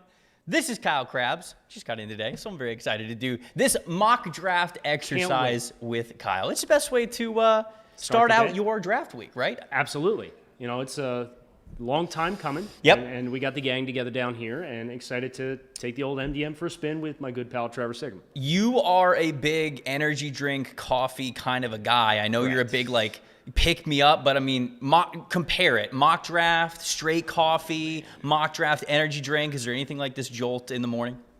If I find that, I have trouble getting up with the alarm, hit the snooze button twice, I just skip all the caffeinated stuff and just go right to thedraftnetwork.com and use the mock draft simulator. So. Probably a little bit healthier for you too. Well, depending on how many mock drafts you do, I guess you can get a little bit addicted to that. So that might be an issue there. Okay, so what we're doing today, folks, as we just said, we're running through a full first round mock draft. We're doing this every single morning, and I guarantee that you guys aren't going to get sick of it because as draft week goes on, we have better reports, more rumors, these crazy quotes from general managers, and we get to take all of that and ball it into a brand new mock draft. So, Kyle, with you being a resident Miami Dolphins expert, I feel like I should let you pick for the evens as we run through this mock draft. Yeah, you just want to go first, and I respect the cordial I want to set the tone. Move, subtle, Listen, but not really. So I don't go ahead. know if you caught our draft roulette last night, but if you guys missed it, you got to go back and watch the show because it was hilarious. We did a full first round mock, but there was a lot of stipulations. It was me, Brentley, Chris, and Ben. And for example, we had different rules. We tried to make it a fun exercise, and my rule was that I could only take Pac-12 players for all 8 of my picks in the first round. I was picking first, so I gave the Jaguars Davis Mills. So I need the redemption here. Yeah, go ahead and get back on Duval's good side. Let's give you the shot. We're going to go with Trevor Lawrence, the man with the wonderful hair, the one who is going to save the Jacksonville Jaguars franchise. I feel like we've said that a couple of times before, but this one I actually believe. So we're going to go with Trevor Lawrence. It's not going to be too different here. We got the mock draft machine up on our computers. You guys can follow along at home as well. You can do your own mock draft too. Respond to the show. Give us your full first rounder. People will be able to see it. We'll be able to grade it if you want to do that instead. So anyways, all that to say, Trevor Lawrence, number 1 overall. Staying chalk up top. And listen, if you're not pleased with your team's pick, make sure you tweet your complaints to @TampaBayTrev. Get out of here. Okay, so the Jets on the clock at number 2, and we're going to stay chalk. Trevor, we're not getting crazy like mock draft roulette. We're going to pick Zach Wilson, the quarterback from BYU, at number 2. This has long been considered the 1-2 punch that's going to get this draft order kicked off, and no sense in reinventing the wheel here with the first 2 picks. Yeah, so okay, we're going with Zach Wilson. Ooh, we have Kyle Pitts ahead of Zach Wilson on the predictive board. It's to make sure that the predictive outcomes, they're frequently mirroring what we want it to look like with what we think is going to happen. I always enjoy strategic. People say you don't want to know how hot dogs are made. I love that part of the mock draft Making machine. The sausage, right? Making That's the sausage. Yeah. What hot dog sausage? It's. Have you eaten yet today? No, okay, as you can obviously tell, I really haven't. All right, so number 3 overall. This one is where the draft begins, as they say, and it just seems like the closer we get to Thursday, there's been cycles of this number 3 overall pick, right? 49ers move up to 3. The initial reports are that it's for Mac Jones. Then we kind of cool down on it. We're like, there's no way they moved 3 first-round picks for Mac Jones. Right. So we convince ourselves, no. It's going to be Justin Fields. It's going to be Trey Lance at the very worst. here we are draft week, and it seems like it's going to be Mac Jones. So I feel like we should do at least this first mock draft here in the morning as more of a predictive mock draft. So based on what we know right now. Yes, I think that's the better exercise for the people who are watching, getting to pick our brains a little bit. So I'm going to go with Mac. I'm going to go with Mac Jones. I think that this is going to be the pick, unless Kyle Shanahan did an incredible job fooling all of us. I really do believe it's going to be Mac Jones at 3. And for whatever reason, it is misinformation season. Perhaps there's this purpose, and the report came out that it's between Trey Lance and Mac Jones, and almost everybody seems to lean into Mac Jones at this point in time. Right. And Kyle Shanahan would tell you that he's got 5 quarterbacks that he likes to run the offense at number 3, which would make me question why you traded up, right? I mean, like you could sit there and say we want to dictate it, but I know there's no way they moved 3 first-round picks, because that's the thing about this pick, and that's the thing about Mac Jones. I don't know how you feel about Mac Jones, but I feel like Mac is good. Like, I think Mac is a good quarterback. I think he can win in the NFL. And even if the 49ers were sitting at 12 is still rich for me given the grade that I gave him. But if they picked him at 12, it'd be like, all right, they want to move on from Jimmy. They want to see if a guy's got a higher ceiling. That might make sense there for them. Moving 3 first-round picks to go get Mac Jones, that's a different conversation. And that's why I think people are up in arms about it. I have seen the promo for our draft week coverage, and you explicitly state the draft is about going and getting your guys. This is true. So if that's their guy, go get him. He's using my quotes against me already on the first show. Number 4, Atlanta Falcons. This is interesting because I do have Justin Fields and I do have Trey Lance available. You do. And that's kind of the big question is, with Arthur Smith now coming into the picture here, is he going to want to win right now? I think that the messaging of perhaps listening to trade offers for Julio Jones maybe opens the window a little bit more for them to take a quarterback, because that's really what Atlanta has to do. They have to decide, are we a team that wants to compete in year 1, or are we going to take that step back, regress a little bit, and enter a rebuild process and trade a player like Julio Jones? So I think that this opens the door for this conversation a little bit more, the fact that they're willing to listen to offers for Julio Jones. Terry Fontenot's got a lot of guts, right? And I don't know how true this Julio stuff really is, because remember, the report was not we're shopping Julio. The report was people called up for Julio and they're simply listening to the offers. Because, as Terry Fontenot, I think, said yesterday, it's a good process to have literally everyone on the table just so you hear offers, just so communication lines are always open. If you say no, you say no, and that's all there is to it. Right. But it would still be, even for what they might be able to get for Julio Jones, that'd be bold for a new GM and a new head coach to come in and immediately trade the guy who's been the face of their franchise. 1,200 receiving yards for the last 12 years. Yeah. And that's something that I just don't know if they would ever do that. Like, you got to be talking in a truly I can't say no haul to move Julio Jones. So a lot of the whispers right now seem to indicate that despite the speculation with Julio Jones, Atlanta's going to go best player available. On the Matt Ryan contract, they do have him for a couple years with the restructure that they gave him. They could get out of it after June 1st next year in 2022. Kyle Pitts is the best player available. Because of that, I'm going to give the Falcons Kyle Pitts here at number 4 overall. I just think, Arthur Smith, he's coming in here, and all the reports about this divide was that ownership potentially is the one that would be interested in the right quarterback, whereas Arthur Smith wants to try and win football games, and he thinks he can do that with Matt Ryan. So I'm going to take Kyle Pitts to the Falcons at 4. It's weird that we're about to get to the 5th pick, and we've got 2 quarterbacks on the board who I think are very alluring to a lot of the teams in the back end, and I'm not going to have one go here. Because this is Cincinnati Bengals, and I really do think that this is going to be Jamar Chase. That's the angle. It just seems like everyone is going. People that I really trust, who know that team really well, continue to say Jamar Chase. And I'm not sure where you fall on it. We haven't talked about number 5 overall specifically in a while. I'm a Penei Sewell guy. I would have them take Penei Sewell. Having Riley Reif on the roster, that's not something that's going to hold me back from taking a player of Penei Sewell's caliber. So that's what I would be doing, but I do think the Bengals, all signs are pointing to them going with Jamar Chase at number 5. Someone lock that in.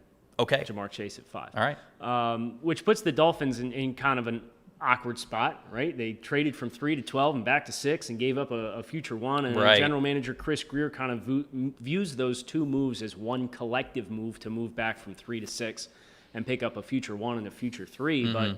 But you've seen Kyle Pitts and Jamar Chase come off the board from all of the reports, everything that anybody who's the beat reporters, the national analysts, the consensus top target for the Dolphins is Kyle Pitts, and number 2 is Jamar Chase. Well, board didn't necessarily fall in a friendly way here. Not great, yeah. We do have Justin Fields and Trey Lance available, so I would like to know if the Denver Broncos perhaps have any interest in placing a phone call. I think they totally would. Yeah. So I'm controlling the odd team, so I'm controlling the Broncos at this point. And if Trey Lance and Justin Fields are both on the board, I think that there's no doubt about it. I think Denver's calling up, and I think the Patriots are calling up. Yeah. Right? I think that they're doing that as well. You might even get a crazy team like Chicago back at 20 who's they're probably picking up the phone, knocking on the door, right? Yeah, they'd have to give up a lot, right? Because for Miami to move back, they've got the 2 first-round picks, so maybe they're flexible there. But like we just said with Terry Fontenot, can't hurt to hear the offer that you have. But you also saw what Chicago was willing to give up for Russell Wilson. So you have to think they feel the pressure, they feel the heat a little bit to make something happen. Now, I don't think Chicago's going to make that jump, but the Denver Broncos, I think, are the team that makes the most sense because it keeps Miami in a strike zone where they could still get a pass catch. I'd agree with you, and we're only popping down 3 spots, right? It's not like it's a massive jump. So moving from 9 to 6, what do you think it would take? You've heard so many different Dolphins trade offers, whether it was here or number 3 or number 12 or wherever it is, even last year as well, listening to the different kinds of trade offers for them with all those picks. Yeah. What do you think it would take for Chris Grier and the Dolphins to move back here? I think a day 2 pick certainly helps. They've got 40 and 71 at their disposal. From a trade value chart perspective, I'm sure the 40 overall would be like an overpay enough, but Miami's sell would be, well, you're trading up for a quarterback. I don't think you're getting a 2 from George Payton. And I think what Payton's going to look at is he's going to say, okay, Dolphins, you don't have a pick in the 4th round. I'll give you our 4th rounder this year and let's say a 3rd next year. Does that get it done for you? Because it's only 3 spots.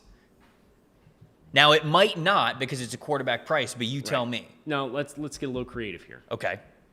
Can I get the 3 this year as well, and we'll give you a 5 back? For this year? Yes. So it's 9, 71, and 114 for 6 and 156. 9, 71, and which one? 114. Or you could do 152. We would probably need to do like 152. For 6 and 156.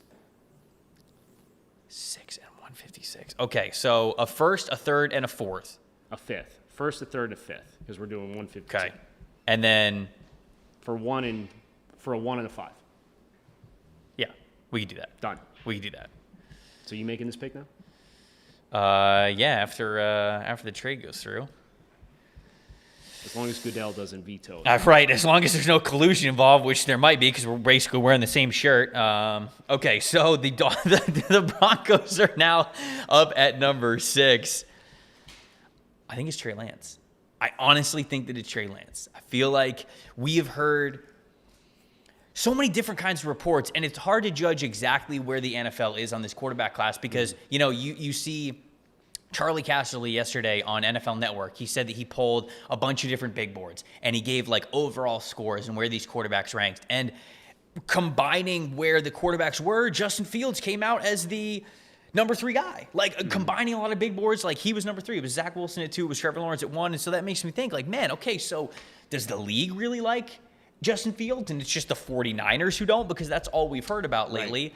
And I truly think that it's just going to be team to team. Yep. Like it's just going to be dependent on who you ask, but I really do think that the Denver Broncos like Trey Lance. I think they like him enough even to pick him over Justin Fields. Well, and that's kind of been the quarterback that's expected to be there for them. So they've probably been at most thorough with Trey Lance, and not to say that they're not doing their due diligence with all of them, but that's the guy you're expecting to be in that strike zone for you. And I do think they really like him. I think they really like him. So that puts, this is me again, right? Up at number 7. Saying, all right, Detroit Lions. Oh, Justin Fields is here. Oh, man. Would they do it? Would they pick Justin Fields? I don't think so. I don't think they would either. I think there's a quarterback that they would I think at least Lions consider. fans want them to. Oh, absolutely. But I don't think they would. I think if they were to consider a quarterback, I think that player's already off the board. Who do you think it is? The guy who just went. Trey Lance? Yeah. I'm going to go with Penei Sewell here. Good call. I think that Sewell is probably the most likely pick for them at this point in time. We're looking at Jamar Chase probably being off the board. It seems as though, as of late, we've heard reports that they like offensive tackle. They like this offensive tackle, Penei Sewell, more than Jaylen Waddle or Devontae Smith. So I think that those guys are going to be on the board for them, but let's go with Penei Sewell here, number 7. Listen, this is, you heard the Dan Campbell press conference, the intro. This is very on brand for moving you against your will from point A to point B. That's the style of football that Dan Campbell's going to want to play. Yeah, so you're right. That's a Totally brand right. pick, especially relative to the smaller wide receivers from Alabama and what they would bring, regardless of how much of a need that is for the Lions. Just draft good football players if you're Detroit. And I think that that's the position that they're in, certainly. So, yeah, you look at quarterback. I know a lot of Lions fans want that to happen. I just don't think that it's going to happen at all. Maybe Trey Lance, like Kyle said, but even that. Well, I owe you a thank you card. I'll send you a fruit basket for Christmas or something because you Wonderful. prevented me from having to pick Rashawn Slater over Penei Sewell here at number 8 for the Carolina Panthers. And I never would have heard the end of it, although you would have gotten the tweet complaints at Tampa Bay Trey. Okay, great. Thank you. So yeah. I'm just refreshing that. I live in Charlotte now, too. So, yeah, I think that they would have just defaulted to go after me. Right. So Carolina Panthers, they got a lot in place. They bring in Sam Darnold. I like a lot of their skill players. You think about everything that they have, even after losing Curtis Samuel. You still have Robbie Anderson. You have DJ Moore. You have Christian McCaffrey. You got weapons to work with. What did Sam Darnold not have in New York besides good coaching? He also didn't have an offensive line that could protect him and give him any time whatsoever. No doubt. So I think that's going to be a point of emphasis for Carolina. Rashawn Slater here is going to be my pick at number 8. It's so fun to do these mock draft exercises because I truly think that we logicked our way into where we currently are, right? 8 picks in. Miami's currently picking number 9. Yep. I'm sitting here looking at this, and I'm going, they could trade back again. Justin Fields is still on the board. New England's probably blowing up the phone. Yeah. The Chargers might want to hop in front of the Dallas Cowboys to go get whatever cornerback that they might want. You know, like you said, Washington could be calling up at this point. Chicago, all these teams. Yeah. And so they moved back from 6 to 9. Would Miami move back again, or is there like a can't miss guy here that they would take? I think they'd probably recoup some of what they gave to go up from 12 to 6. And you know, that was kind of if one of those elite prospects gets into our lap, terrific. If not, we have a leverage point which we can try and get a desperate team. Yeah. I think it was Kevin Clark of The Ringer went on the Bill Simmons podcast and talked about that, how they viewed that as being in the quote-unquote catbird seat at number 6, where you can control the gateway for that second run on quarterback as a complement to, hey, we move up to 6, we got a really good chance of getting a blue-chip prospect that's going to fall into our lap. So that didn't materialize. I think this is then the backup plan based on what the pecking order is. But at some point, you have to make the pick. Right. And I think for Miami here, you still have both the Alabama receivers on. You recoup some of what you gave up. That's a best-case scenario. So I agree. I'm going to pick Jaylen Waddle. Okay. There's a lot of smoke around that for the Dolphins right now. There's also a lot of smoke predictively. You hear the Daniel Jeremiahs of the world. They're talking about having Jaylen Waddle as their second-rated wide receiver in this draft class. Yeah. I don't remember who it was, but somebody else, it was Albert Breer, said that he expects Jaylen Waddle to be the second wide receiver drafted. He said that on his Monday Morning Quarterback on April 19th. So the insider buzz has been building for the last week and a half on Waddle as wide receiver 2 predictively. And now you're starting to see the Miami beat get hot on it as well. And y'all love him on the scouting staff, right? He's really highly rated for you guys, right? He's our wide receiver 1. Comp is Tyreek Hill. I know somebody gets comp to Tyreek Hill every single year. I get it. It's true. But like Waddle's the closest we've seen. It's the same thing with. I'm trying to think of other examples now. Like, if a running back has good balance, he's Alvin Kamara. Right. Like he's the only running back who's ever played that has good balance. Right, that can catch the ball and has straight Alvin Kamara. I think that's like big tight end who's a receiver and he's athletic. Jimmy Graham. Yeah, it's got to be just right there. So I know. I guess I'm still on here, right? You are, yeah. With Dallas yeah, at 10? 3 in a row. Okay, so Dallas, this is where the draft really starts. I don't want to say this is best case scenario for him, because best case, I feel like with the offensive lineman might be here. Like a Rashawn Slater might have slid to 10, but with both of the top corners on the board, I mean, it's, beggars can't be choosers. This is an ideal to get your choice of not only the corners, but any defensive prospect in the draft. You're going to have your choice of here. Literally, we went offense 9 and right, and right. This is very much something that we're expecting to see materialize. Maybe not to the depth of number 9 overall, but we're expecting to see something like this transpire. So I think for the Dallas Cowboys, seeing them go after Trayvon Diggs last year and securing him as one of their corners, why not, with Patrick Surtain the second here, make sure that you're getting guys who are familiar with the same style of play. Saban school secondary, baby. Yep, and listen, it is one hell of a pipeline. Yeah. So for the Dallas Cowboys to have Patrick Surtain the second here, that's going to be my pick. He's going to complement skills with Trayvon Diggs because they've already shared the field together at the University of Alabama. We got the Giants up at number 11 now. Good luck. I feel decently confident, which is terrifying, saying that I feel decently confident about a Dave Gettleman selection.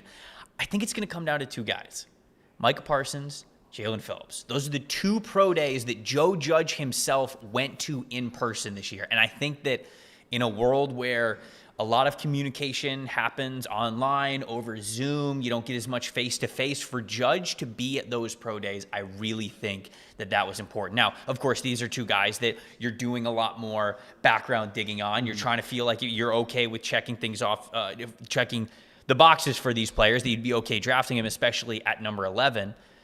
But even with that being the case, I think that also hints that they're really in on him. So if they went to these pro days and if they came away from either player with, God, good trip. We had a good trip. Yep. I think that's the player.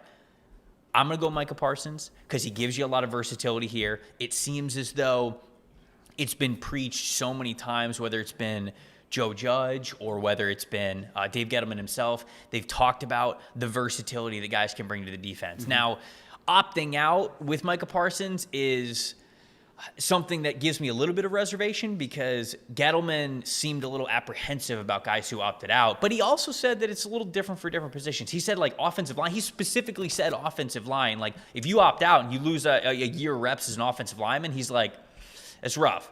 I don't know if he'll hold it against Micah Parsons too much because he's a linebacker, but we'll go Parsons here with this mock draft. I feel decently confident about this. We still have Justin Fields on the board, man. We have a collision course happening at 15.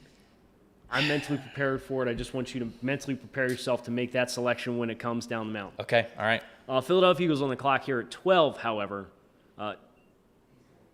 Justin Fields, do it. Justin Fields, do it. I think I'm going to take J.C. Horn. I think I'm going to take J.C. Horn. They're going to take J.C. Horn. They have Darius Slay here in the secondary, but this Eagles defense needs so much help.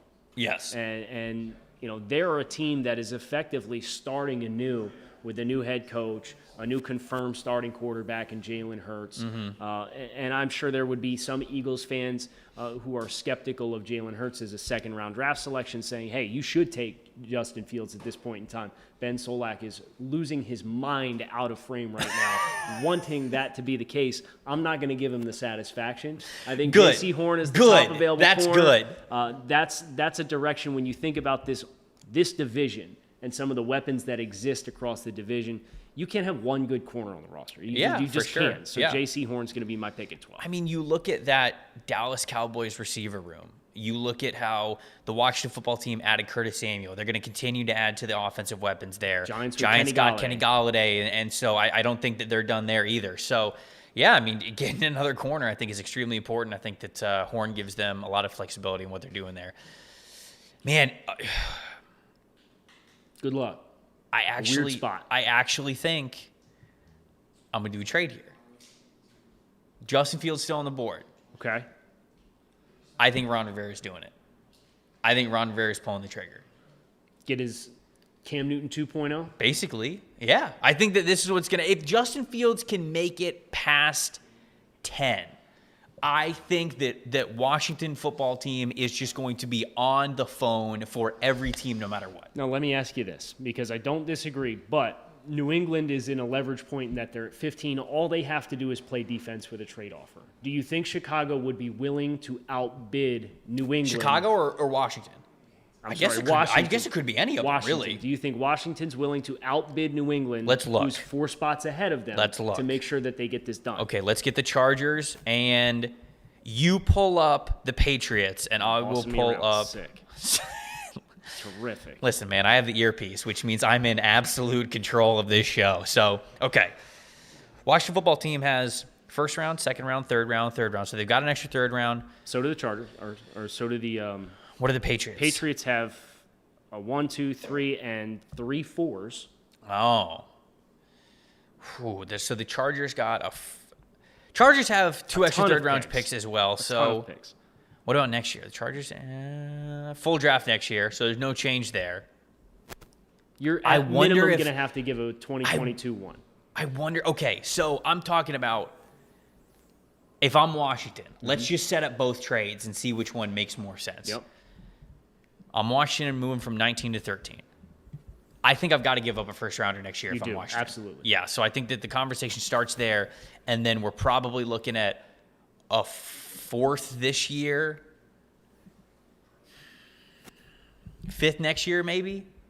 I feel like I don't know if Ron Rivera would get, and this is a lot even for Ron Rivera to move up, and so maybe the Patriots are in a much better spot to just outbid them. But I would probably go a 1 this year, a 1 next year, and a 4th round pick this year. That's my offer if I'm Washington. And I think that price gets steep enough that New England's probably going to explore other options. Okay. So, this is a very New England Patriots and how aggressive they've been in free agency, right? Mm-hmm. But at the same time, you've now spent all this money in free agency. You do have to worry about maintaining the salary cap. They spent 3 times as much in free agency this year than they'd spent in the last 10 years combined. Would you like some breaking news, by the way? Yes. The Washington football team has agreed to a trade with the Miami Dolphins. No way. Hold on. No, relax. It's a late round pick swap with Eric Flowers. I hate you. Okay. Gee, come on, dude. You can't do that to me. F in the chat for Trevor Sikkema. Oh my gosh. We literally just had Washington move up for a quarterback, and then you say the words Washington moves up with the Miami Dolphins.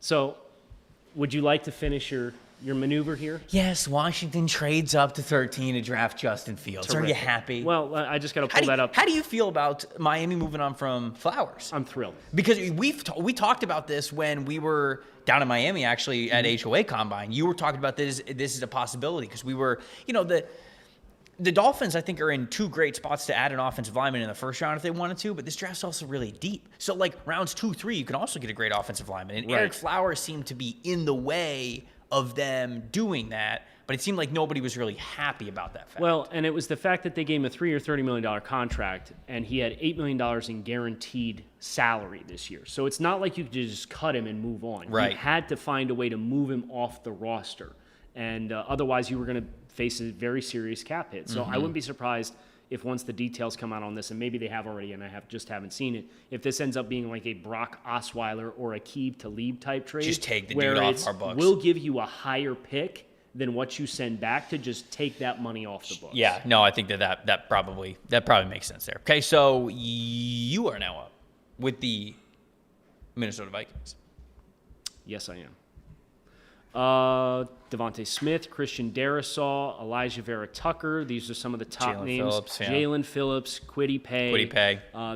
This is a good place for Minnesota to be. And if we know one thing about the Minnesota Vikings, before they add the new man on the Minnesota Vikings, they may be exploring a trade back option. That reference is like a year old. Listen, I'm a dad now, so my repertoire is very limited, and it's usually about 8 to 12 months behind the curve. Okay, that's At fair. least I didn't sing it. You're right. You're okay. So Minnesota probably exploring trade offers, but I don't see anybody who's on the board that would prompt like a really aggressive move from somebody. Right. They probably would have loved if the Chargers held firm, picked an offensive tackle or a corner, and then they can have the trade back opportunity, and let somebody else get Justin Fields. Right. But here, I think I'm going to pick Elijah Vera Tucker. Okay. All right. Stylistically, this is the same kind of offensive lineman that they have consistently gone after, these athletic guys. I know they've had a ton of success drafting offensive linemen in the second round. But Vera Tucker has confirmed tackle guard flexibility. He has the ability to play in this zone system and the athleticism to make sure that he's able to win in space. And this continues to be a point of emphasis for Minnesota. Would I be surprised at all if it ends up being a pass rusher? No, I would not. But if we're just being honest, I think Vera Tucker is a better option for them than what they've brought in over the course of the past couple of years on that offensive line. And the fact that he's going to help you get your best combination of 5 guys out there on the field on that offensive line is the direction that I'm going to choose to go here. And this is an old reliable, right? It feels like we've had Elijah Vera Tucker to the Minnesota Vikings for a while. We've gotten away from that a little bit. We've talked about edge rusher, them finally breaking the streak of actually drafting an edge player in the first round, which is something that they haven't done in far too long. Right. I feel like it's just been long overdue. They keep just relying on Danielle Hunter, but I feel like the moves that they made to go get Yannick Ngakoue, it didn't work, but that shows us that they're more willing to do it. So I definitely think that edge rusher is going to be on the board. They would have their pick of anybody in this class, but it's just not a super strong class. And Hunter's health is something to monitor too. He obviously missed last season with the neck injury, so you're going to need more help there. Patriots at 15. I think they got a lot of different areas that they could go. Devonta Smith's on the board. Caleb Farley's on the board, although as much as it pains me, I don't know if Caleb Farley's going to go in the first round. Today's report didn't help. Yeah, it's just I know that he said that he would be ready for camp, but he opted out this past year, and I'm not taking away anything from him with opting out. That's not the point. But the point is, you miss a year of football, and you've now had 2 back issues since the last time you played. Right. And going into the NFL, you worry about the short term and the long term. The short term, hey, are you really going to be ready for training camp, which is very important, right? It's not just Caleb Farley being ready for the season to start. Caleb Farley hadn't played football in a year. Right. You know what I'm saying? So you need those training camp reps. You need those preseason reps more than anything. And so if you're going to sit here and say, yeah, he'll be ready for the 2021 season, but that means September, I don't know how much that helps me, because you're not throwing a rookie corner out there to get live reps week 1. Then all of a sudden you're kind of punting the rookie year, and now you're looking into the long-term future of the injuries. The luxury of this, which I know Brentley Weissman pointed out yesterday, is New England is a landing spot for him where he wouldn't have to play right away. Correct. So, but I think New England, with how all in they are in free agency, would probably like to get somebody who's going to help them win here and now. I'm deciding between 2 different players. I've built you as much time as I possibly can. One of them is Devontae Smith. Okay. The other one is Zaven Collins. Now, they get Donta Hightower back, so I don't think they actually need Zaven Collins, but I feel like it would be very Patriots-esque to get a Zaven Collins-type player on that roster. Collins would be really good in coverage for them, too. I like this pick. Do it. All right, fine. Zaven Collins. I would. All right, fine. Well, that's all. You know what? I trust you, the kind of shirts that you pick out in the morning. So I'm going to trust you here for pick number 15. Also a little side part, too? Yeah, no. The hair, you got to, yeah. Okay. So you've copied my look? I tried to do my best Thor there. I get it. You had it first. Arizona Cardinals on the clock, number 16. And I'm going to go with a quote-unquote sexy pick for Arizona. They need one. Keim's all about sexy picks. Devontae Smith, Heisman Trophy winner, wide receiver here at number 16 overall. Let's go. And listen, we know Arizona, they love guys that are going to make a splash, sell some tickets. Devontae Smith, we're going to give you the sales pitch. Hey, not only do we have DeAndre Hopkins and Kyler Murray in this high-potent offense, but we brought in the 2020 Heisman Trophy winner. Was unstoppable last year for Alabama, regardless of who you tried to line up against him, because they just moved him all around. This is a really good fit, in my opinion, for not just a quasi-need for Arizona, but the way they make their decisions, the way they want to brand and build their team. Devontae Smith fits that. And for that reason, he's the pick here at 16. They're going to sit there and say, we have 2 of the last 3 best players in college football on our offense. On our offense, right? Yeah, and that's what he's going to say. That's going to be the entire offseason if that happens. They're just going to bill it as two of the last three best players in college football. You can't be mad at the guys we're drafting. Correct. You can't be mad at the process. I mean, we're just getting the right produce guys. down there. Why wouldn't they produce here? Well, come check it out. Doesn't always work like that. But all right, so Las Vegas Raiders. This is a dangerous pick because you just never know which direction they're going. Right? I figured 2 years ago they had one of the best offensive lines of football. Thought it was a big strength of their roster. They apparently think that the guys behind them are better. I don't know, man. I really don't know what they're doing.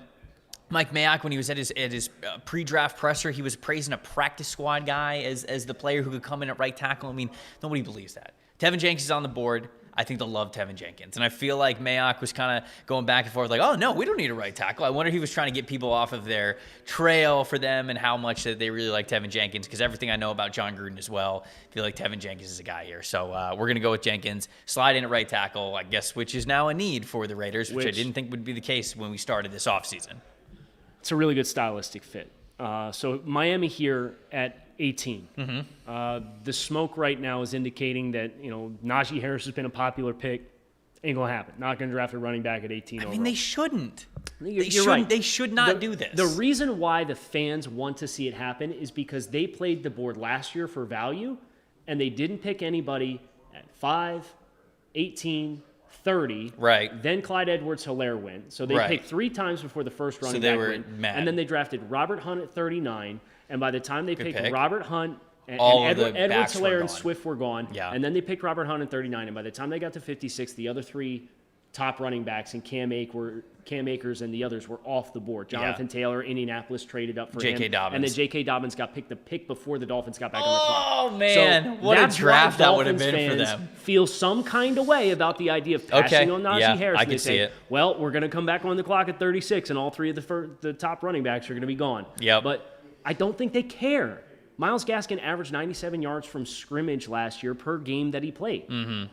So they have made a habit, this regime, of picking premium positions. And the indications right now are this is going to be a defensive selection. You've got all of the edge defenders are still on the board here, and Jalen Phillips and Kwity Paye. And I think for Miami, Jalen Phillips, in my opinion, has the better tape. He has the bigger splash potential as a pass rusher. But Kwity Paye is everything that Brian Flores and the Miami Dolphins look for from a character perspective. He has untapped potential as a pass rusher. He played at the University of Michigan, so he's played on a bigger stage.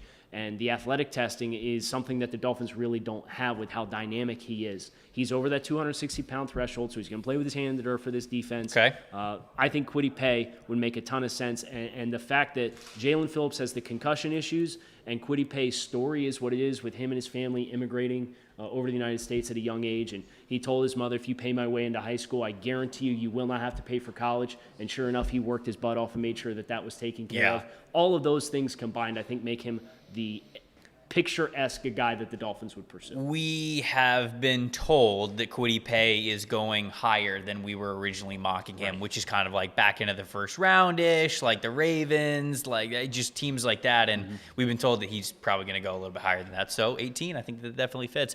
19 now with the Los Angeles Chargers. We had them moving back from 13 to 19. They have to be thrilled. Oh, this is to the moon. Yeah. To the moon, because I feel like the 3 players that were the most high-impact guys that they could have picked here.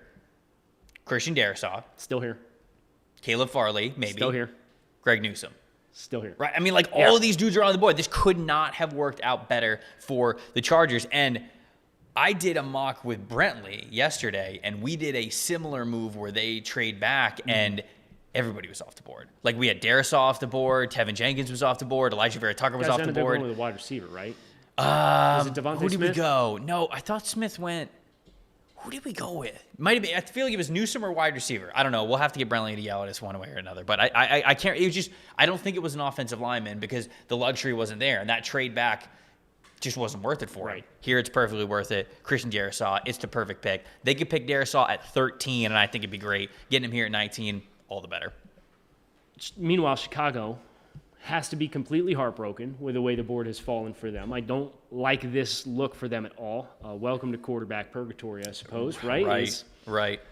I would really like to pick Rashad Bateman for this team, but it doesn't seem like predictively Rashad Bateman has that kind of buzz. You know, it seems like analysts on the outside of the league seem to like him a little bit more than what those on the inside. His over-under, I feel like, is like late 20s. Mm-hmm. You know, like it's not even close to where we're talking about here early parts of the middle parts of the first round. And I really don't even like what we got from a break from an offensive tackle perspective with Darrisaw and Jenkins off the board. It's tough. Could go Newsome. I think that's the direction I think I'm going to go with Greg Newsome. Okay. Now, listen, Northwestern, it's right in Chicago's backyard. Yeah. You're going to know him better than anybody. You got a chance to see him up close and personal. That need with moving on from Kyle Fuller is something that certainly has opened the gate for this to happen. You certainly wish you could get some offensive help for a team that has a better defense than they do offense. Hopefully the returning players from injury and COVID opt-outs will also help bolster that defensive unit. But I think the loss of Kyle Fuller makes this a pick that makes a lot of sense. And just based on the way the board fell, I'm not going to try and force something else for need. The draft is 7 rounds long. We'll take care of the rest elsewhere. Indianapolis Colts up at number 21. No left tackle to give them. I mean, I think all the good offensive line options are gone. There might be. But look, I can sit here and say that I would give them Liam Eichenberg because I think that would still be a good pick for them. Mm-hmm. I've talked about many times where you think Eichenberg has his faults or where he might be weak. Quentin Nelson on his right shoulder, that alleviates a lot of it, right? And so I automatically think that you get the best of Liam Eichenberg, which is a really dang good, consistent offensive lineman, if he goes to a place like Indianapolis. I don't know if Indianapolis is going to be along those lines because we're hearing that, well, we're not hearing anything really at all on Liam Eichenberg. Right. And so, not hearing anything means that we feel like the hype is not there for him. So I think that there's a handful of offensive line options they could go, but I'm actually going to go with Jaylen Phillips here. We had Stephen Holder on from The Athletic when Ben and I were doing our guest mock draft series at Locked On NFL Draft. It was excellent. He sold us on them making sure edge rush, and not just edge rush, but like a guy who has the size to be versatile for them. Kick inside a little bit, be a stand-up pass rusher, have your hand in the dirt one way or the other. And so I feel as though Phillips is definitely going to be on their radar if they're okay with the concussions. And I think that that's the big, this has to check out with Jaylen Phillips. I really do believe that he could go even a little bit earlier than this. We've talked about him maybe going to the Minnesota Vikings at 14, but I think this is another potential landing spot. So we're going to go Jaylen Phillips. I think that Ballard's going to be really in on him, and I feel like this is a guy who they've done due diligence on. And if they check the box for him, easily could be the pick at 21. Right. So Tennessee Titans at 22. Has this team lost more than any other AFC team from the playoff picture last year? You think about Corey Davis. Isaiah Wilson, if you want to count him. Yeah, I mean, you have to. Dennis Kelly. Defensively, it was Butler, Kenny Vaccaro, Adoree Jackson. Okay. Jadeveon Clowney. Daquan Jones. You also didn't even mention Adam Humphries and then Jonnu Smith as well. Oh, by the way, you also lost your offensive coordinator in Arthur Smith. This team's been shredded this offseason. Yes. So a lot of different directions that different kind, but that's not what we were going for. A lot of different directions that the Tennessee Titans going to try and keep this thing on the rails, in between the lines, can go here. And I take into consideration who some of the buzzy names are at positions of need for Tennessee. And Tennessee has been a team that has historically, under John Robinson, drafted for need. You take a look back at some of their selections. That's how Isaiah Wilson gets drafted number 29 overall. They had a glaring need after they lost Jack Conklin in free agency at right tackle. So Elijah Moore's a name that jumps out to me at the wide receiver position. He's stylistically a different kind of player than Corey Davis. But you have A.J. Brown there. A.J. Brown's going to continue to move into a more prominent role. You think about Elijah Moore, his ability to win the deep over routes, the deep shots down the field with Ryan Tannehill, and you assume they're going to maintain that play-action-heavy style of passing attack, back to the defense, set up the deep shots. A speedster like Elijah Moore can do a lot, I think, to help this Tennessee Titans offense maintain some of those explosive plays despite all the losses that they have. So he's going to be my pick here at number 22. I like it. And again, going back to the guest mock draft we had, because it gives us some great insights. Ron Davenport was on and he made this very pick. Yeah. And he's like, look, people talk about Bateman here, but I think Elijah Moore, if they're going to go with wide receiver, and they're honing in on wide receiver. Yep. I think this is going to be the pick. I think I'm with you. Elijah Moore, that's a safe one right now. So New York Jets at 23. Oh, I always put Caleb Farley here, and I just can't, and it just breaks my heart, and I hate it. I'm not going to, so quit asking. So quit asking. All right. Azeez Ojulari is here. I think that this could definitely be a selection if teams believe they would take him this high, which kind of got flagged for something with his medicals and his knee, so not so sure he's going to be picked here at 23. Could, if it checks out for teams. That's kind of the illusion that you've made at the very top of this show as far as why we do these on a daily basis here is it's every day you're getting more information. It gives you more of a clear picture as to why some of the narratives that have existed for certain players have existed, or why new narratives are emerging for certain players like an Azeez Ojulari, who I think was peaking at 11 to the Giants at one point, is now all of a sudden maybe not even a first-round prospect in the league's eyes. I'm going to go with an edge rusher, okay, but I'm not going to go with Azeez. I'm going to go with Jason Owe, the edge rusher out of Penn State. Look, I know, I get it. 0 sacks, cool. All the traits in the world. This is the thing, is that the board doesn't exactly fall super well for the Jets here. Could be looking to move back. I think that's certainly within the cards as well, because I think there's a handful of corners that they might be comfortable with. You move back a little bit. Eric Stokes, Tyson Campbell, I think that they're all on your radar right now. You don't have to pick some of the wide receivers that are left if you wanted to add wide receiver. Running backs the same way. I don't feel like you have to take Najee Harris. Now, you're sitting one pick in front of the Steelers, so we assume the Steelers at this point are going to take Najee Harris. So if they want Najee, they take him there. Spoiler alert. Do they? Yeah, you're right. People are just going to turn off the podcast. They're just going to change the channel for the next 5 minutes. So I'm going to go with edge rusher. I feel like, yes, they added Carl Lawson. They added Vinny Curry. But this has been neglected for so long. And look at what Robert Saleh, his best teams with the 49ers, they had a lot going on, but it was when they heavily invested in defensive line. Right. And it wasn't just with one player, right? They went out and they drafted Nick Bosa when they had Ford, when they had Buckner, when they had Armstead, right? And so defensive line. Yes, and so I don't think that the Carl Lawson ad and the Vinny Curry ad means that they're down on the edge. So we'll go an edge rusher here. I'll go with Jason Owe. Which puts the Steelers on the clock, and because Trevor already tipped the pick, we're going to keep it quite compact here. One of the hottest pairings of player and team right now in the first round, beyond the first five or so spots in the draft order, is Najee Harris to the Pittsburgh Steelers at number 24 overall. You think about the losses that they've incurred. I don't believe Alejandro Villanueva has officially signed in Baltimore yet, but that's kind of tied to something that's going to happen. Yeah, feels like it's going to happen. Marquise Pouncey, I don't know if you saw the picture of him fishing on a boat over the weekend, but he ain't coming back to play center because he's lost, looks like, about 100 pounds already, which is the latest in that amazing transformation of offensive linemen once they retire from the league. The Joe Thomases of the world, the Marshall Yandas of the world. Well, Marquise Pouncey is the latest. So, right. Matt Filer's also gone. He signed with the Chargers in free agency. So those losses up front would have me looking at names like Alex Leatherwood potentially. You wish Landon Dickerson had healthy medicals because stylistically he'd be a perfect fit inside. He absolutely would. But those medicals I just think are going to scare teams off of that. So Najee Harris predictively is the pick that I'm making here at 24. 25, last couple of mock drafts that we've done, I've gone a different direction because you look at this Jaguars team and you say they could definitely use interior defensive line. The Taven Bryan experiment is nearly over. It's going to be over soon. Christian Barmore's here. We've also been told that Christian Barmore could go a lot higher than what we're currently mocking. I did a live mock draft show with Field Yates of ESPN, and he almost took him. God, when was it? It pick 11 to the Giants. Right. He was thinking about Christian Barmore at 11. And so I was like, whoa, holy cow, that's a lot earlier than we thought. But he was telling me on that show, look for him to be in conversations a little bit earlier. So for him to make it here, I feel like this might almost be the floor for Barmore, it seems. Maybe pick 25 and 26. I don't know if Urban's going to do it.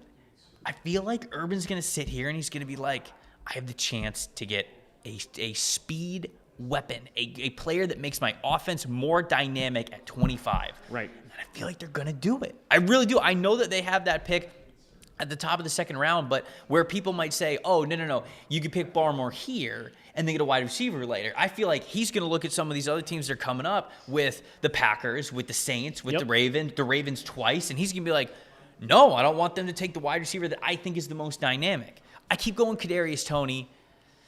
I think you can go a couple of different players here, but I'm going to stick with it. I'm going to stick with my gut here, and I'm going to say Kadarius Toney at 25. I feel like that's where Urban's going to go. Kadarius Toney. So you've made life very easy for the Cleveland Browns. I know that there's a perceived major need at the linebacker position. I don't think this team really cares. Andrew Berry here, and well, they never draft linebackers early, right? Well, I mean, that's just kind of their. They've got like the Mac Wilsons of the world, and they signed Anthony Walker and free agency, which is a great addition for them. And this is a really well-rounded roster at this point in time. And it's taken quite a while for it to come full circle, but from the Sashi Brown as an analytics guy to football guy John Dorsey, and now back the other way with the Dave Podesta, Andrew Berry regime here in Cleveland, this roster is ready to compete. And you think about some of the transactions that they've made. They obviously signed Jadeveon Clowney. It's a short-term deal. Yeah. As is the case with Jadeveon Clowney. And I think it would be foolish for Cleveland to put all their eggs in that basket and say, hey, we took care of that spot opposite of Myles Garrett, no questions asked. But they also have a need on the interior defensive line. And the guy that you just got done talking about, Christian Barmore, has the highest splash potential of any of the interior defensive linemen this year. Yeah, I would agree. Splash potential for sure.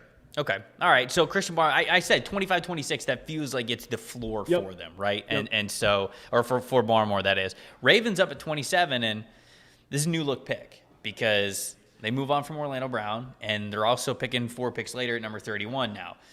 At offensive tackle, we talked about Villanueva potentially just being able to sign. You get to plug him in there. You don't have to address that position in the first round with the pick that you just got. Right. So I don't feel like they need to do that. I mean, look, if Tevin Jenkins falls to him at 27 or something like that, then you're sitting here with Ronnie Stanley, Tevin Jenkins, and you're like, all right, we're good to go here.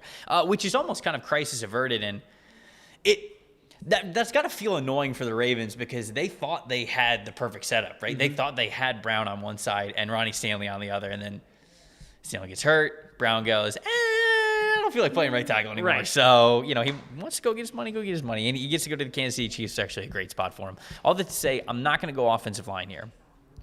I keep coming back to potentially edge rusher, which is Joe Tryon and Azeez Ojulari. If Kwity Paye was here, I think it'd be a home run for him. Safety, Trayvon Merrick. I think they're going to want to make the splash. I don't know if they have to do it here at 27. The other one is wide receiver. Let's get Rashad Bateman off the board. Okay. I feel like this is the right spot for him because everybody looks at the Ravens wide receiver room and they go, vertical stretch, speed guy. Like, that's just who they go after. I know that Bateman ran the fast 40 time, but that's not fully his game. Right. He could be more of a controlled guy over the middle. That's what they need. And I feel like Bateman's the perfect receiver for them because he does give you that vertical profile. And he also wins in the middle of the field, which is where Lamar's best as a passer. Right. So you've got almost this – I feel like it's contrasting styles when you look at the Ravens passing game where it's either if you're throwing to a wide receiver, it's vertical. We're getting deep with it. Or if you're going to a tight end, it's over the middle. And it's just this or that. Bateman, I think, marries these two things as a perfect kind of in-between player for them. So I think Bateman's a solid selection here for the Ravens. You getting to this pick had more twist than a telenovela. So I just want to give you credit because we were up, down, sideways 3 times over, and then we landed on what I think is the perfect pick in Rashad Bateman. I'm going to keep people on their toes. Kept me on my toes here, on my seat here. So New Orleans at 28 is on the clock. Mm-hmm. There is a player who is still available who I think is too good to pass up at this juncture, and it's Kentucky linebacker Jamin Davis. Wow. For this team. Okay. All right, let's hear it. You need athletes. You need guys as linebackers who can play all 3 downs. Yep. New Orleans, I think they're going to do their best to try and stay competitive despite a lot of changes that are coming. I would like to go corner, but we've talked about the medicals with Caleb Farley, although granted him and Marshawn Lattimore would be a phenomenal pairing of athletic, bigger corners. But I'm not comfortable with where we stand right now with Caleb Farley and the medicals to make that pick for a team that's expecting to compete to win in the postseason this year. Right. So that's where I get stuck. At least they believe. They think so. And they've got a lot of great pieces. Now, the roster's been stripped down a little bit because of the salary cap, and everybody made their jokes about, $100 million in the tank against the cap. And they got it done, but not without some cost and impact to the team. Right. So I think Jamin Davis on this defense gives them a speed dynamic that complements really well with some of the other pieces that they have in place. Demario Davis.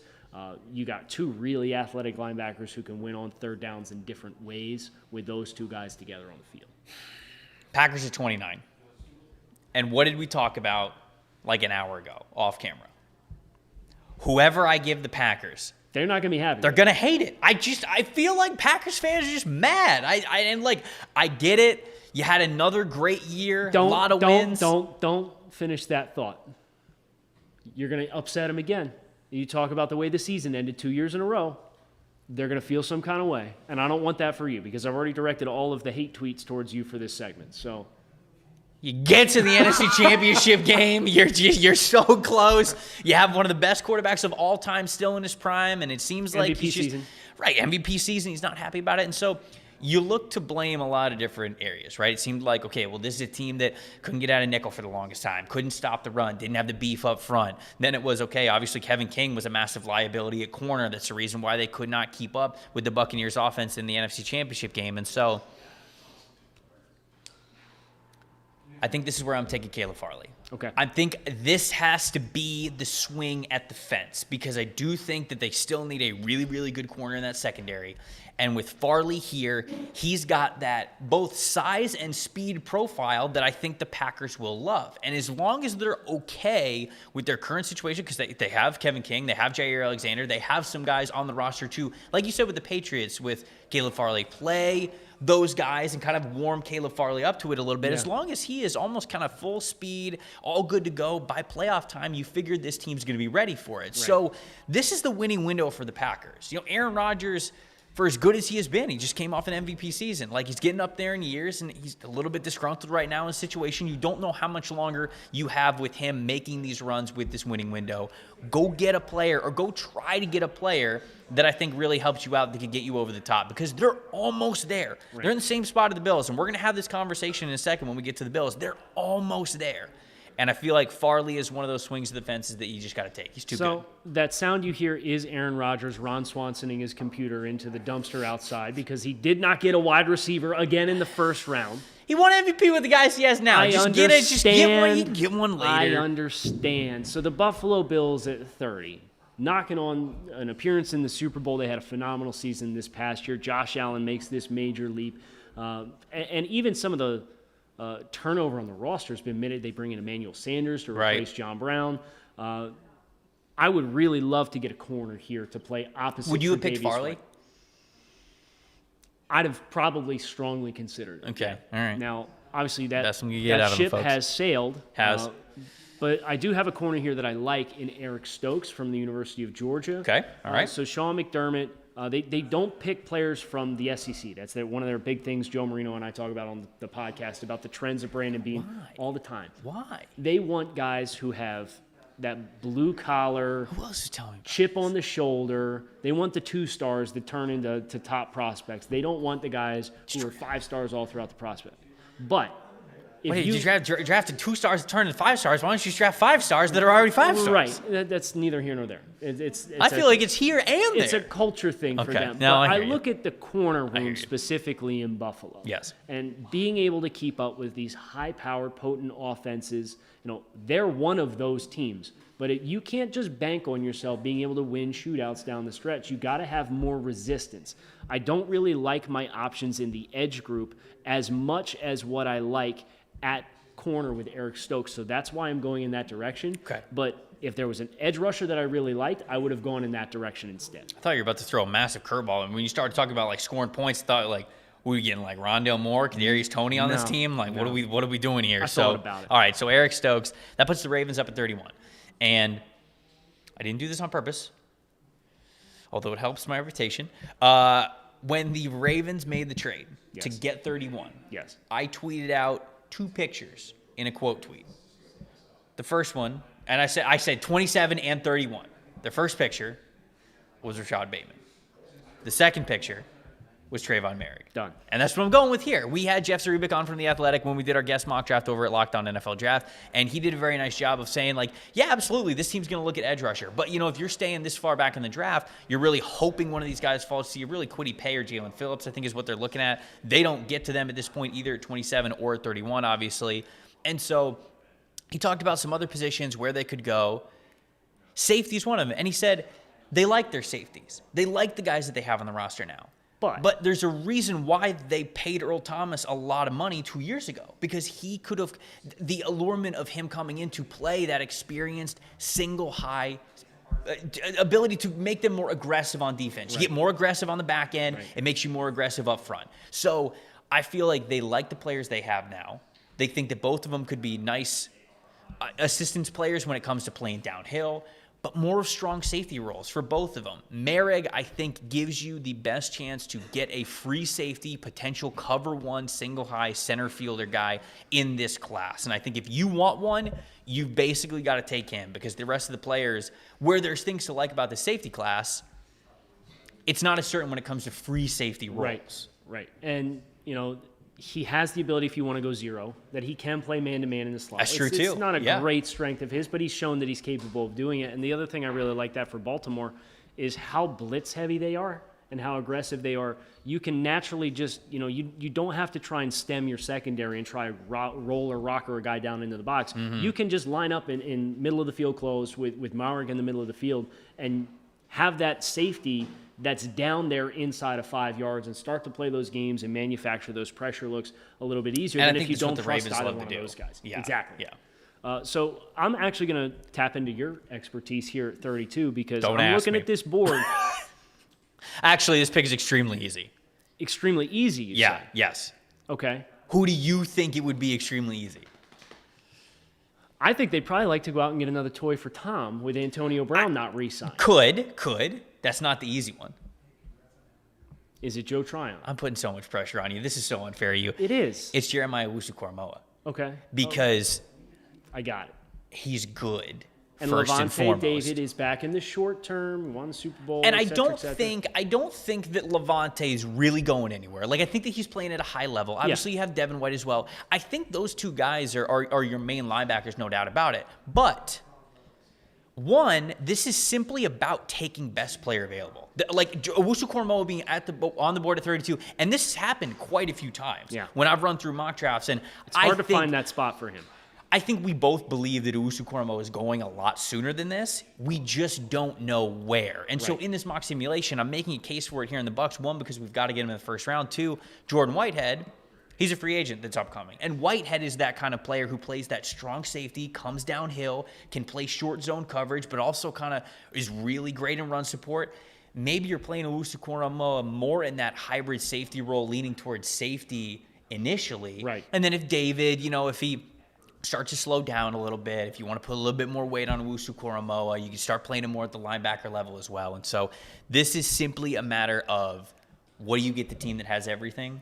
You get them the best player that's on the board. Pick good players. And that's why I would go with Owusu-Koramoah. If the best receivers available weren't Terrence Marshall, who has a bit of a knee concern that's come out. Right. Rondale Moore, who has medical concerns pretty much every year that he's been at Purdue. Yeah. And those weren't the two best receivers. I'd probably have gone in that direction, but this being a best player available case with Jeremiah Owusu-Koramoah falling here to 32 and not liking my options at wide receiver, that will be the pick that I make. I could definitely see the Buccaneers thinking about wide receiver for the reasons that you mentioned, but we're in a little bit of they have to break their trends if they want to, because they don't really draft short wide receivers early. It just doesn't happen. Mm-hmm. Yeah, they have Scotty Miller, but Scotty Miller was a 6th-round pick. Right. He was a flyer, special teams, vertical threat guy, and he's been great for them in what they've wanted. But, you look at players that we often have available at 32, or at least in the realm.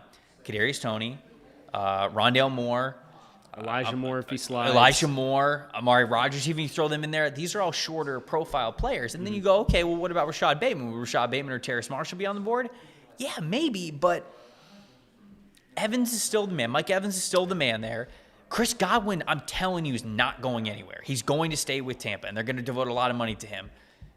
Miller's the complement. They've got that tight end room, and they got Tyler Johnson in the 5th round last year. Right. And I feel like that even though we would love to say, hey, Keep pouring it on him. Get more points in. I don't know if Tampa's going to think best player available there is wide receiver. I think more maybe edge, offensive line. That's probably the thing. So there you go. That's the full first-round mock draft, Kyle. Any picks that you particularly loved? Me getting Caleb Farley to the Green Bay Packers fans, I'm not hearing it. I'm not hearing it from you guys. I gave you a good player. I gave you the upgrade you needed. Oh, he's hurt. Yeah, I get it. You're picking at 29. You can't have Patrick Surtain and J.C. Horn. I gave you Caleb Farley, and that's the best you're going to get out of it. So there you go. I think you did well for Packers fans. Had to get that off my chest. I'm sorry, Packers fans. I love you guys. I really do. I like Bateman at 27 quite a bit. I like Phillips at 21 quite a bit. Tevin Jenkins at 17 is another one that stands out as just stylistically a really good fit. I don't know if they'll go that direction, but we've tried our best to steer them that way, and we'll see if they tuned into the show and heard what we had to say. Yeah, we'll wrap things up here in a couple of minutes, but I do want to get your thoughts on some of the mid-round teams when it comes to potentially trading back for any of those quarterbacks. We had the Chargers doing that. Yep. You talked about the Vikings as well. I mean, are those probably – is that the sweet spot? For what we know today, it's like 13, 14 the sweet spot for either New England or – because it doesn't feel like Chicago and Washington either have enough or want to give enough to go back up to make into this the realistic. top 10. You know what I'm saying? Yes. So I think it's a shame. It's not a shame. But for the sake of the drama that would be involved, Carolina getting Sam Darnold, if they were still in the market, then you have a fascinating gauntlet of Detroit potentially for the right guy, Carolina all in full court press, and Denver potentially for the right guy on top of the New England Patriots at 15. So now you're talking about, once you get outside the top 5, nearly half of the next 10 teams on the board are in the market for quarterbacks. But Carolina and them being so high up in the order, I think has really sapped that quarterback trade market and urgency, where Atlanta's sitting here hoping somebody makes them a Godfather offer that they can't refuse to go up to 4. And if I'm a team that needs a quarterback, I say, why? Like, Cincinnati's not taking one. Miami just drafted Tua Tagovailoa. You know, the next team I really have to worry about is Denver at 9. With stipulations attached to Detroit. Yeah. I don't need to go to 4 to get there. I mean, there's so much flexibility with Carolina, I think. Given that they have Sam Darnold now, they really could be looking to move back. All right, that was a full first-round mock draft from Kyle and myself. I feel like we haven't done a mock draft in a long time. It's been a minute. I feel, we did like a live mock, was it like 2 months ago? I think so. I feel like that's the last time you and I have really sat down and hashed out a mock draft. So here we are, a couple days from the draft. We get our most recent one out there. Trades, I mean, they could be all over the place. You know, we've got different teams that are going to be looking to move up, move back. What's going to happen with the quarterbacks? We got plenty more coming on the Draft Network's coverage of Draft Week here at Brinks HQ and on Brinks.tv. We got a couple more shows, podcast shows. We got the Draft Dudes coming up next, and then Locked On NFL Draft is after that. Stay tuned, guys. Thanks for watching.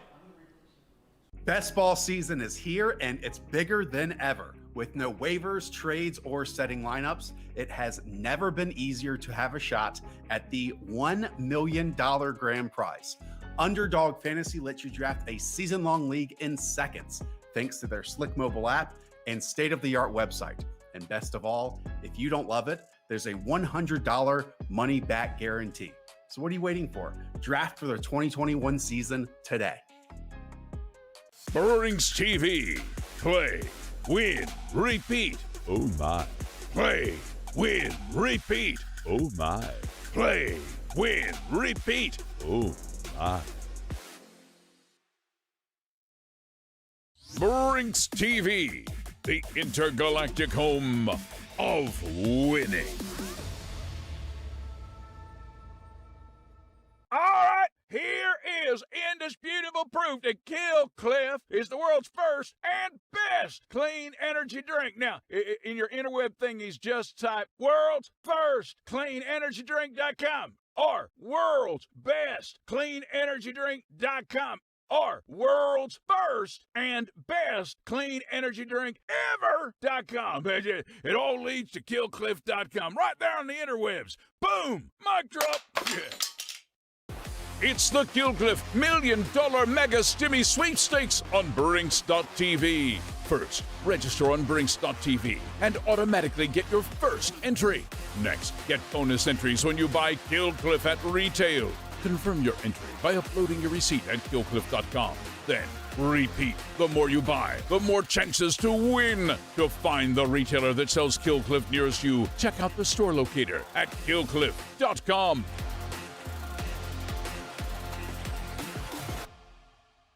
Brinks TV, loving on you with lots of cash and prizes.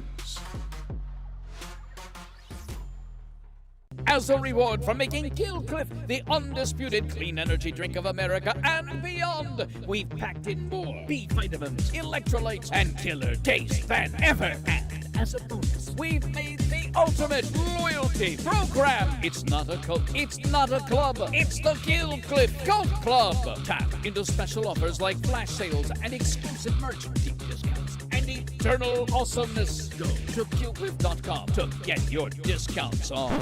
Oh yeah.